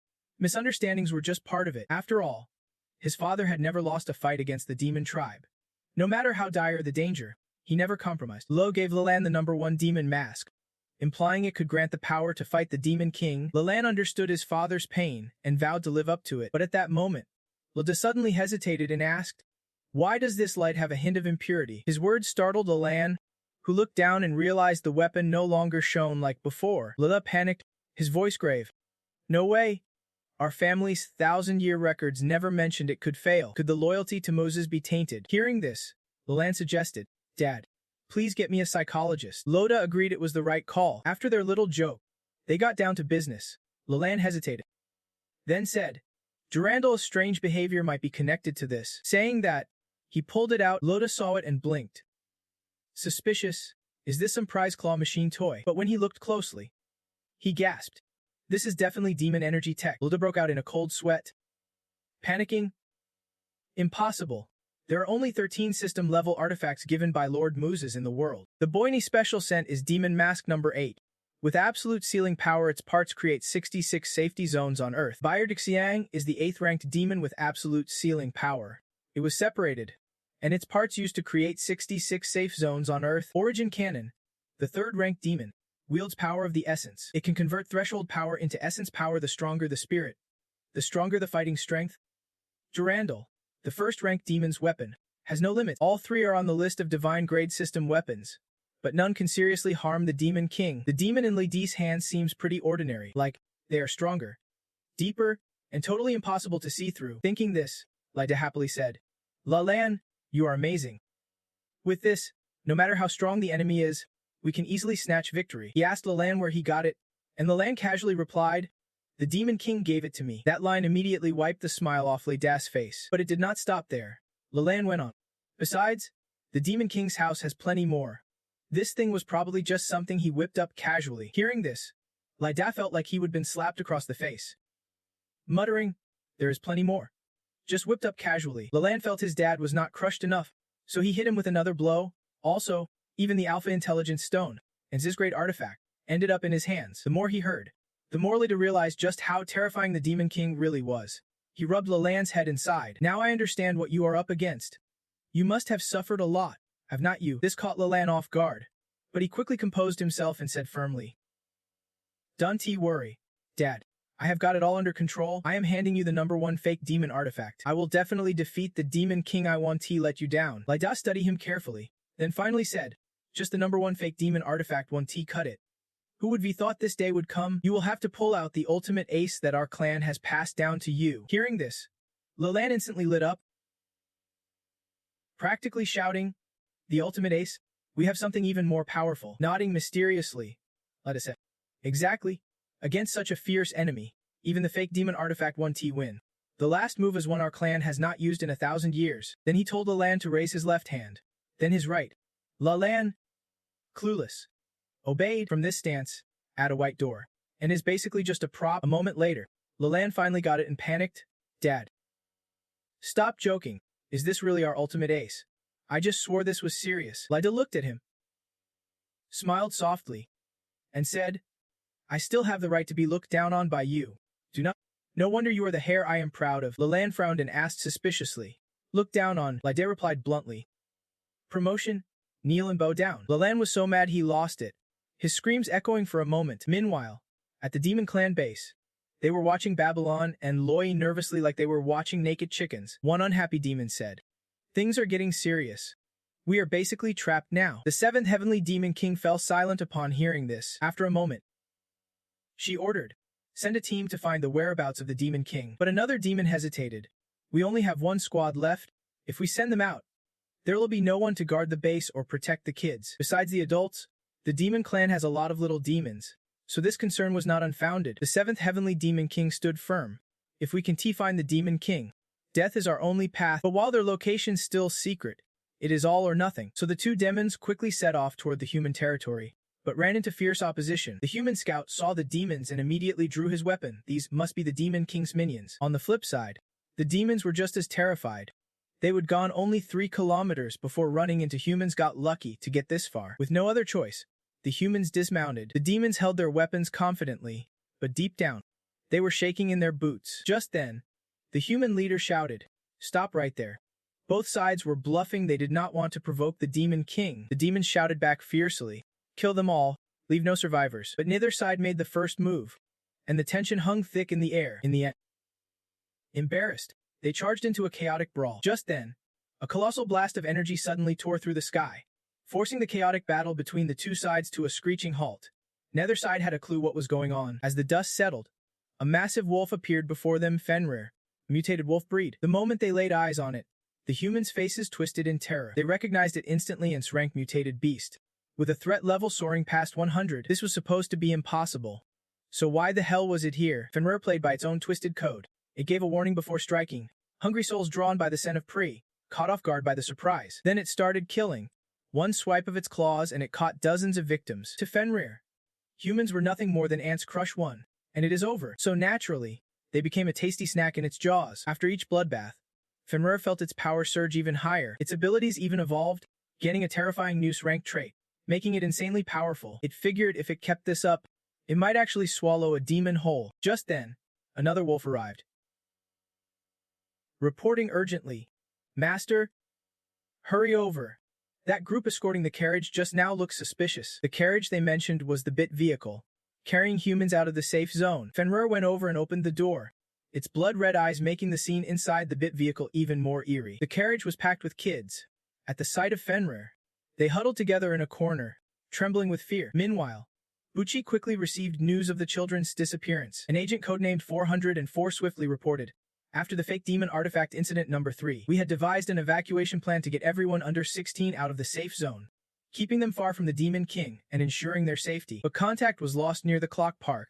Investigations show a fierce battle took place there, with traces of demons and mutated beasts. But she frowned. Wasn't a 007 assigned to monitor the Demon King? What the hell is going on? 404 explained grimly that the Demon King had indeed left the nest early that morning, moving toward the center of the safe zone. During that time, he even helped an old lady cross the street, fed some stray cats along the roadside, and totally called out the weirdo riding in the bit vehicle. He lingered at the central plaza, could not sell anything but chatted nonstop with some random folks for 3 hours straight. Did he finally head back to the nest to sleep? Hearing this schedule, Bachi's face darkened. The Demon King is sly and sneaky, but to hide his tracks this deep, nobody could make sense of what he was really up to. Buchai racked his brain, but came up empty. In the end, he ordered a full investigation. No proof yet linking the kid's disappearance to the Demon King, so 404 got the go-ahead and rushed out. Alone in his room, Buchi brooded. The kid's disappearance was NBC's plan. If rumors spread, the city's reputation could be ruined. They have to find those kids. Humanity's last hope is hanging by a thread. After thinking it over, Buchi called Alan, only to be met with the dreaded message. The number you have dialed is currently out of service. Furious, he screamed. What the hell are you doing? Lalan, to find out. Just look outside Hadass's place.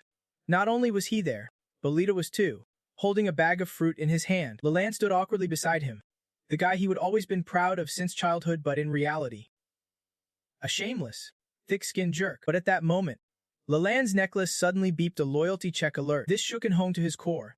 Playing nice with the Demon King was just a front. The ultimate goal was to take him down. You got that, Lita? Lalan suddenly snapped, his face sharp with anger. Why yell like that? Realizing he had gone too far, Lalan sheepishly replied, sorry. Just wanted to make sure you are paying attention. Lita waved it off and pressed the doorbell. With a single press, a shadowy figure materialized, voices dripping with menace. You are asking for death? Seeing this, Lalan's face twisted with unease. He guessed this was the Demon King's warning: no enemies allowed to trespass on his turf. Looking at the shadow before him, Lita spoke slowly. I can feel it. Lalan blinked in confusion. Feel what? He explained slowly. And I could feel this Demon King sensing me, just like I was sensing him. Lita is the blood-bound demon hunter, who has slaughtered countless of the Demon King's minions. He said this blood shadow was the Demon King's most direct warning to me. But as soon as he finished, that shadow morphed into a doorbell and bluntly said, the master's not available now. You can come back later. Seeing that, both father and son froze. It is just a doorbell. No need to make a big deal out of it. The doorbell stared at them and said with an attitude, looking at me like that won't do you any good. I am not saying another word. Father and son ignored the doorbell's attitude and looked toward the master's room, where Baba was sunbathing. He glanced at them lazily and said, still asleep from back then? That line made the father and son almost giddy. Wait, the Demon King actually sleeps. So disciplined. Baba did not care about their reaction and just motioned toward 2 chairs outside the door. If you like, sit there and wait. So the father and son, proud representatives of humanity, begrudgingly sat in front of the door, waiting for the Demon King to wake up. They started off serious, but as time dragged on, Lalan pulled out his phone and started scrolling, and before they knew it, it was evening. Lalan's phone battery was almost dead. He put it away and glanced at his father, who also pulled out his phone. So Lalan whispered, chill out, Dad. Let us be serious. If the Demon King catches us on our phones, that won't look good. After a while, the Demon King finally woke up, opened the door, and apologized. Sorry to keep you waiting this long. Lalan saw him look serious and shook his head. No worries. We just got here. Though he said that, the loud creaking of the joints in the father and son's bodies already gave them away. Aka smiled at Lalan, but when his eyes landed on Lide beside him, he looked a bit startled and asked, and who is this? Lalan calmly explained, this is my dad. Lida works at the city council. Aka's confusion only deepened. What is this guy doing visiting you? At that moment, Lida awkwardly spoke up. I became a fan after watching your live stream. I heard you and the land know each other, so I came by to say hello. Hearing that, Aka's eyes lit up, and he said happily, so you are a fan of that stream? That is a funny mix-up, Aka explained. Everyone misunderstood me. I am not some big shot or a boss, just a regular civilian with no fighting skills. Then Aka led the father and son inside. They played along, nodding at everything like well-trained pups riding in a car. Lida went further, showering Kai with compliments, practically lifting him to the sky. The two of them were having a blast. Then Lai even started giving Aka shoulder massages, and if that was not enough, He wanted to polish Aka's shoes next. Leland watched this whole scene with mixed feelings. His dad had officially become the Demon King's personal lackey. Not just him. Aka looked dumbfounded too. Now even these high-ranking NPCs are fangirling. He whispered, "This is getting wild. Uncle Lee, I am just a normal guy. Can we keep it casual around here?" "Got it. Got it." Lyda nodded, playing it cool, then sat down. He pulled out a gift and said, "Please accept this small token." Aka eyed the gift suspiciously and opened the bag to take a look. Inside was an automatic vacuum cleaner. Lyda explained slowly, "This is a vacuum infused with spiritual power, suitable for your manor. Your place is huge. So I figured this vacuum would be the perfect gift." No sooner had he said that than the vacuum started cleaning everything in the house. It even headed into the pet area and began tidying up that space. It sucked up the hair of both Lyre and Babylon, making them scatter in a panic even though they were fleeing. Aka's eyes showed they were having fun. He smiled, feeling a bit entertained by the whole scene. Seeing Aka smile, Lyda felt triumphant.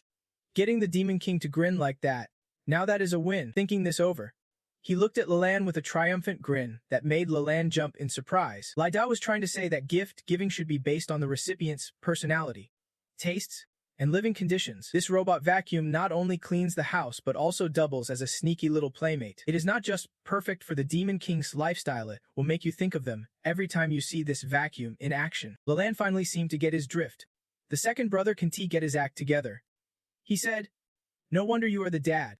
You really meant it." He is actually learned something. Lyda smirked, as if to say, "You really think I am just a suck-up with no limits?" Leland shot him a glare. "Isn't he that the truth?" Lyda was a bit annoyed, words failing him. His eyes flickered like he wanted to explain. "Looks like you and the Demon King both got hypnotized by Dad," overlooking his real sins. Leland was caught off guard, his voice dropping as he asked, "Real sins? You mean?" "Exactly."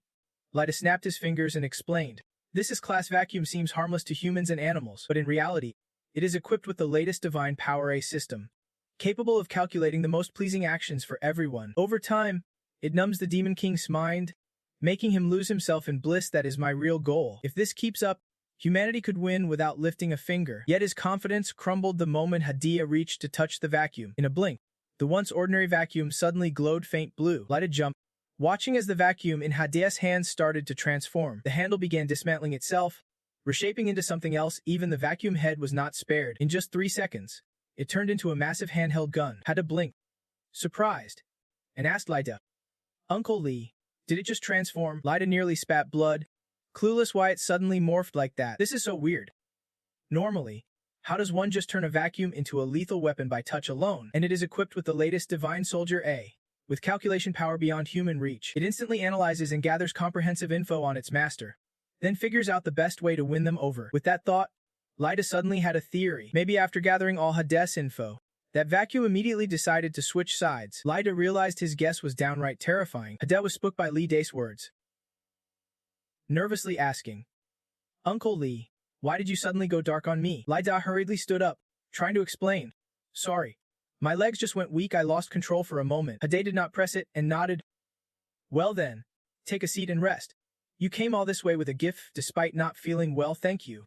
But I really can't accept it." Hearing that, Lydia's 2 sons were shocked. The A power had reached this level, yet he refused it. Maybe living beings make more sense after all. After thinking it over, Lyda broke into a stern smile.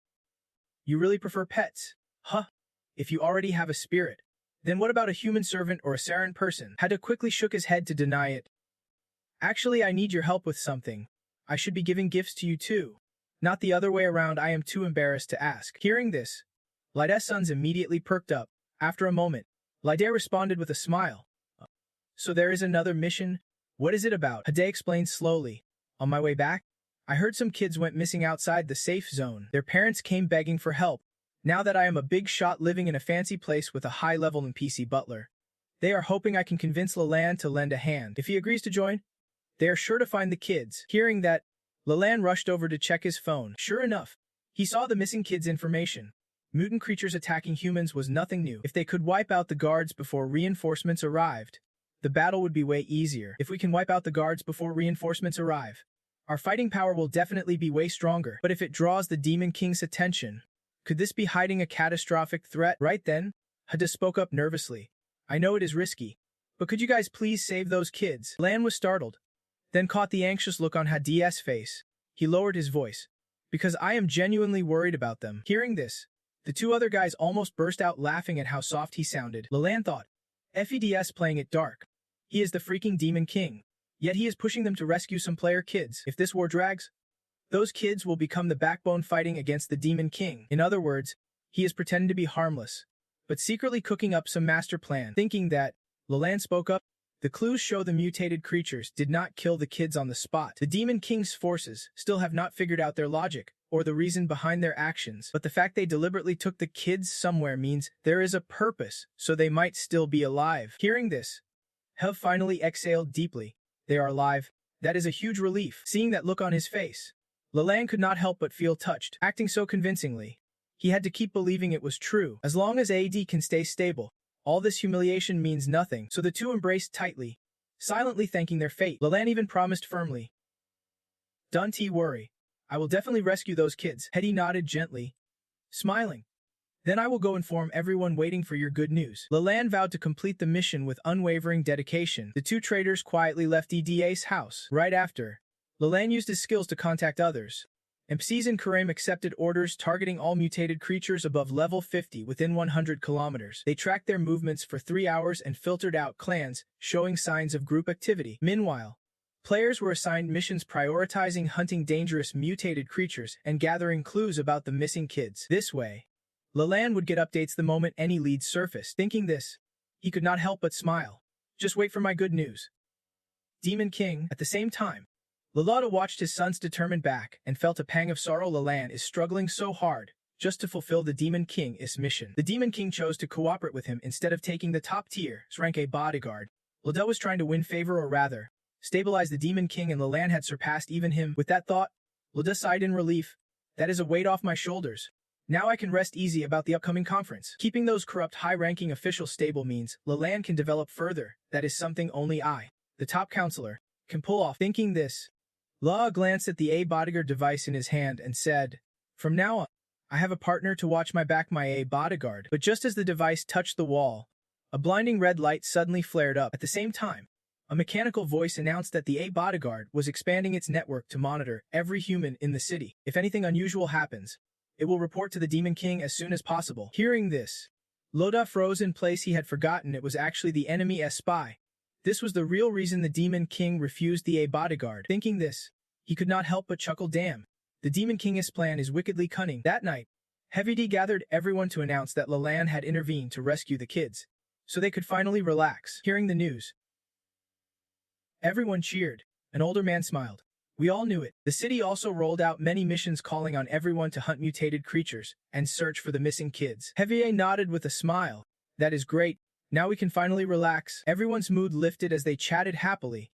They heard that completing more missions would boost their reputation in the city, and future service fees would be cut by 5%. FED started calculating, realizing that in the future, shopping costs, service fees, and production skill training fees would all be cut by 5%. 5% off could mean saving 100 million. After thinking it over, he felt genuinely moved, but dealing with the mutant race is dangerous. Plus, this mission is a death request to Leland. If anyone finds out you are tagging along, it would be embarrassing. While Hada was lost in thought, a bold woman piped up, Hada, you are into beast taming too? He scratched his head shyly.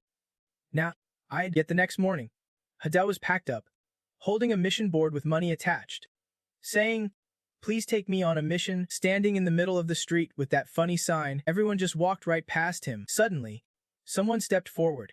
Aren't you Hada, the reckless guy? Hada turned around and saw a familiar face, his class president, who was an assassin at level 19. The class president raised his brow, smirking. Saw you in a live stream before. Thought you were some big shot. How did you end up here? No one wanting you. Hada scratched his head awkwardly. It is a long story. Meanwhile, somewhere else, a thug just shook down 2 silver coins from a player. The player begged in fear. All my rewards are here. Please take them and spare me. I will pay you back tomorrow. I swear. The thug grinned smugly. This new mission's a goldman. Thanks to the class president gathering tons of players, we get to sit back and rake it in. The third guy nodded in agreement. Yeah, pulling in so many marks like this, the class president's a real pro. But while chatting, they spotted the class president talking to Hada across the street. The second thug sighed. Looks like the class president's recruiting new underlings. Again, typical boss move. Over here, the class president put on a superior air, tossed 3 silver coins to Hada. You look pitiful. Here, consider this a little help. Keep this for yourself. Hada stared at the coins, momentarily speechless. Then suddenly, he remembered something and asked suspiciously, by the way, class president, your rank's pretty high, right? His main combat rank in the world is currently 3,445. The class president sneered. Hi, you clearly do not know anything. The black-hatted thug came over smiling. If you are in the top 5,000 worldwide, that is not even top 1%. That is peak level. For a rookie like you have got zero clue. Hadai did not care about their chatter. Bluntly said, I honestly do not know much. I have only ever done one team mission. Can you guys take me on a mission? Hada said. He would been waiting a long time, and it is hard to find a team capable and willing to lead him. Hearing this, the class president snorted. You do not even have 3 silver coins, and you want us to carry you through missions. Hearing that, the class president could not help but scoff. Not even 3 silver coins. And you expect us to carry your weight on missions? Hada stared at him intently and said firmly, I can. He just laughed. Utterly dismissive. Not bad for a newbie chicken at level 1 who else would want to team up. And how much money could they even have? But then, out of nowhere, a notification popped up. The other party requests a trade, offering you 2 gold coins. The offer was confirmed, and the room fell dead silent. The class president froze stiff. Utterly stunned, he never imagined the guy, who just took his 3 silver coins, could drop 2 gold on the table. The class president was furious. He only had 2 gold su to his name. So how the heck does this newbie in the top 5,000 have that kind of cash on the global leaderboard? While everyone was still stunned, Hada spoke up. The full payment is 5 gold su. After we are done, I will throw in 3 more for you guys. Deal. The class president was frozen, unsure how to react. But Hada kept going. With your level and rank, a bit of a splurge 1T hurt. That jab stung the class president deeply. Why did it feel like Hada had just snatched first place? Some random side character from the class dared to flex right in front of him after just one live stream. The class president had not planned to make a move on Hada, but now he would change his mind. He would lure Hada into a trap, teach him a lesson, snap some incriminating pics, and then snatch all his assets. But then the class president laughed bitterly. We are classmates, do not even bring up money. Helping each other out should be a given. With that sinister smile, Hada followed the class president's crew to where other players were grinding monsters. The class president warned him, don't run wild. If you get swarmed, no one's coming to save you. Hada chuckled softly. Ooh, don't scare me. Class president, you will have my back, right? I still owe you that money. The class president sneered coldly. Honestly, I do not give a damn about what you owe. But Hada did not care. He was busy checking his quests. After reviewing them, he realized he had everything he needed. A grin spread across his face as Hada's group pushed on until nightfall. The class president finally spoke up. If everything's done, let us head back. Hada looked up at him, who said that, sorry, but we are playing through the night. I have got a ton of quests to finish. Hada stood, ready to go back with the class president, while the 2 guys behind them whispered and plotted. The class president led the way, hiding his cruel grin. Perfect timing tonight. He would lead Hada straight into the lion's den. And so, the 4 of them kept moving forward. Eventually, Hada sensed something was off and asked suspiciously, Class president, are you sure there is nothing sketchy if we go this way? The class president got nervous, thinking Hada had caught on, but Hada pressed on. Because the monsters have been acting weird lately, like they are lying low. Just as Hada said, they were suddenly surrounded by a pack of wolves. By the time they realized it was too late. Hada shouted, everyone, run. But just then, a hand shot out and shoved him hard to the ground. Hada blinked in shock, looking at the one who pushed him as the class president's crew turned tail and fled. Finally, Hada understood they would sold him out and ran off. Too bad it was already too late. Hada was grabbed by a wolf. He thought he would be torn apart and eaten. But instead, he was locked up in a cage. Realizing this, Hada nearly cried tears of joy. He was alive. Next time, he thought, better find a top 10 player to guide me, no more cheap rides. Suddenly, Hada heard a piercing cry nearby. He looked toward the source and saw kids huddled in a corner, hugging each other and bawling their eyes out. Hada guessed these were the missing children. Then he glanced at other cages and saw missing players and guards locked up too. Even the class president's crew had not escaped. Hada furrowed his brow, deep in thought. Not just kids, everyone missing was still alive. It was like a warning. These beastmen had some sinister plan. As Hada pondered, another child wailed loudly. So scary.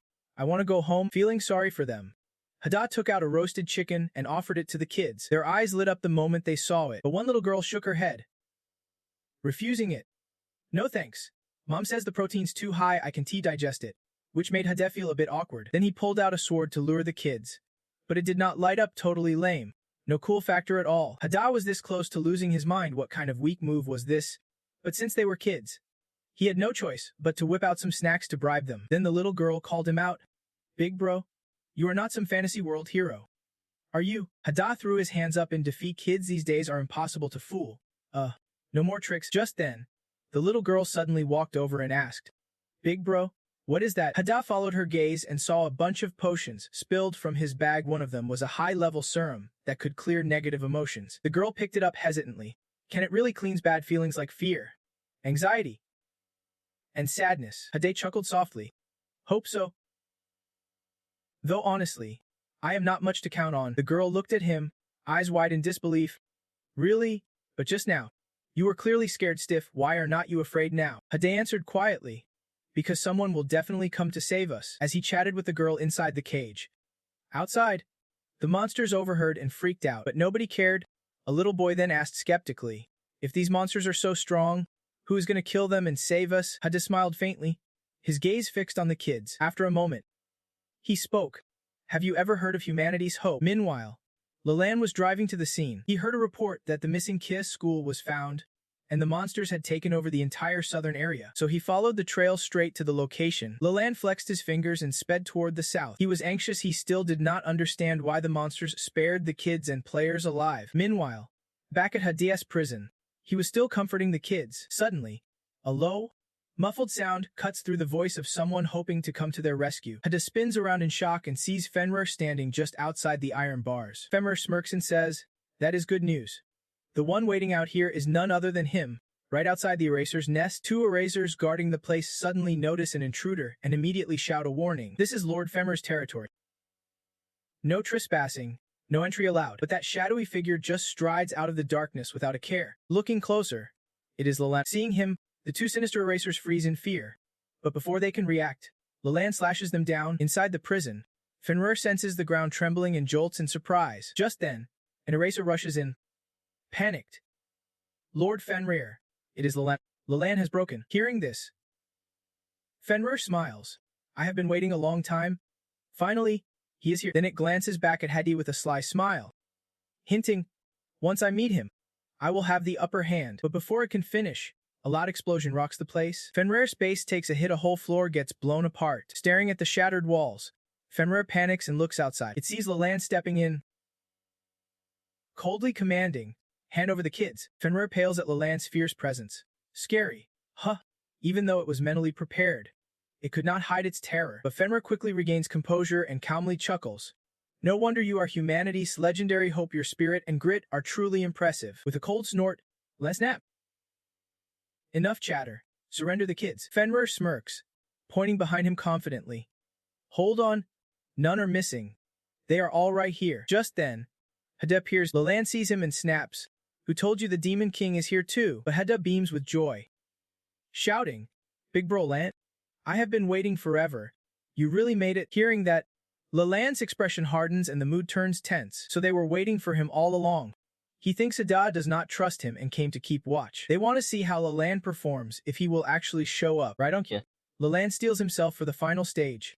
Confident he guessed right, time to show Hade what he is made of. Without hesitation, Leland draws his sword, ready to strike. Fenrir screams, stop, but Leland is ruthless now. He won. Hold back. No one is safe. Hand them all over. Fenrir shocked by Leland's intensity. Even the kids tremble in fear. This scene could easily make you think Leland's the villain, but Leland does not care. He grips his sword tight and charges forward. No hesitation, he slashes with deadly precision. Fenrir can dodge in time and gets hit hard. The blow sends him crashing into the wall behind.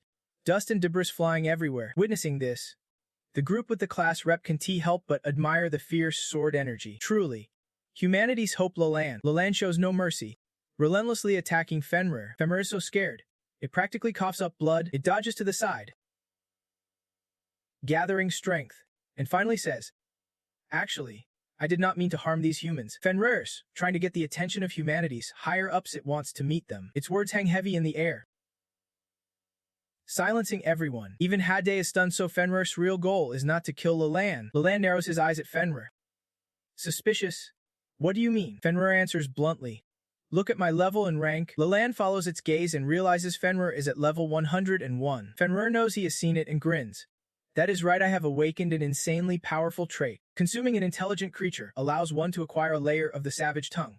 Getting a layer boosted by 1 level. In just 2 days, it reached level 101.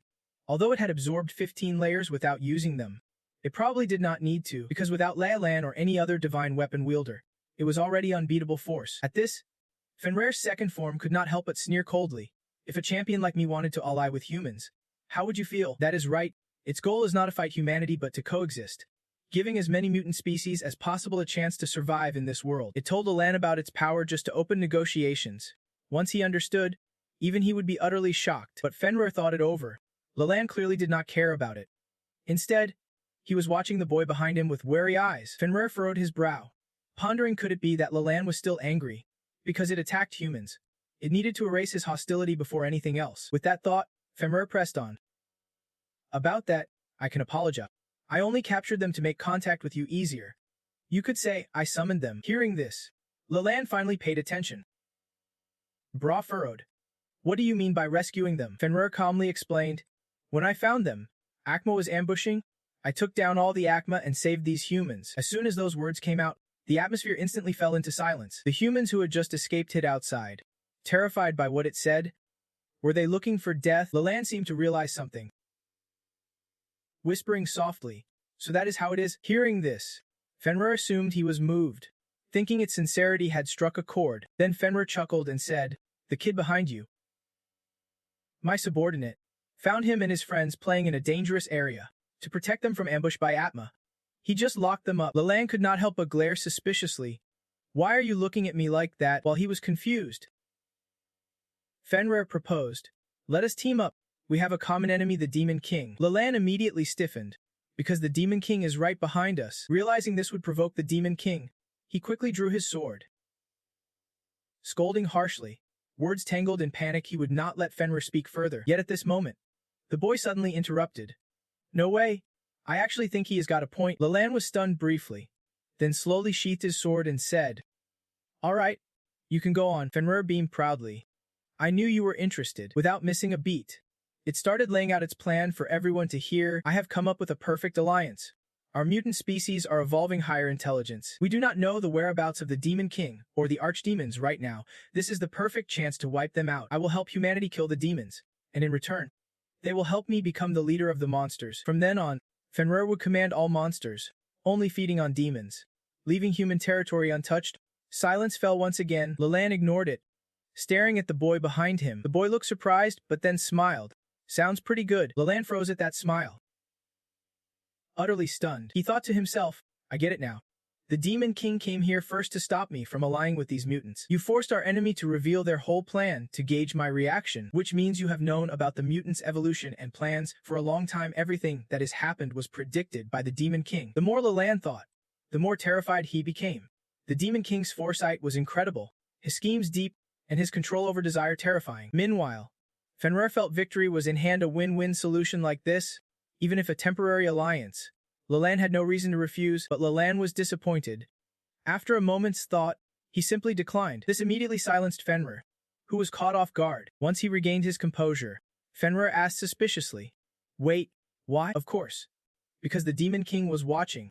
Leland wanted to reveal the truth but dared not, so he lunged at Fenrir like a bullet. Fenrir panicked even more, urgently asking, if you have any demands, just say them. But before he could finish, Leland's sword was already swinging down. It is powerless to dodge, meaning it keeps pleading, trying to negotiate again. No deal. Leland refuses without a second thought. Then he roars, I represent the Demon King, I will destroy you. Fenrir, clueless and getting slashed to bits, gets so mad it almost cries. What kind of messed up help is this? Ignoring it, Leland unleashes a flurry of sword strikes, slamming Fenrir hard into the ground with dust flying everywhere. Leland shouts commandingly, even though we are both level 101, you are just a growth type, you can't beat me. Meanwhile, Hedi is watching Leland's moves closely. He seems to catch Leland's words about representing the Demon King. The kid's eyebrows furrow in confusion. Why say something like that? Right then, Fenrir rises from the dust, grumbling deeply.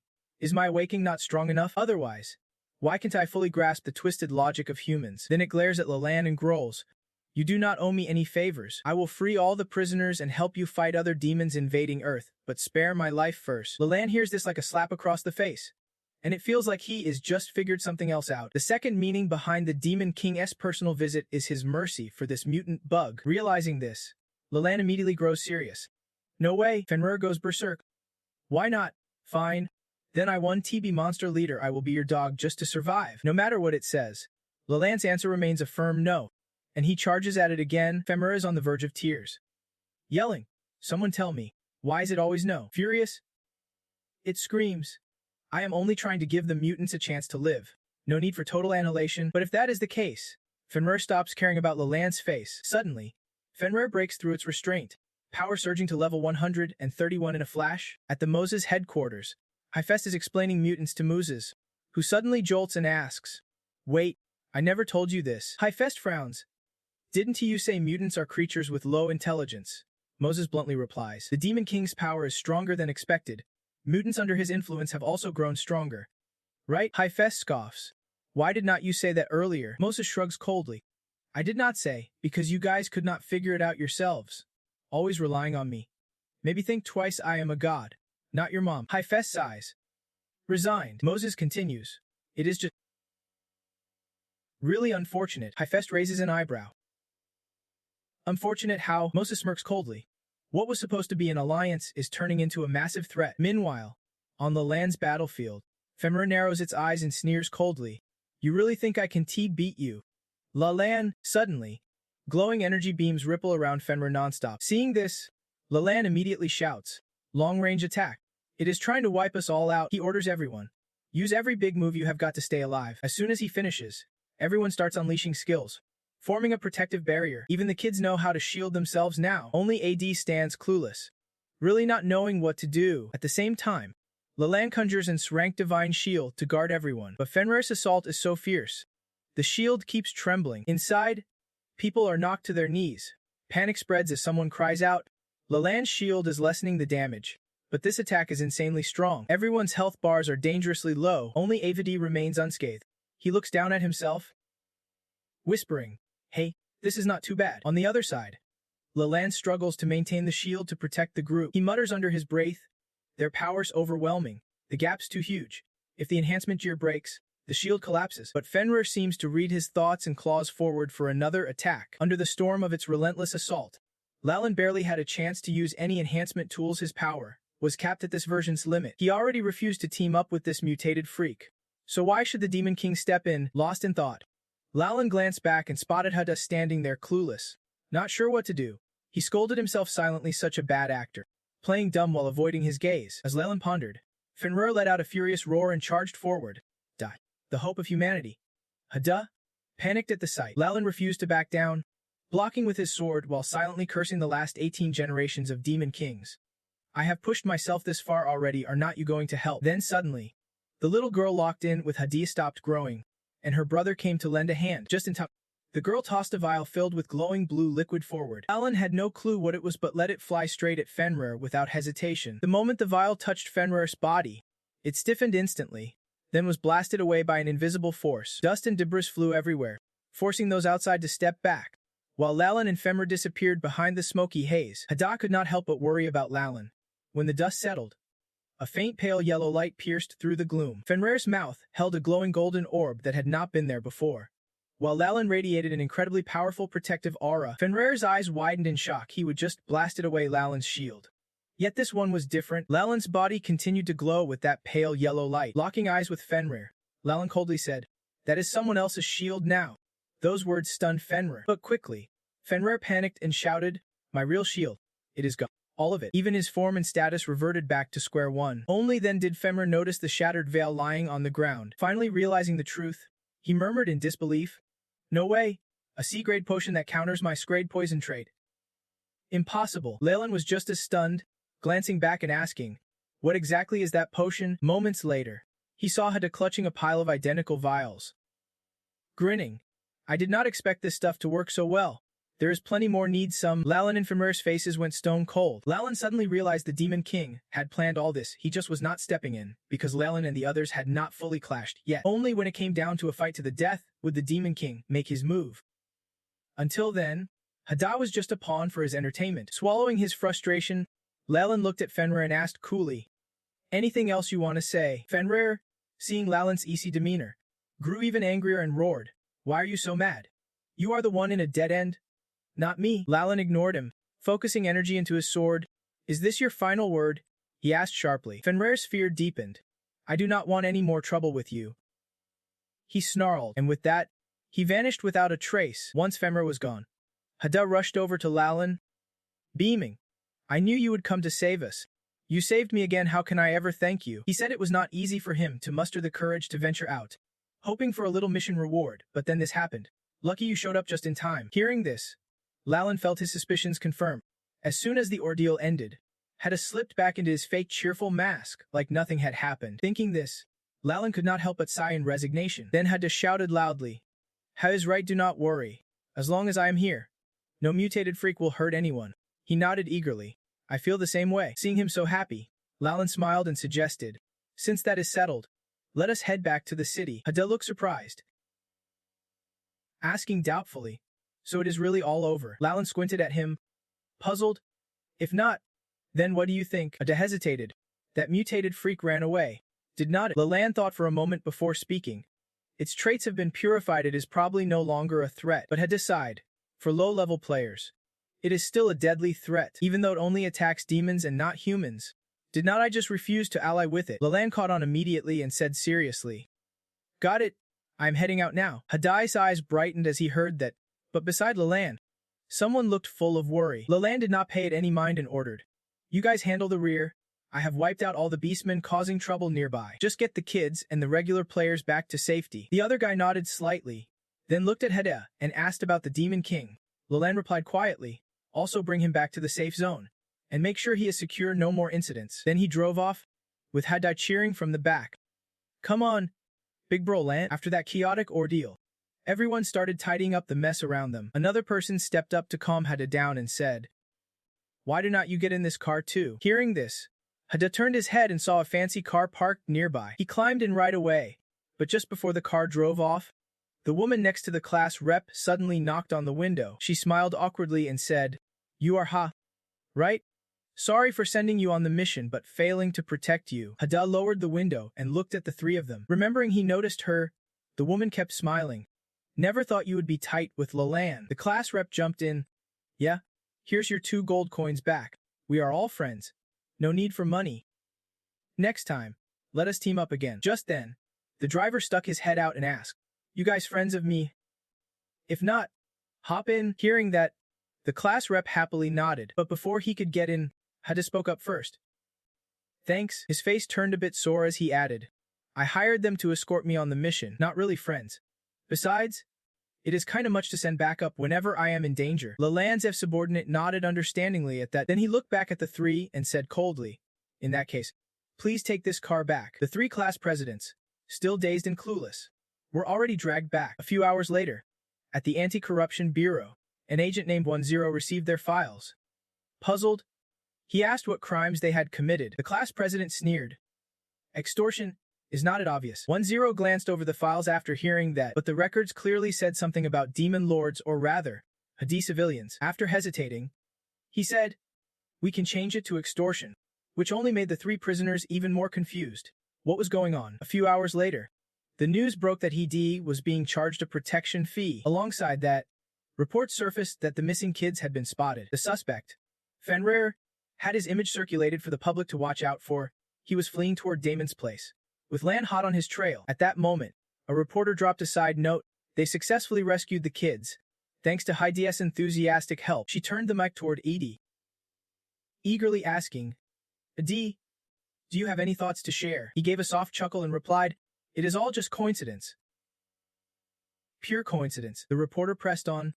"Edie, about the last spirit battle event in the Kareem safe zone. You were there yourself, right? There is chatter calling you a top-tier deity." Just then, the person responsible for escorting Hidi came over and tugged him away. The reporter wanted to ask more but was cut off as the escort shut down the camera. Meanwhile, 2 of Hadi's demonic pets caught wind of the news. Line recalled what the reporter had said after a long pause. She hesitantly asked, "Is Damon's path the target of that wolf?" At the same time, Fenrir was sprinting at 140 kilometers per hour straight toward Damon. He told himself he could not fall here, even if he still did not understand why things had gone so sideways. Proud by nature and capable of crafting a perfect alliance. Yet now he was not even given a chance to be anyone's dog. But whatever. Survival is what counts later.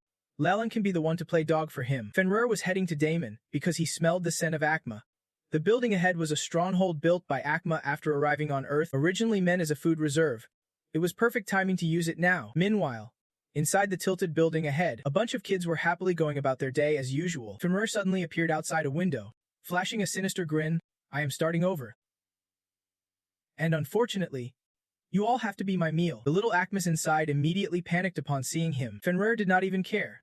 He smashed through the window and charged right in. The Akma guard blocking the kids shouted, "You are just a level 76 mutant anomaly, daring to storm the demon tribe's territory." Fenrir ignored her and slashed at her with his claws. In one swift strike, the guard was taken down, her body was thrown out violently. Seeing this, the little Akmas grew even more terrified. Fenrir now opened his massive jaws, ready to swallow them whole, but just then, a flash of light struck Fenrir, sending him flying backward. It was the Akma guard who had risen from the wreckage, coldly declaring, "I am not done yet.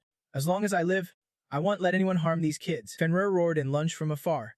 Claws aimed straight at her. She was slammed away once more. The guard crashed into the wall, her health bar dropping fast. But before Fenrir could finish her off, more figures appeared behind. He paused and squinted, asking, "Who are you?" Suddenly, two silhouettes emerged from the broken wall. It was Nutty and Babylon. They had come as soon as they heard Fenrir arrived. Seeing the two of them, Fenrir panicked, shouting, "Akma, I thought you were dead. This investigation won't last long." Meanwhile, Line was observing him carefully. After a long moment, she spoke, "I can smell the scent of the young master on you. Only someone who has slept with him carries that." Line's expression grew increasingly grim. Babylon nearby gasped in shock. "No way. Ever since we met the demon lord, we have always been sleeping in the cat's nook." But when he saw the determined look on Loi Nia's face, Babylon's blood ran cold. This was for real. Just then, Bobao appeared from behind. Calmly, he spoke up. "It smells like its master. Could it be? You have met its master." Fenrir furrowed his brow.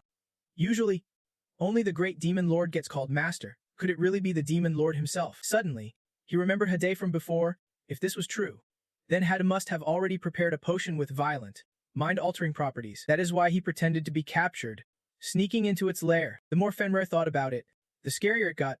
What exactly did it say in front of Hade? Saying things like killing Akma, eating Akma for food. Only eating Akma, this was a death sentence for her. Only now did Fenrir realize why it claimed to represent the demon lord during their fight. Fenrir almost broke down crying. Was he really the only one clueless all this time? While Fenrir was lost in thought, Baba strolled over slowly, coldly. He said, "You know the truth now. Ready to hit the road with peace of mind." Fenrir felt like giving up on life, apologizing as he could not even stand. Seeing him lying there waiting to die, Bobao reached out to end it, but just then, Bobao suddenly sensed something and his foot froze mid-step. He realized this mutant's power came straight from the demon lord. Fenrir was radiating that power. Boss' eyes widened in surprise, wondering if the demon lord keeping Fenrir alive served some purpose. Thinking this might be the reason, Bobao turned and said coldly, "Fine, I will give you one last chance." He is going to take Fenrir to meet his master and make amends for his crimes. Lo then spoke up after seeing Bao return. "After watching the show, I know your target's still uneasy. Tough luck. Babao, come run with us." Babao snapped back harshly. "If the Demon King scolds me for acting on my own, that is on you guys." "Got it. All right. Let us head home." No sooner had he spoken than two demons and a cat prepared to drop out of sight. But Bao suddenly caught sight of something. Far off, someone seemed to be hiding behind a thick leaf. It was Leland, nervously warming up his milk. Having accidentally stumbled upon the demon headquarters clueless if he would get silenced for good. Leland was humanity's last hope, but now he was drowning in despair. Ordered to track down the beast that cornered Fenrir, he had instead blundered right into the demon's lair. Now, discovered and surrounded by three powerful demons all alone, Leland's strength was unmatched among humans one-on-one. Neither Lai nor Babylon stood a chance against him, but right now, he had no shot at winning because Bao was here, ready to silence him for good. Leland gritted his teeth, realizing there was only one way out, so he dropped to the ground and shouted like a demon. "The Demon King orders me to come tonight." Bao immediately paused, narrowing his eyes to ask, "What did you just say?" Leland sighed in relief. "Thank goodness, I am still alive." He stood up, took a deep breath, and said, "Looks like you guys are not much. No one knows the Demon King's real plan." Hearing this, Lion Babylon angrily snapped. Who knows the master's plan better than us? Don't spout nonsense. Babao? Calmer? Ordered coldly. Let him speak, Leland slowly explained. At first, he gave me a mission to rescue the kids cornered by the mutated beasts. But when I arrived, the Demon King's impostor was already waiting. And later I ran into those beasts here and met them, but Bylon could not believe it. Scoffing. No way. If the Demon King wanted to kill the mutants, he would do it straight up. Why go this far? But Lee sighed. He is telling the truth. But Bylon stared at her in shock. She calmly explained. I am the demon human with precognitive powers. Closest to the Demon King, I have known this plan for a long time. Bao Bao nodded in agreement. If everyone knows, there is no point pretending anymore. This is definitely the master's plan. But Bylon looked at Lee in disbelief, then at Bao Bao, feeling like she was the only one left in the dark. At that moment, Leland spoke again. See, if we can confirm it. There is no mistake. The Demon King has long known his subordinates would be in danger, but seemed to just watch. In truth, every move hides a real purpose behind the mutants. Whether saving human kids or killing mutants, neither is the true goal. The Demon King is using the rescue as a cover to get his demon subordinates to safety. Bao Bao narrowed his eyes, then said coldly, I will take that as the truth. Meanwhile, the little demons above spotted them, and one recognized Leland. Leland also noticed the little demon's arrival. The demon kids were ready to kill him and offer his soul to the Demon King, but Leland did not hesitate. He leapt up, facing them head-on, with a grin. Leland, let us. The little demons paused and glared, wondering where he was going. Did not he know he was kidnapping demons? Now, just chasing after a runt? He smiled softly and explained, I am taking you all to meet the Demon King. Elsewhere, after a nightmarish night with the mutants, Hade returned home, trying to register something but kept getting denied by the system. Frustrated, he suddenly heard a knock at the door. Hade quickly ran to open it and saw a long line of people waiting outside. First, you look toward the big wolf standing there, frowning as you ask, You guys said you want to keep this one as a pet. Bubio Mio's once, yeah? That is just how this town rolls. Hev falls silent, then glances at the kid standing next to Leland, suspiciously asking, So I am supposed to take care of these kids too? Getting a nod from Leland, Hedia's expression shifts immediately. Did you even ask him? Who is the one making the call here? Suddenly, he bursts out, What are you guys thinking? Keeping pets? Does that even make sense? Hedi points accusingly at Fenrir. And that guy eats like a bottomless pit. Right? His words hit Bio. Fenrir's been flat out rejected, and rejection here means Fenrir's got only one path left. Death. Bo's face darkens instantly. It is clear he is ready to take Fenrir out, but HD keeps grilling them. You can't even take care of yourselves. And now you want to feed pets. And who is going to pay for their food? Suddenly, he remembers something. Well, technically, he is not the one paying for the food. It is those two big bad guys with the horns on their heads who are recovering that expense. If money is not an issue, then we are talking. Hedi agrees outright. Honestly, I am pretty lenient with you all. If you really want to keep it, tie it up in the backyard. Bro immediately meows twice. Clearly thrilled, then claws at Fenrir like saying, See, this is exactly what the boss wants. Hearing that, Fenrir breathes a sigh of relief. Lucky the Demon King spared his life, otherwise he would be toast. But happiness was short-lived. Soon Fenrir was locked up in an iron cage, stripped of freedom, and to make matters worse, he was tossed out back, completely ignored. While Fenrir's fate was sealed, the story of the little demons was just beginning. Leland now speaks up. Everdy, could you also take in these kids? Leland, eyes locked on him, as if it is a done deal. But in Leland's eyes, there is a different kind of meaning hidden behind that look. He thinks AD must be had this plan all along. After he speaks, Hedia's gaze shifts, becoming sharper and colder. Leland can't help but notice AFD's eyes have gone ice cold. This guy's really locked in now. Then Leland leans, whispering to AD, I have been watching Fenrir, and I found out these kids nearly got shredded by that wolf's claws too. Their backgrounds are not clear, but that one be a problem. That line makes HAD think Leland's lost it. How can unclear backgrounds be no issue? But soon, Heavy realizes Leland's logic holds up. He is a government official asking for help to support society. Feeling like Leland's already done him a solid, Hev agrees. Honestly, taking care of all of them under one roof is a tall order. How about this? I have some basic gear we can split among you all as starter kits. Then you will sponsor a batch of orphans. Leland looks surprised by the proposal, muttering, Orphans? Huh? Hedi senses he is not totally on board and grumbles. No more than that. Seriously, can't he afford it? Just then, someone suddenly tugs on Diva's shirt. He looks down to see the little demons staring up at him with wide, Pleading eyes, moved. Hey softens, these kids really are pitiful. Maybe it is worth a shot. With that thought, Heavy D gently speaks up. Lan, big bro, if you really need my help, I have got an idea. He suggests forming a guild to bring everyone together.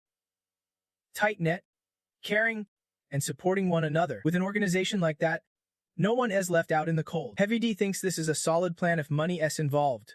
It has got to be a win-win for everyone. But the conditions to set up a guild are brutal, crazy high fees, plus strict requirements on combat power and member count. Still, once the guild's formed, the highest fees can be cut by 15%.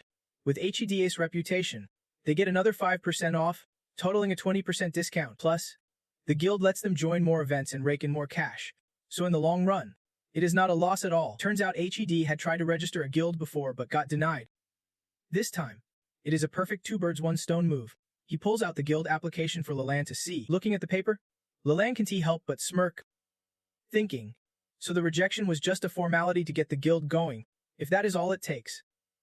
No problem. After a quick once-over, Leland approves it with no issues. It is just that the guild's name has some issues. Calling it Overworld is a bit off. Right after announcing you founded the guild, your pet crew and the little Appas were totally shocked. The little Akmas thought Overworld meant the whole world, like anyone from anywhere could join. No barriers. Meanwhile, Nahai believed Overworld meant going beyond this world, like you wanted to create a brand new realm where all races could live in peace. But on the flip side, Laina saw it as the end of the world, and Lalin agreed with that. That is when you started regretting it big time. What did you just approve?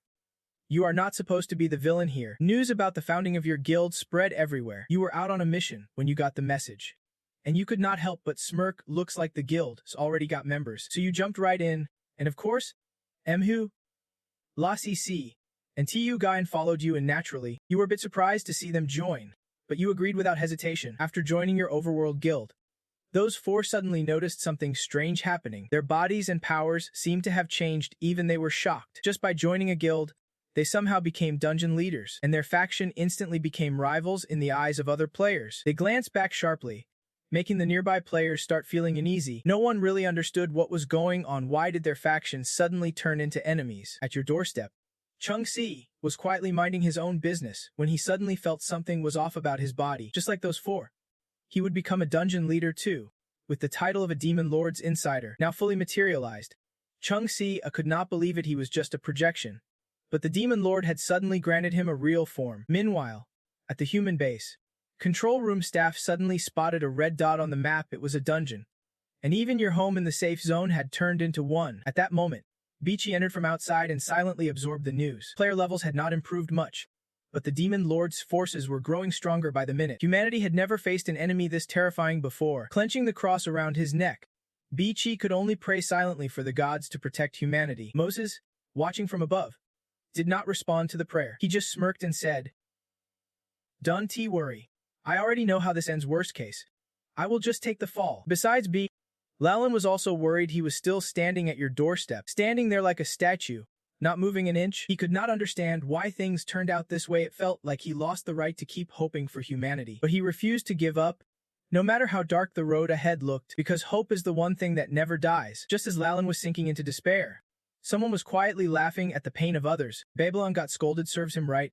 No matter how much he struggles, it is all for nothing. Lina Chimin, saying the Demon Lord had already prepared everything. The Demon Lord's victory was inevitable. Right then, Ini opened the door and called out, "Ladies, dinner's ready." Hearing that, the two great demons immediately ran out. They sat down neatly at the table, and the three of them began enjoying their meal. Out back, Fenrir, one of the Demon Lord's members, naturally was not going hungry, but while he was eating, someone's sudden appearance caught him off guard. It was you, standing in front of the iron cage.